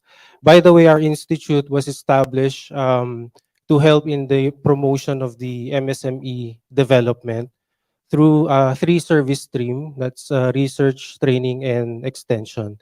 So this extension project is one of our mandate as well.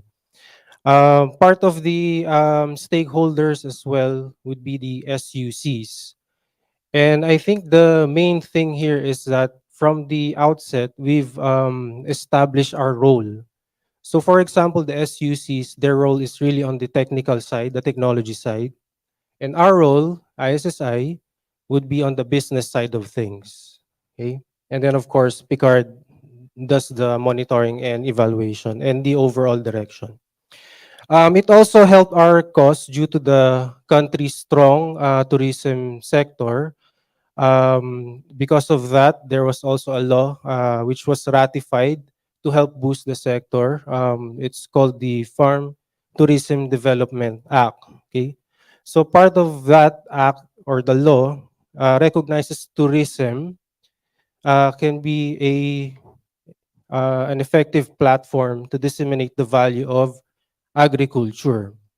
So there's a term there in the law. They call it farm tourism, and they define it, or the concept is defined as practice of attracting visitor and tourists to farm areas for production, educational, and recreational purposes.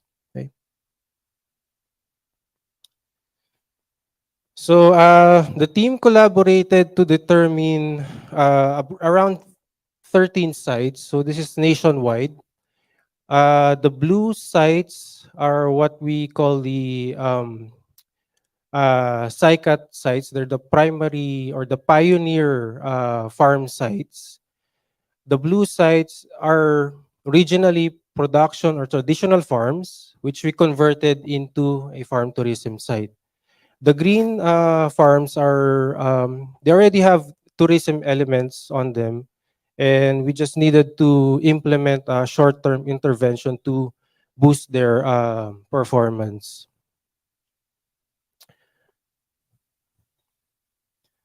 So ultimately, the aim of the SICAT was to transform production farms into a farm tourism site that will feature and showcase new agriculture technologies. So by this, we effectively facilitated the combination of learning and recreational experience based on science and technology. So of course, the task to do that would be very challenging. We noted the presentation of Dr. Pirasak a while ago, noting the challenges of farm tourism sites. So we anticipated that as well. So to minimize the risk, we conceptualize a framework on how we're going to do this. To note, we have at least 3 stages: the planning, the development, and the sustaining. Okay. Key highlight of the framework is the business planning and the mentoring. We have seen from previous presentations, for example, like several enterprise operations problems, which are very hard if you are on your own as a simple farmer. So part of our mission in ISSI really was to uplift their entrepreneurial competence. For example, in marketing, basic marketing, or even financial literacy, like farmer families trying to figure out how to separate business money from family money. So as simple as that. So for our major accomplishments, so we started the establishment of the SICAT project with the branding. Of course, um, our mantra was really not to sell farming, but to inspire it. So to do the inspiration element, we have to really think about and study the spirit behind what we are trying to express. For example, the logo. Okay. It's not as if it's a straightforward thing that you will invite tourists to your site, but the key outcome here is that after the tourist experiences the recreational activities, appreciate the science behind things, the agricultural technology, when they leave the farm tourism site, they are inspired. But of course, we developed or also or planned our market niche. So not everyone we anticipated would appreciate this, but in terms of our market niche, we are targeting traditional farmers and potential farmers, or those who have capital and land who wants to go into farming, or people who are really interested or passionate about innovative things. Okay. The logo also reveals to us the importance of knowledge and science. As you can see at the bottom part of the logo, there's a book. It's opened up. It seems to release the value and beauty of agri-tourism. Okay. So from our experience, farmers lack skill in marketing. So including design of content and posters was a challenge. So we also hired a social media expert to help us with this. We collaborated with them, and the output was we had a secondary slogan, which is "Don't go far, go farm." Okay, so it communicated key messaging points every time they put out a poster, or every time they talk to a tourist or a client or any person. It's always about the value proposition. What's the value or uniqueness benefit of this SciCat? Inspiring to farm, farm innovation, why farming is fun, of course, and creative ways to enjoy farming. So, because we've seen also that the age of our farms are on the older age group, maybe the same as other presenters a while ago. We wanted to impress upon them that when you apply science, farming can be fun. It's not really hard work. You just have to be smart about it, using, of course, the technology. So we also designed a templated brochure to help the farmers also market their farms, and it's a tool for the tourists to help them see the facilities and where to go to within the farm site.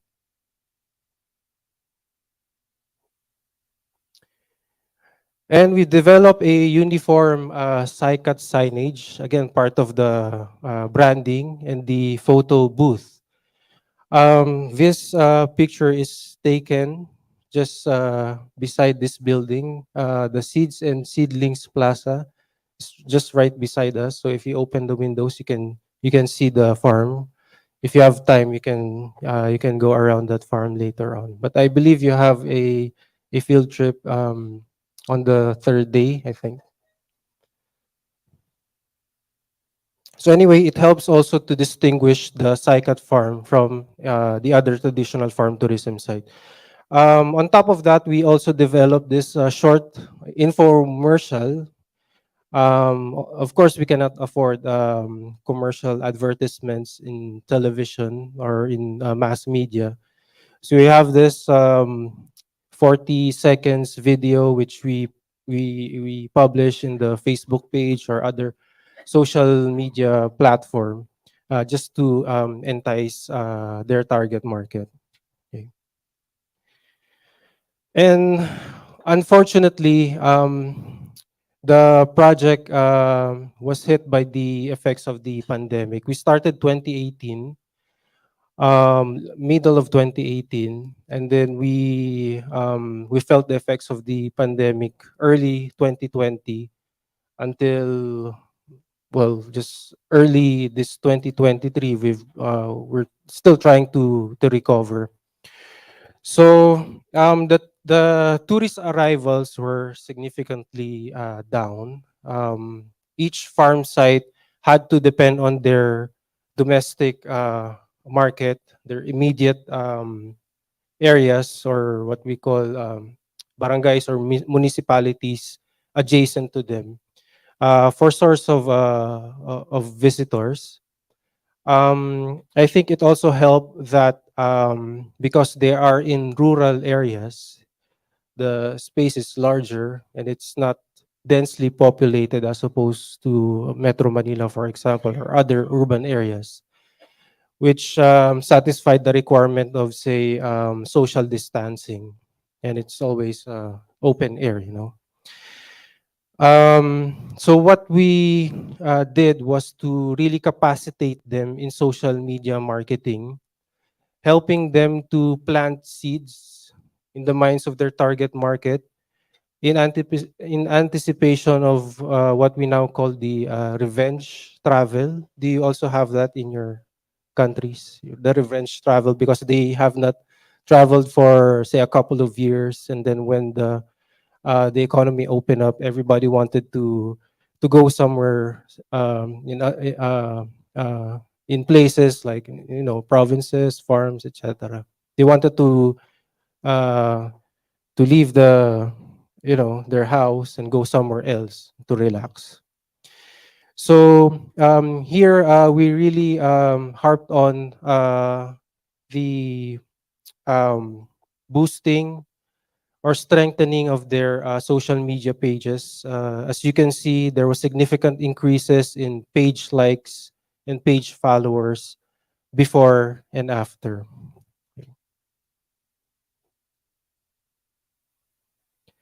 And of course, capacity building programs were also designed and implemented mainly for enterprise management. For example, this training, it introduced to the beneficiaries basic enterprise management and farm guiding techniques. We also have the digital marketing course. This is online already because this was during the pandemic. Also the personnel training or human resource. And then financial literacy management. And then very important training, product development, to diversify the products that they offer in their souvenir shop. Okay. And also very important activity that we've done in collaboration also with the SUCs. This is very important, the mentoring session, because the farmers needed to be handheld in terms of entrepreneurial competencies, techniques in managing their personnel, their operations, handling their financial statements and performances, and from the SUC side, the continuous download or introduction of new agricultural technologies.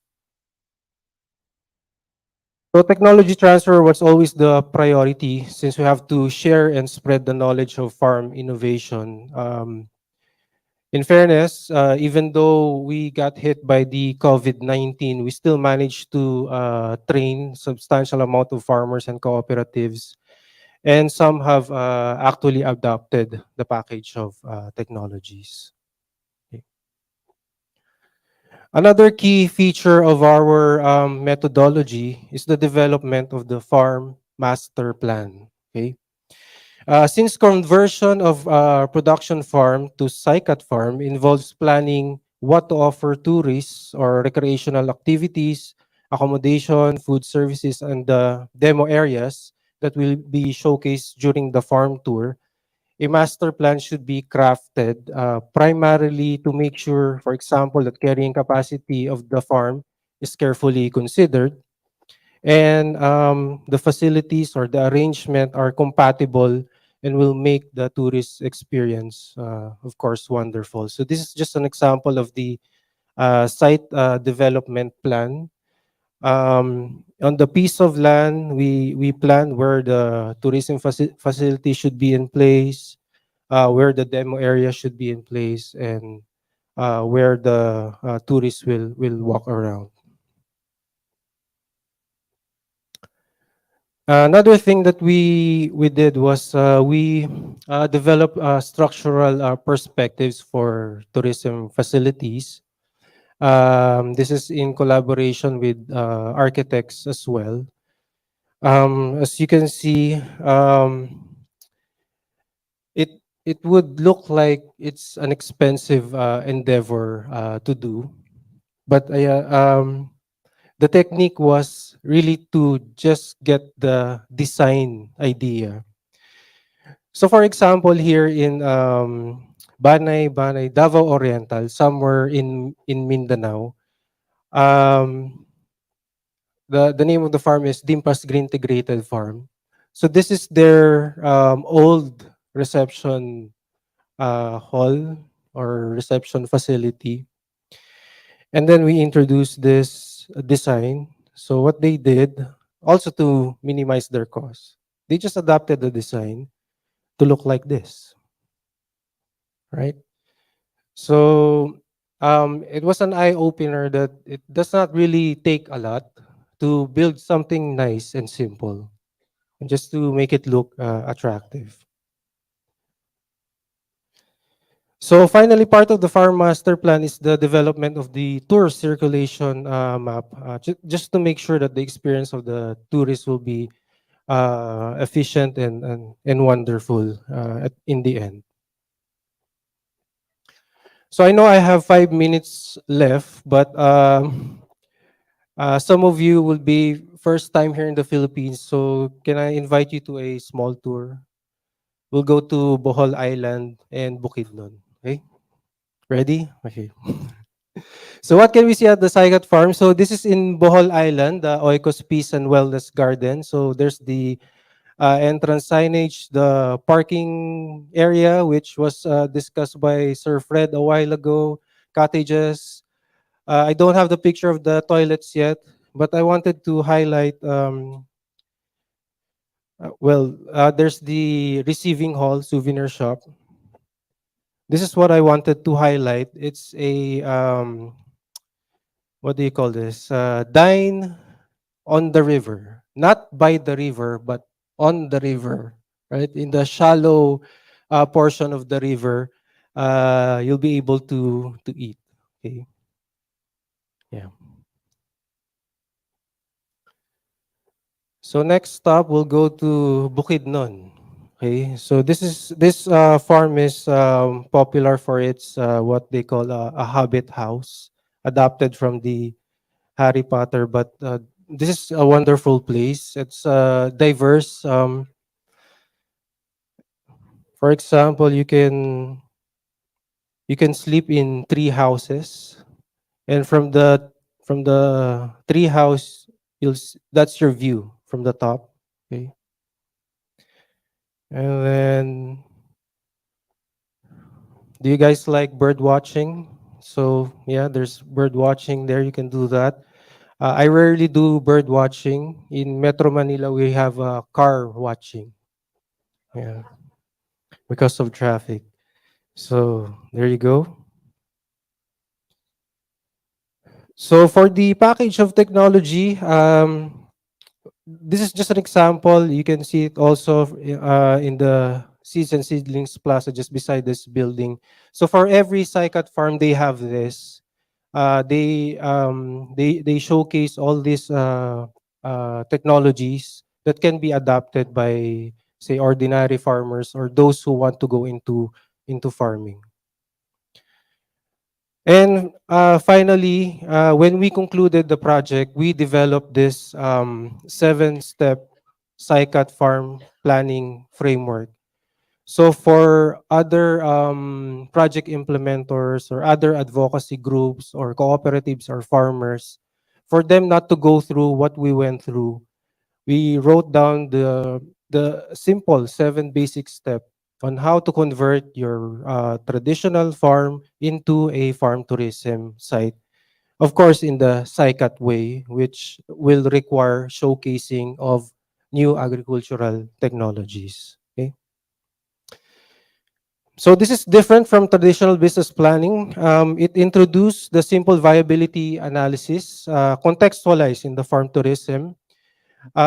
We incorporated the carrying capacity, and then we incorporated also the development of a master plan.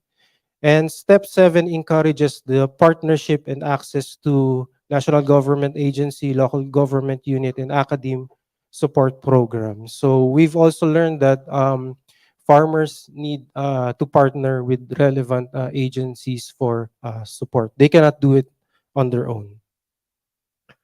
So for the lessons that we've learned, I've highlighted some phrases here. So the facilitation of a collaborative environment is paramount for the success of the project.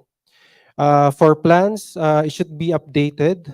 It should not be taken or no plans should be cast in stone. Should be continuously and timely updated.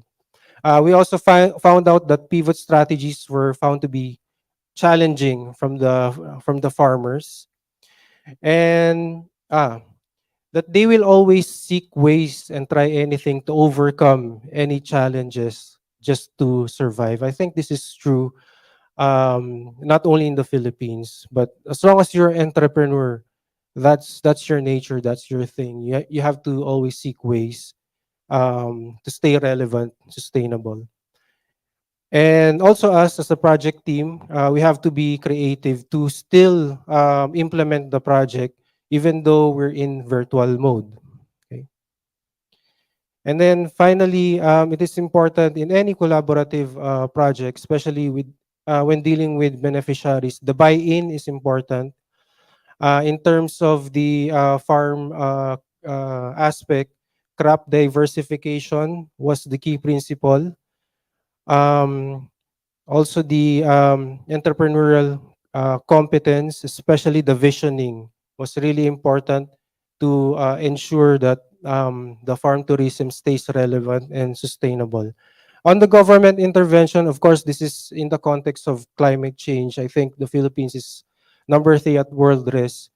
But it tells us that higher level of uncertainty makes the public intervention more effective. This is true in our case, since there is lack of entrepreneurial competence from the farmer side. So if government intervenes and seeks help from academe, for example, us and SUCs, the farmer can improve, his quality of work and life. And I think that's about it. Thank you very much for your time.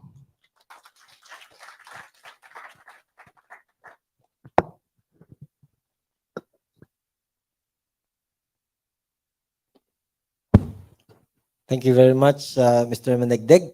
Any questions, clarifications from the floor? There is one from our virtual participants from FB Live from Benguet State University, Ma'am Laila Mary Iban.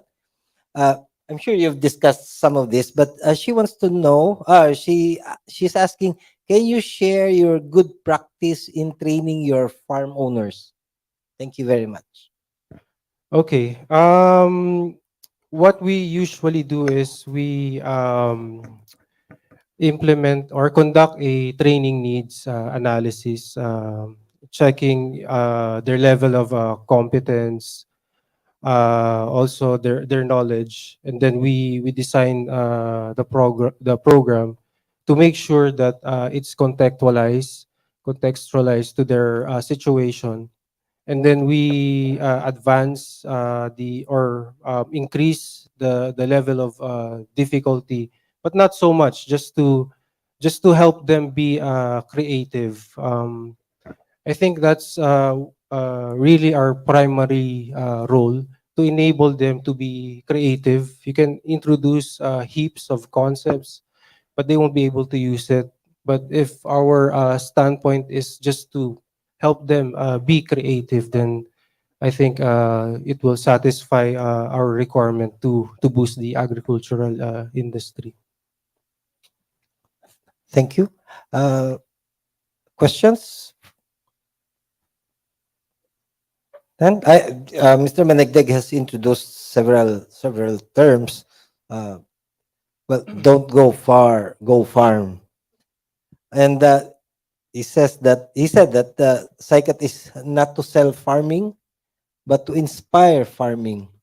In a way, those were the crux of the discussions since early this morning, that we really need to entice a lot more people to return to the rural areas and engage more in agricultural activity and productivity. One last call for a question. Hi, ma'am.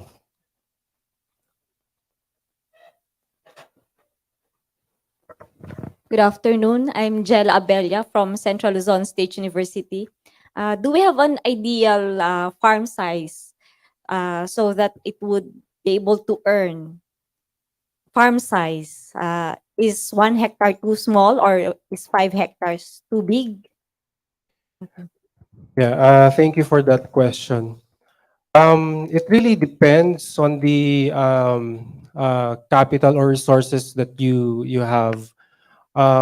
If you have a 1 hectare land size of land, but you know what the tourist wants, and you have you have established creative recreational activities, they will surely come to you no matter the size. But you just have to be careful of the carrying capacity. Also, if you have limited size, you can diversify your product offering. If you cannot have, you cannot diversify because of the limits of the land.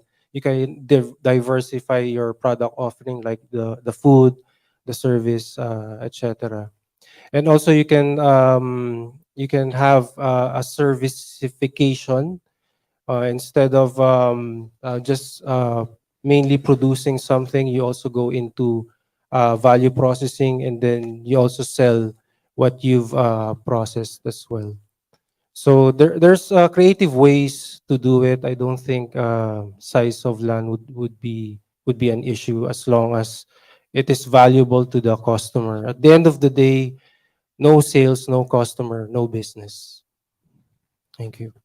And as Kevin Costner said in The Field of Dreams, if you build it, they will come. You have a question, Mr.?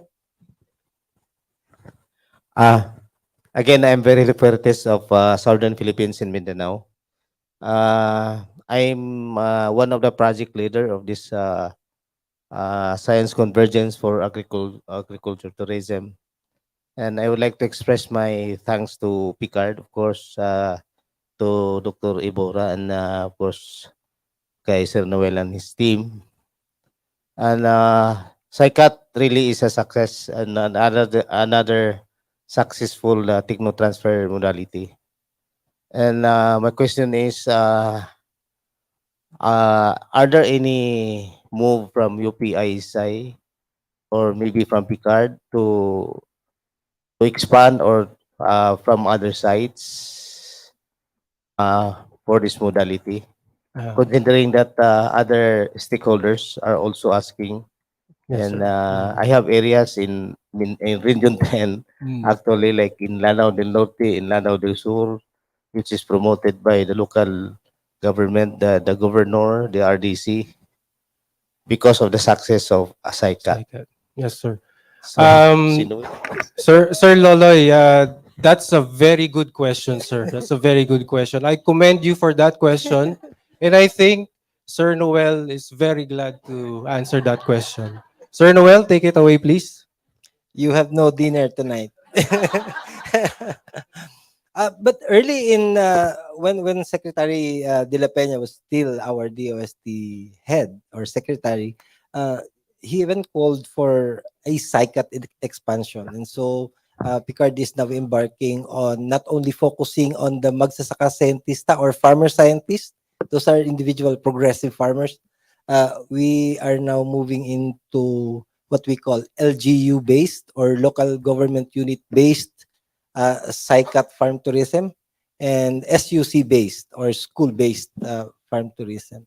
But those are still in the works and subject for approval by our executive director. I hope I answered your question. Uh, yes, ma'am. Hi, good afternoon. My name is Nurziana from Malaysia. Just simple question.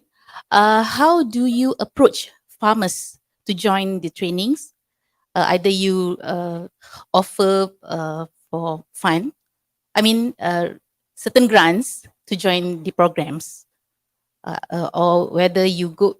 We have a lot of farmers in the Philippines. So how you choose the farmers to join the program? Actually, thank you. You're the presenter. You should answer. Okay, but Sir Noel will add to what I will say.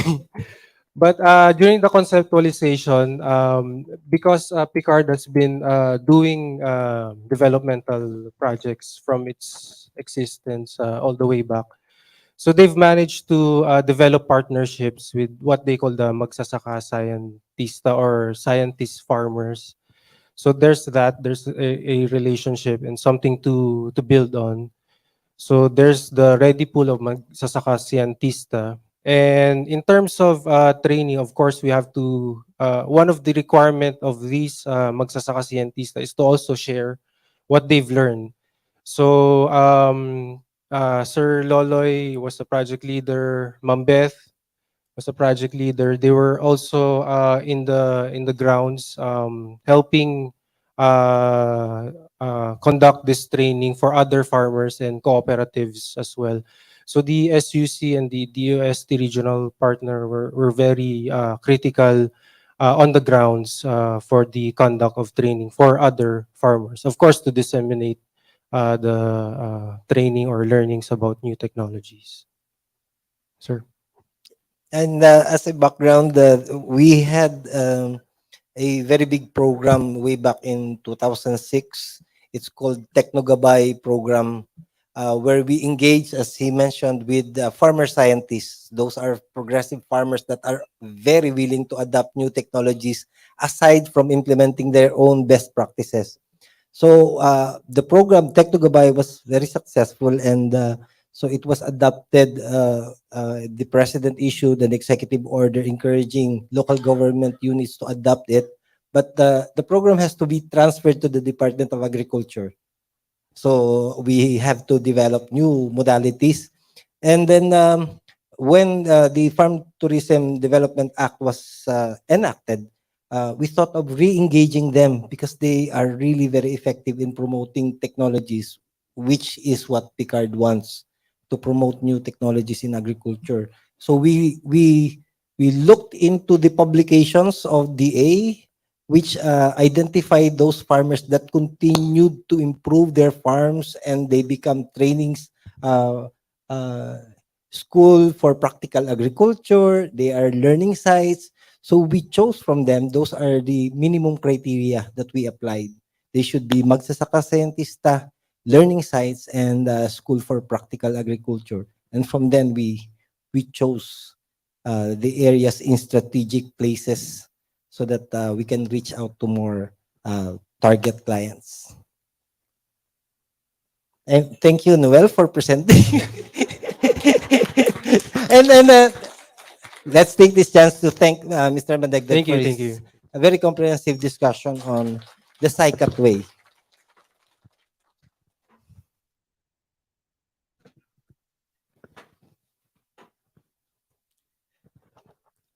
Okay. We started with Japan this morning. So we're going back to Japan. And we will now be hearing a talk on new platforms that transform tourism services into an innovative business model in the rural areas of Japan. We have here Mr. Atsushi Iyoshi, and he is the chairman of the General Incorporated Association, Muratabi Kyushu. And Mr. Iyoshi established Takashiho Muratabi Cooperation in 2011, which among others produces processed agricultural and forestry products and provides accommodation services for rural tourism. We've heard our keynote speaker mention about this, and I'm sure our speaker this afternoon would be talking more in depth about this approach. Let's all welcome our speaker for this afternoon, Mr. Atsushi Iyoshi.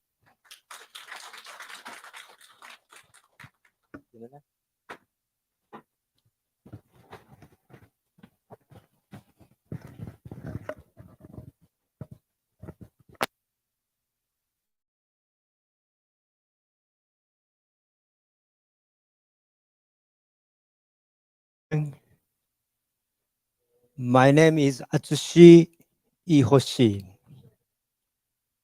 This is my text. Very important because I don't speak English normally. Please listen. PowerPoint, please. Yeah, okay. Oh, no, no.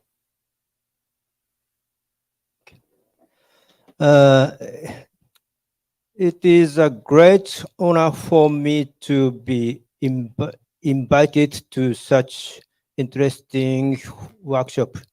I have been managing a rural tourism business in Japan. Today, I'd like to introduce our activity, why and how we started rural tourism, our management policy, and the challenges we are now facing. Japan is currently facing a declining population. In particular, rural areas are facing a variety of social problems, such as depopulation, aging, declining birth rate, etc.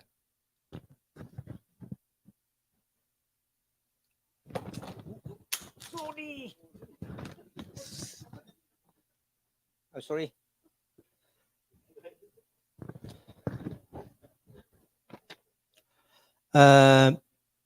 Our village is located in the mountainous area of Kyushu, about 850 kilometers far from Tokyo.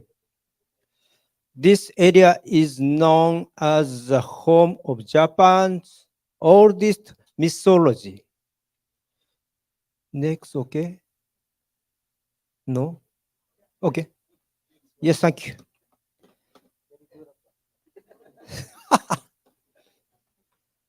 It's a beautiful village, but it is said to be one of the marginal villages.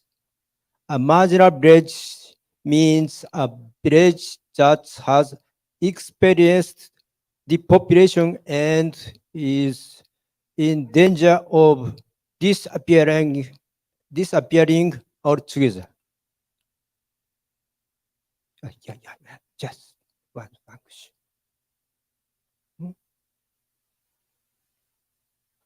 Okay. Next.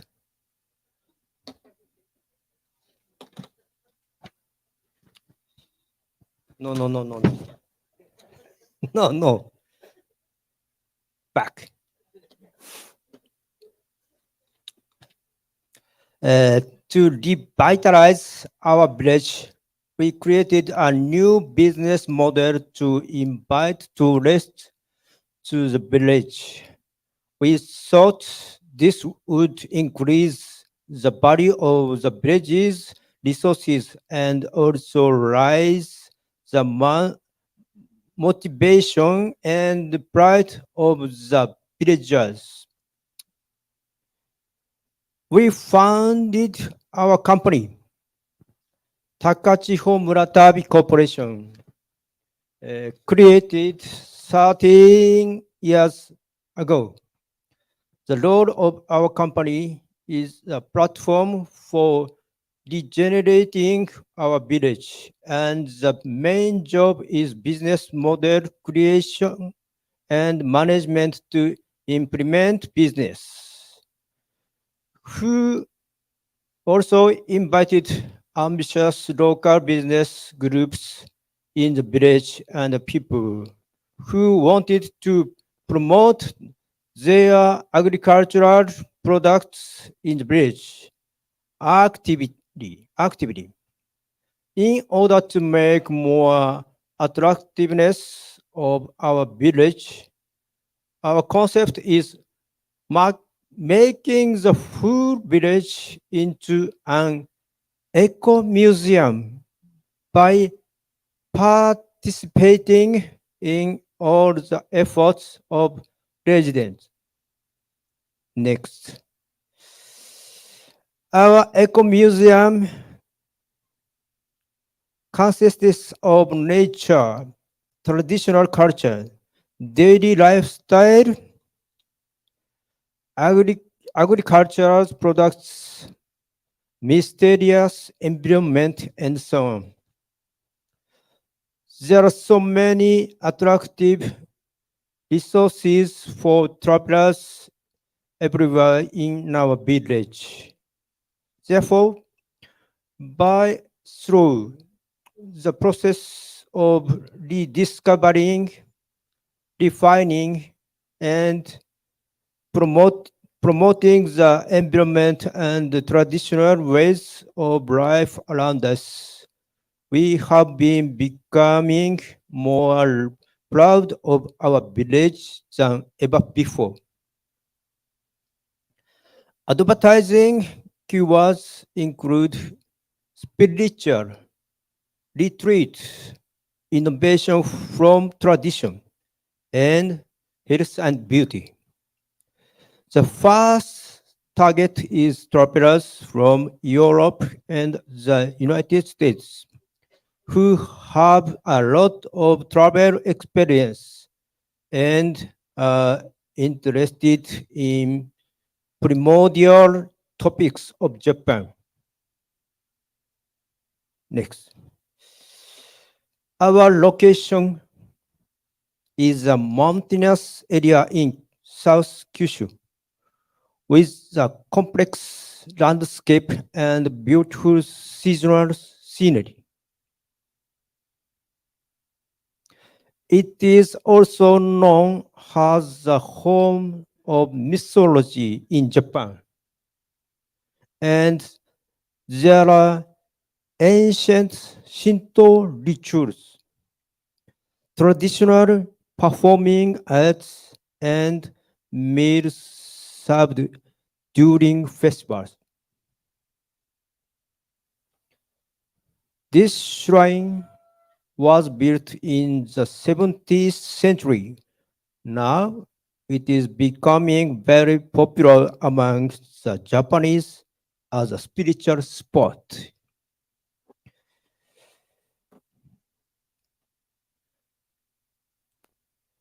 Small farmers market run by village women have also become popular among travelers. Vegetables, wild plants, dried foods, rice, etc. are sold here. The number of customers has increased, and the women in this market have become energetic. They started a village restaurant. Many foreign tourists have started coming and staying in the local guest house, which developed with the concept of an eco museum. They like the lifestyle and food culture of the Japanese countryside. As the next step, our company started farming and agricultural processes. processing. The rice grown in the village is delivered to our company and processed and sold all over Japan with additional value. Our vision is to be a world recognized travel destination and world recognized products. This philosophy contributes greatly to providing no, the quality of rural business because it is the basic concept of service and product development.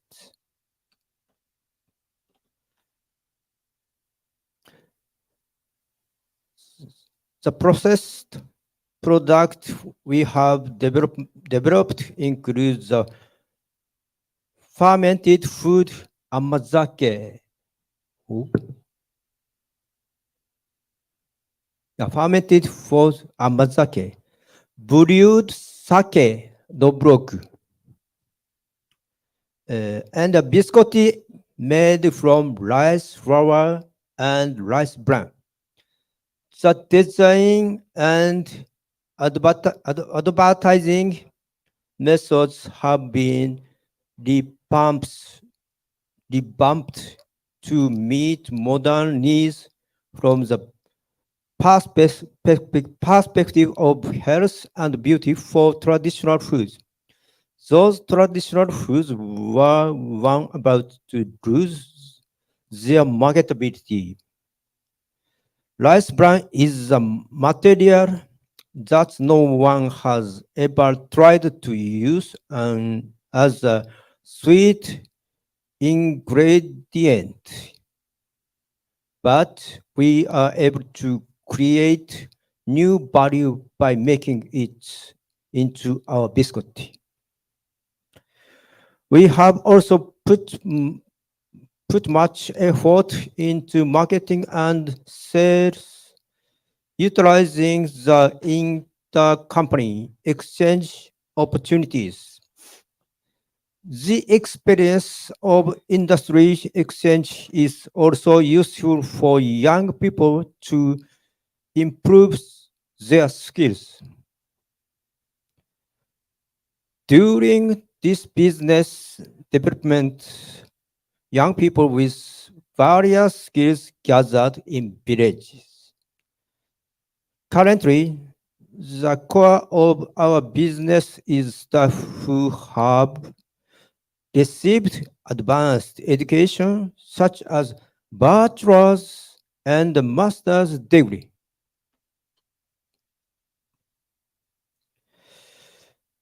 Recruitment of qualified human resources is a very important requirement for rural business.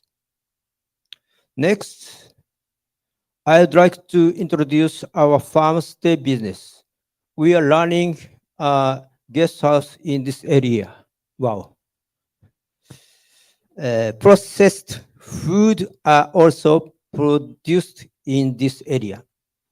Very remote area, but I think that our activities will be helpful for the people who are looking at future agriculture and rural tourism. I think it is important to have an attractive design for the accommodation as well, in order to attract people from overseas. We invited travel officials from Europe to our eco museum.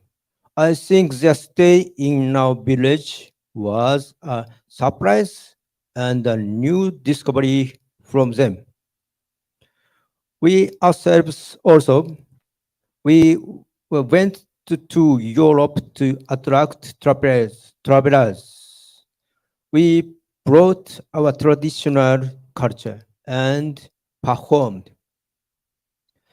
As a result, many tourists from overseas came to our place and enjoyed the traditional culture.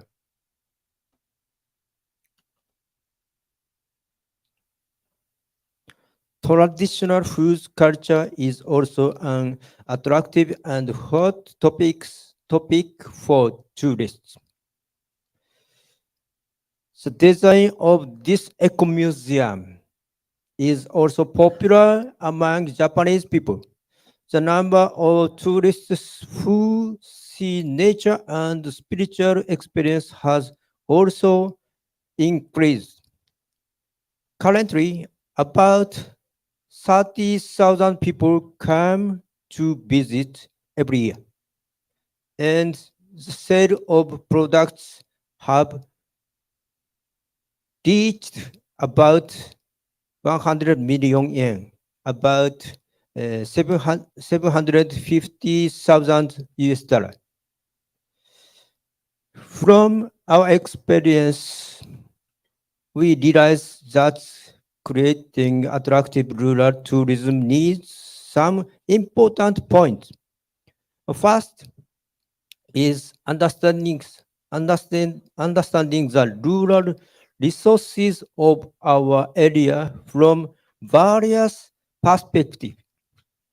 Second is knowing what kind of people are interested and using that information to make good target tourists.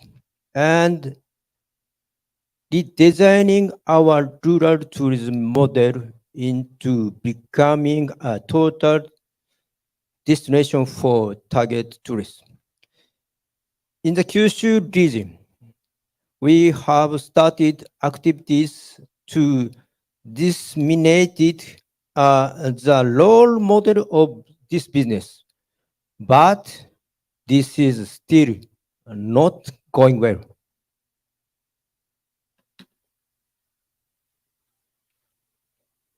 No, back. There are some challenges.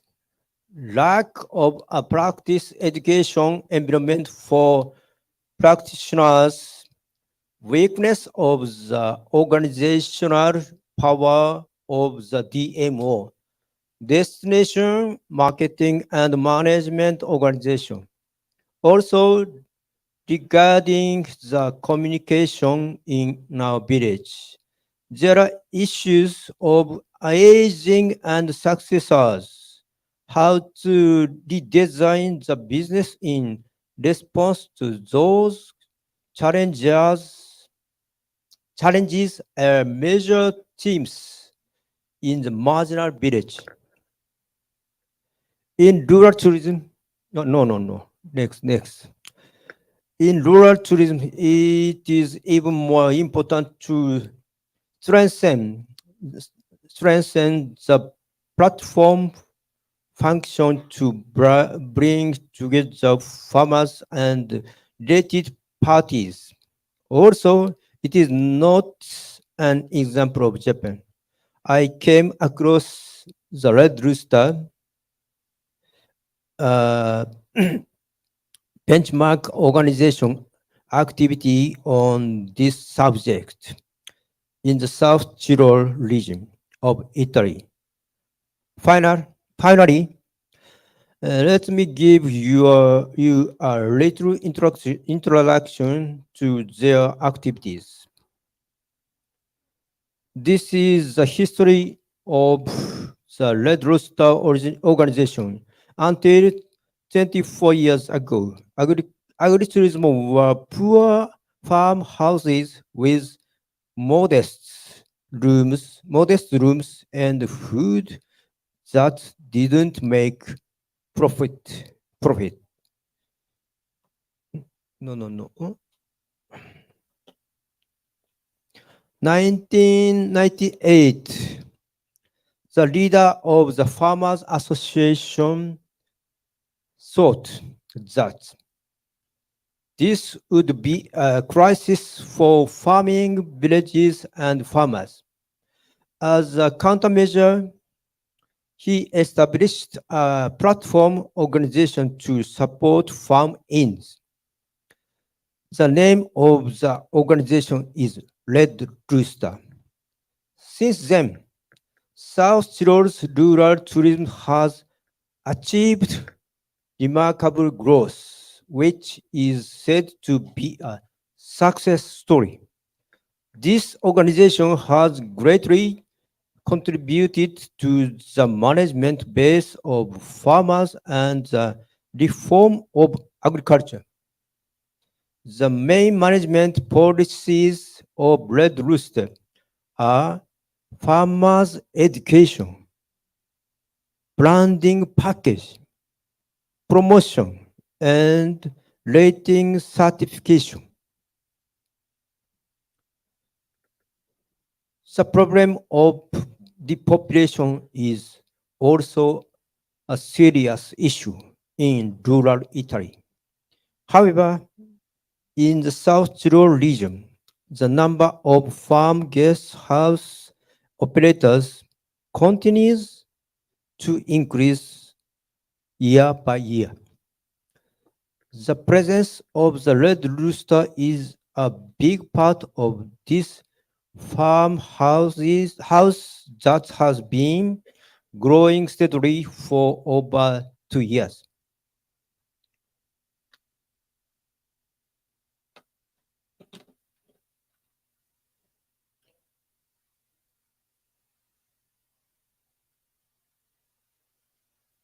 Branding also has its own characteristic. ah, Branding also has its own characteristic. The four categories of accommodation, food and drink, proceed goods, and traditional craft are grouped under one brand called Red Rooster. If the very small area is a tourism market, I think it is important. I think it is important to have a management mindset that integrates various business into one brand. As I have already introduced, we have also organized various activities in the village in the form of an eco museum.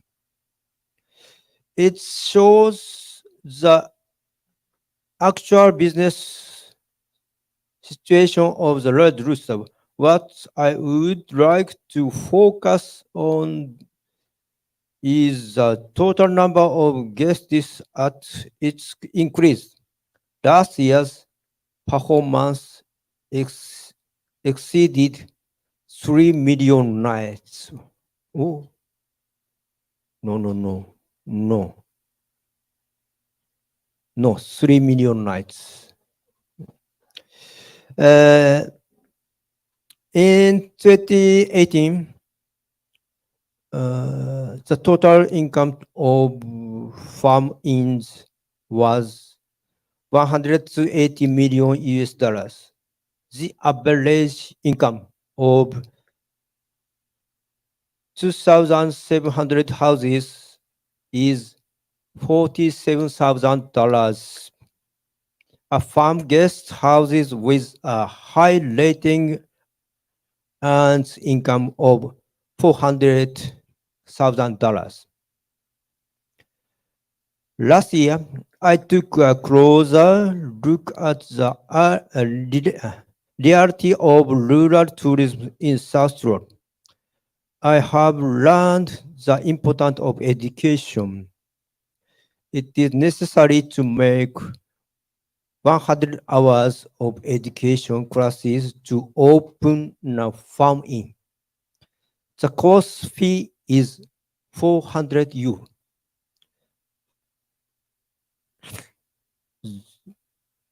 The learning units are roughly divided into three: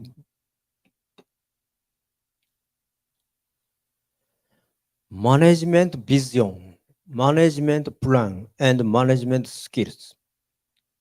After taking the course, you will be able to open a business after taking a qualification examination. An organization called the Continuing Education Cooperative offers more than 200 courses in 12 agricultural-related fields. More than 30,000 people attended the course last year. We have an environment where you can continuously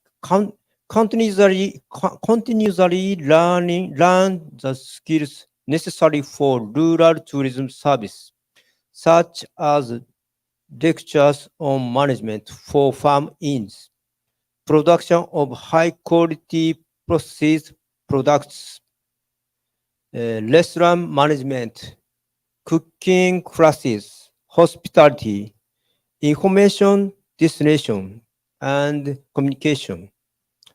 In such an education environment, human resource and business operators with specialized skills are being nurtured in the field of rural tourism. We also visited a farm in that invested 200 million yen in 2019. I was guided by the female owner. She felt her self-awareness as a manager in all of management vision, management plan, and management skills. In the South Road region, there are an increasing number of farm guest houses that are highly rated and actively invested.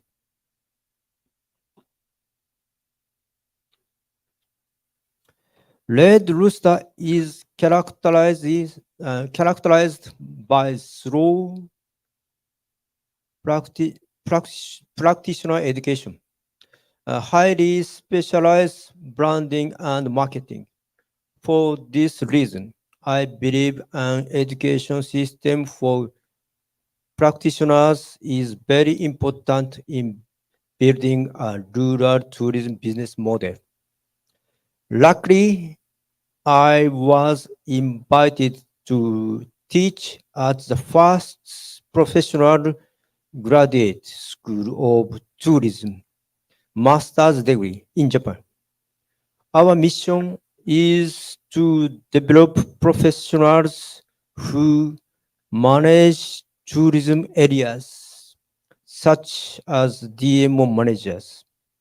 In Japan as well, the education of practitioners at rural tourism sites is a major theme. Network like today's workshop is very important for rural tourism business management, platform building, and innovation. Thank you for your attention.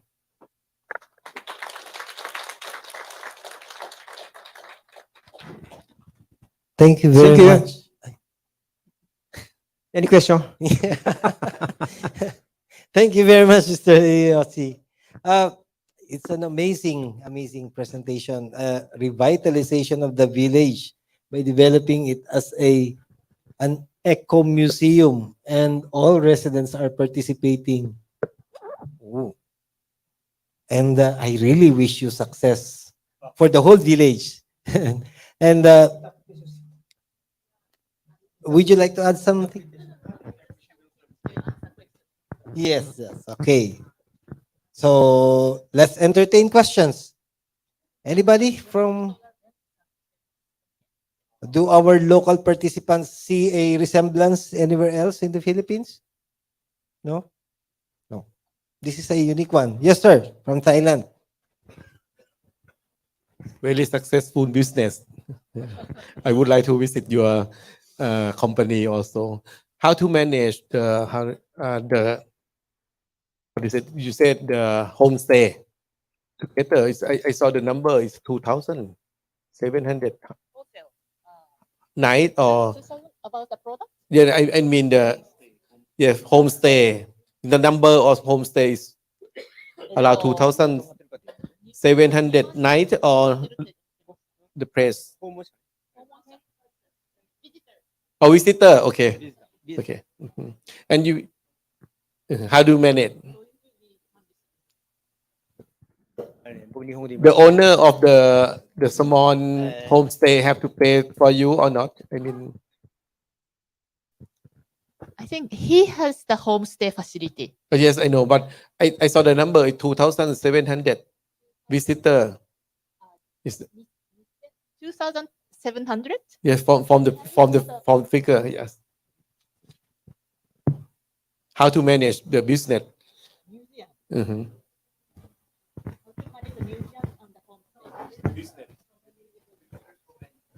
아,人社のことかあ、こうだ。3万人ね。 3万年間3万人。多いからどういうふうにアベレージですと1日100人。アベレージ1年間で3万人だ。アベレージ。on average about 100 people coming per day. で、カウンターで数えてるわけじゃない。He is not counting by the counter. ほら、これなんていうかな、お賽銭のことをなんていうか。You know, when the village has the shrine, and then if you go to the shrine, and then you put the money. 大体300万円から450万円。So he calculated that the one person puts the money of 100 yen, and then he calculates that about so 3 million yen to 4 million yen inside. So that he calculated. So that the visitors is not only staying but visiting to the village です。村に来た人が宿泊した人の数じゃないですよね。Not staying overnight, but the number of visitors to his village. So those people come not only to stay overnight, but also come to buy the products and also going to the shrine and not only staying overnight, but traveling around his village.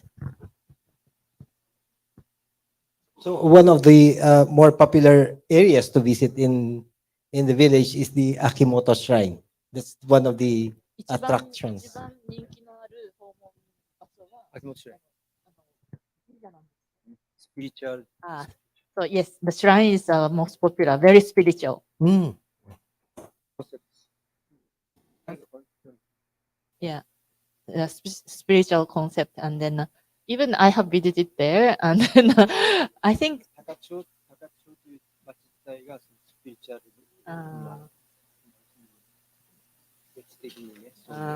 It's a very historical place that the god, like not really god, but like the god come to the place, so that it's very special. Whole Takachiho area is special to receive the god.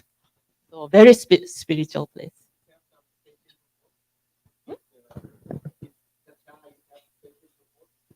Special purpose? Ah. なんかご利益がなんか具体的ななんかご利益がここにあるのかと。何かを得るための具体的ななんか。こう言ってください。普通神社ってそういうものがあるんだけど、木本神社はそういうことを何も言ってない。そのことによって自分の自己解釈の中でスピリチュアルなエリアに来ることによってそれぞれがリトリートして帰る。You know, in case of Japanese shrine, there is some special purpose normally, but in his village shrine, it doesn't have that. So that each visitor has their own like will, so that they interpret by themselves. So that this is something very unique to be retreated. Yeah. So this is very special for his village shrine.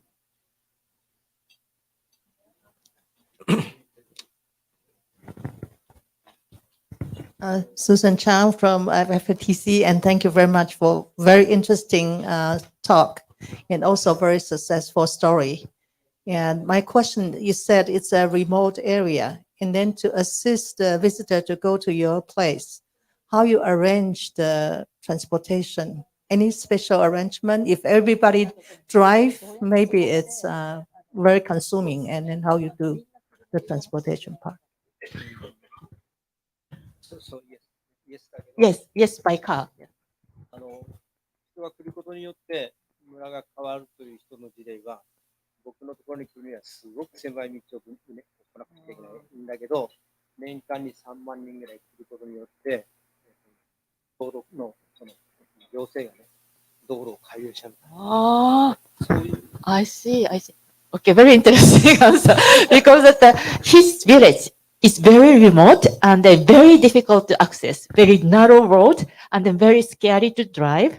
But if 30,000 people come every year, the government, local government started to think, oh, we have to do something about it. So that they started to put some investment to expand and to make the infrastructure better. So that by having the more guests, and then the public, public support became available, even though they don't demand anything.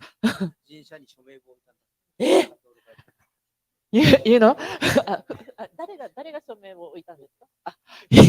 you know, in the shrine, he brought the list of the signature who want to have improvement of the road. And then the visitor puts the signature there that yes, I support your initiative to improve the road. It's like a donor's book. Yes, yes. Yeah, everybody wrote their name because it's so difficult to arrive there. So they spend so like a scary time to reach there. So Yes. everybody signed. I understand. When you reach the place, it's like you have a second life. So Yes. you're very thankful and give money to the village. Yes.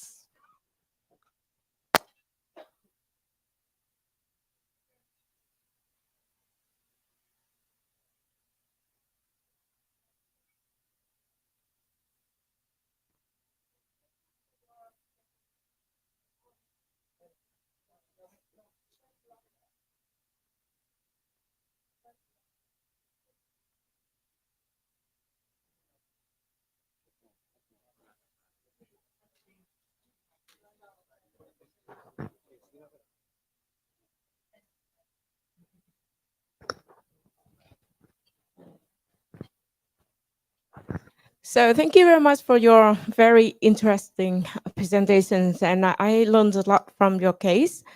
That you educate yourself and of course your staff from the Europe story. So I wonder, do you have different levels of education for villagers? For example, you will be having like a TOT, a training of trainer, and then they can train to others. In terms of that, so currently, how many percentage of the villagers involved in your project? Thank you so much.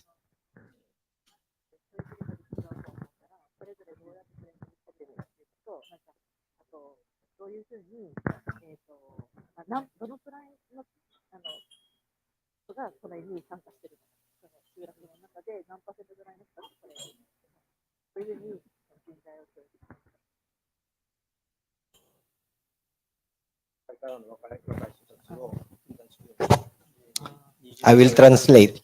Yes, yes, yes. Because he said that he explained that the most effective education opportunity was to receive internship trainees from urban area from the city, and then he received how many 何人ぐらいインターンシップstarting いつぐらいから20年以上前。starting from 20 years ago, they started to receive the internship students from the urban area, 5 to 10 students from per year.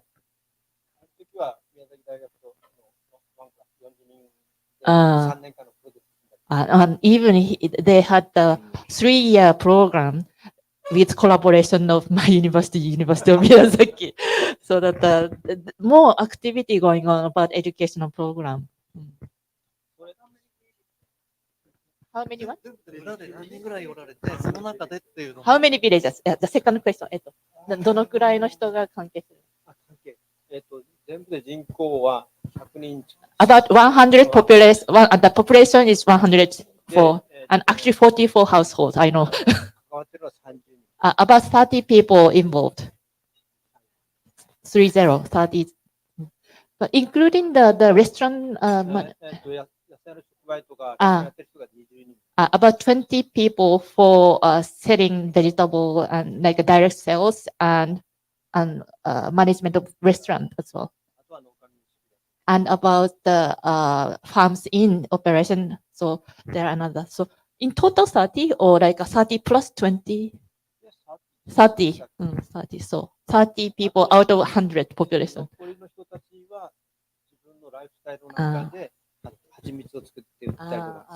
So the rest of the people have their own activity, like having a bee for the honey making, and also some GBA is like a wild animal hunting, and then making the beef, not that meat. So individual business also going on.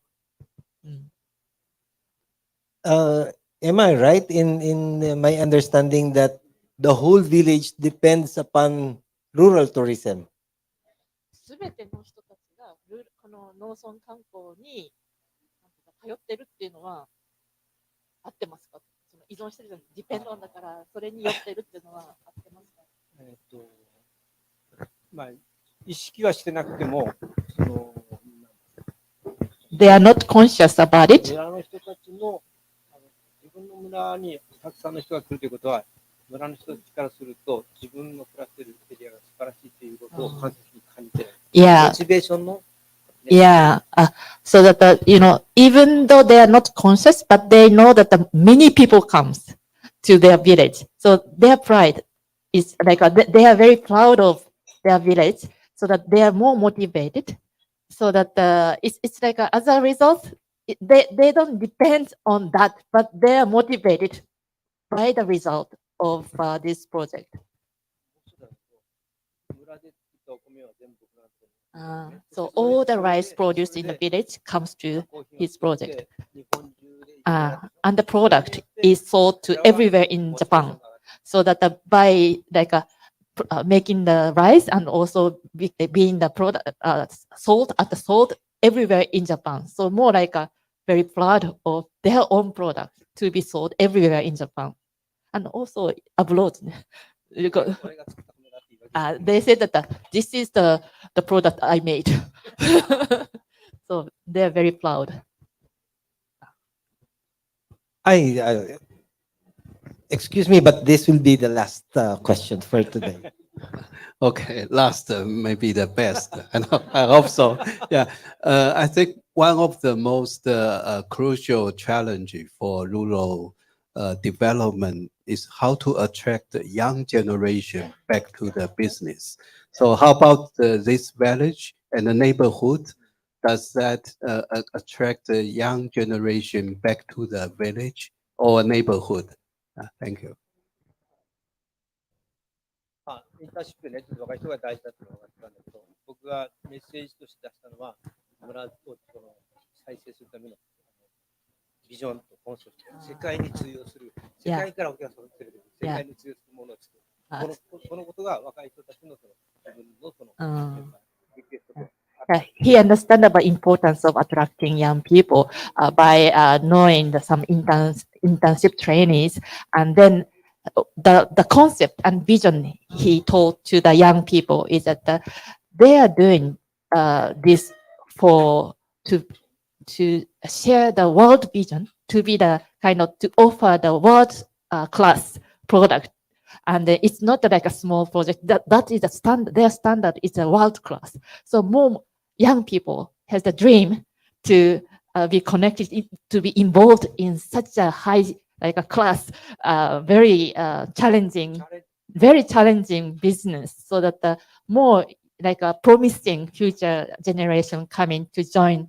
But also, actually, he didn't tell, but his daughter and his daughter in a son-in-law is working together and successor as a successor. And then like we saw the picture, his company has many talented, highly educated people, very enjoy running the business. The future Okay. concept important. This is a very enlightening presentation, and I would like to congratulate sir. And uh, his topic is a very fitting ending for the lineup of speakers. We've had 6, and I really wish you success. And maybe Sir Ronald has some announcement first.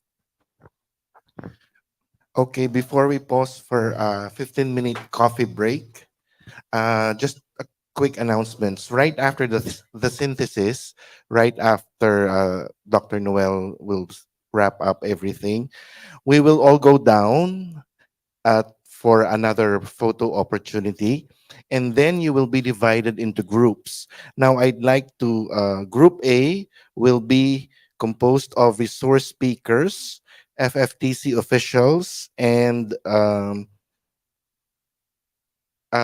external reviewers. Okay, so you will be under Miss JC Viray.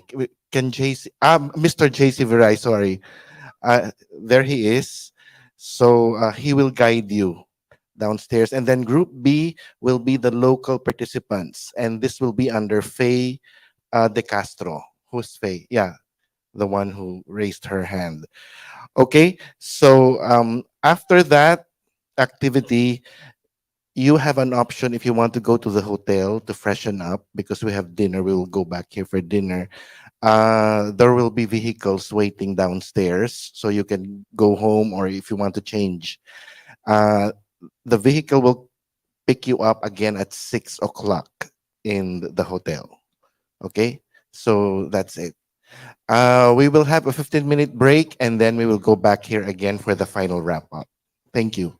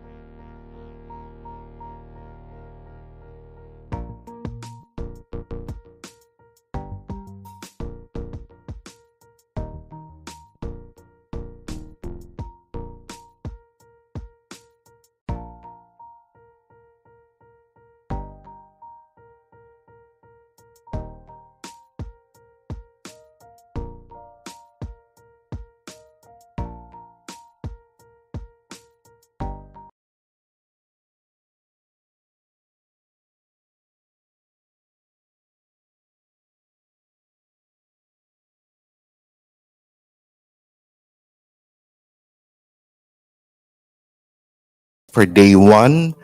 And I'd like to call back again our moderator to wrap things up. He will give a synthesis of the day that was. So let's all give our moderator, Director Noel Katibog, a big hand.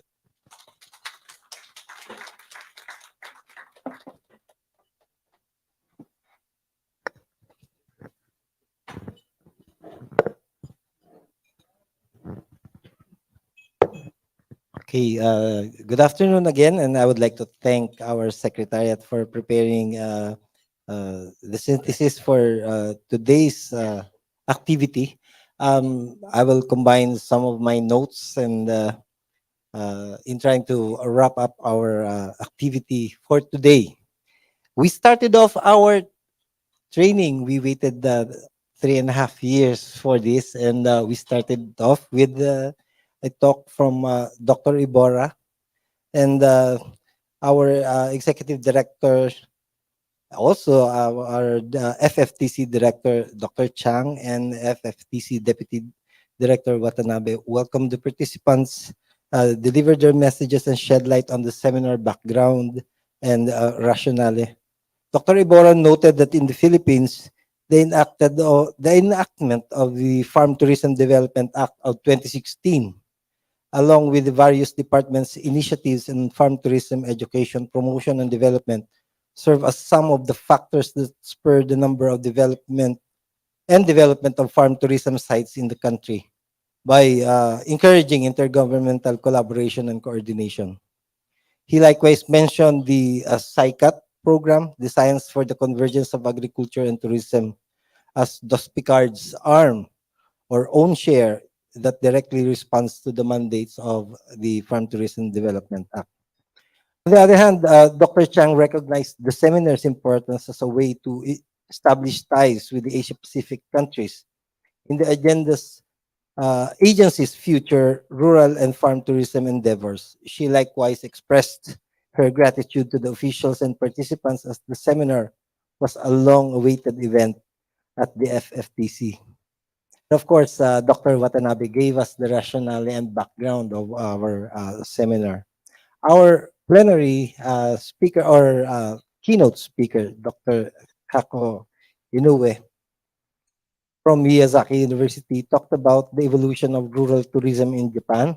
She enumerated several policies and laws in Japan that helped spur the rural tourism in her country. And she also discussed Japan's experiences on rural tourism, their challenges, and the programs and policies supporting these programs. One of the key challenges, which is common but in varying degrees in the countries represented in today's talks, is the aging population and the decreasing rural population. And she mentioned green tourism, Resort Development Act, and the various laws that Japan has. And she introduced, at least for me, pluriactive or pluriactivity. I had to look it up in Google. And it's a participation by any member of the farm household in income earning activities that contribute to maintaining activity of the household. So that's pluriactivity. And she also discussed community-based entrepreneurial rural tourism. Dr. Chen, on the other hand, discussed the different strategies that need to be incorporated when you are doing rural and farm tourism. And that includes legislation adjustment, personal training, theme marketing, field optimization, product development, e-payment system, all for the development of what he calls leisure farm or rural tourism or farm tourism. And he also introduced the Special Agro-Tourism Spots or SAS certification, which is one of the challenges mentioned by our speaker from Thailand. So maybe the two of you are seatmates. You can discuss how Thailand can benefit from the learnings of Dr. Chan's group. Dr. Inye Kwon discussed the rural tourism policy and trends in Korea. And she started her talk from way back 1980s when the development of such measures started in Korea. And she again introduced several new concepts or topics, like my favorite, doing nothing, workation, demand. She discussed several approaches: the demand-driven microtourism era, the diversity and creativity created in local areas by meeting with external perspectives, pursuing different lifestyles, try living travel, pursuing different way of working, tourism and work, value-oriented tourism, the one that I like a lot, the doing nothing part, preference for private farm tourism, and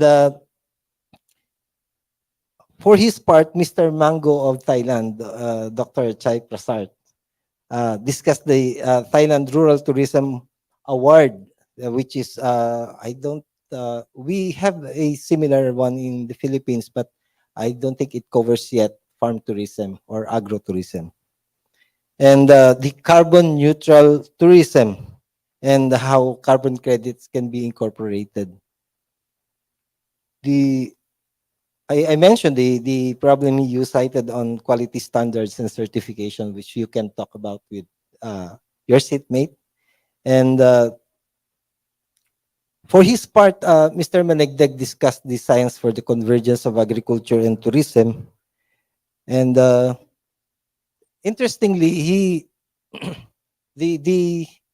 the practices and the challenges that were presented by the earlier speakers, including the needs for training and mentoring, were incorporated in the activities that were done under the SICAT program.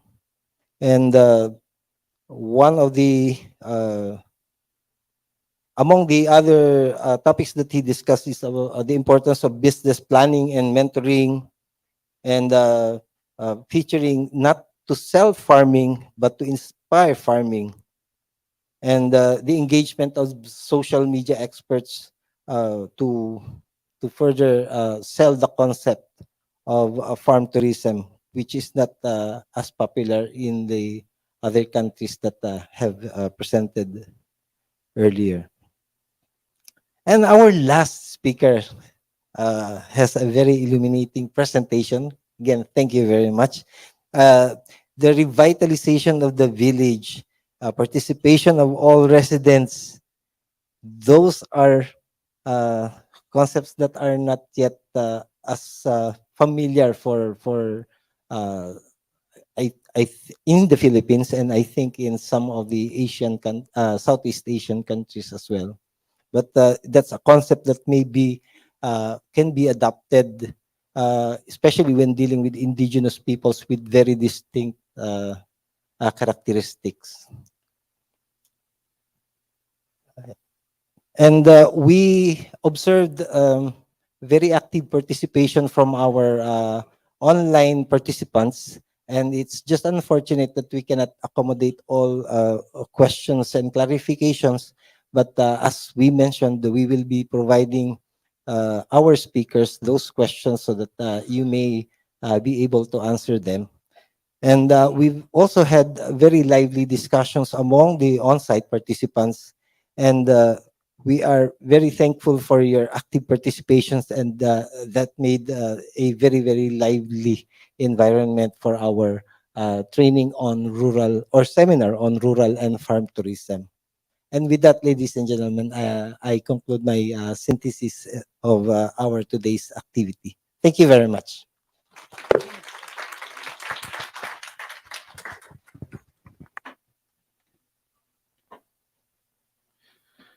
Thank you very much, Dr. Noel Katibog, for wrapping up what we have learned today and the information that we imbibe for day one of our seminar on harnessing the economic and socio-cultural opportunities of rural and farm tourism. This is brought to you by DOST-PCAARRD and the Food and Fertilizer Technology Center for the Asian and Pacific region. For those of you who are joining us virtually, thank you very much for your time and thank you for your participation. We hope to see you again tomorrow for day two.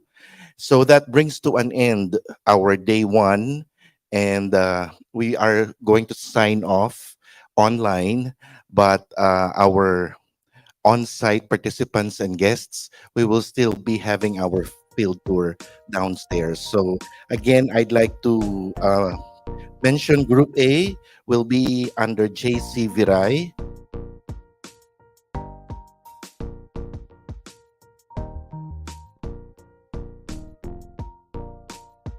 And thank you very much for joining us and for participating. I'm Ronald Mangubat, and I'm signing off.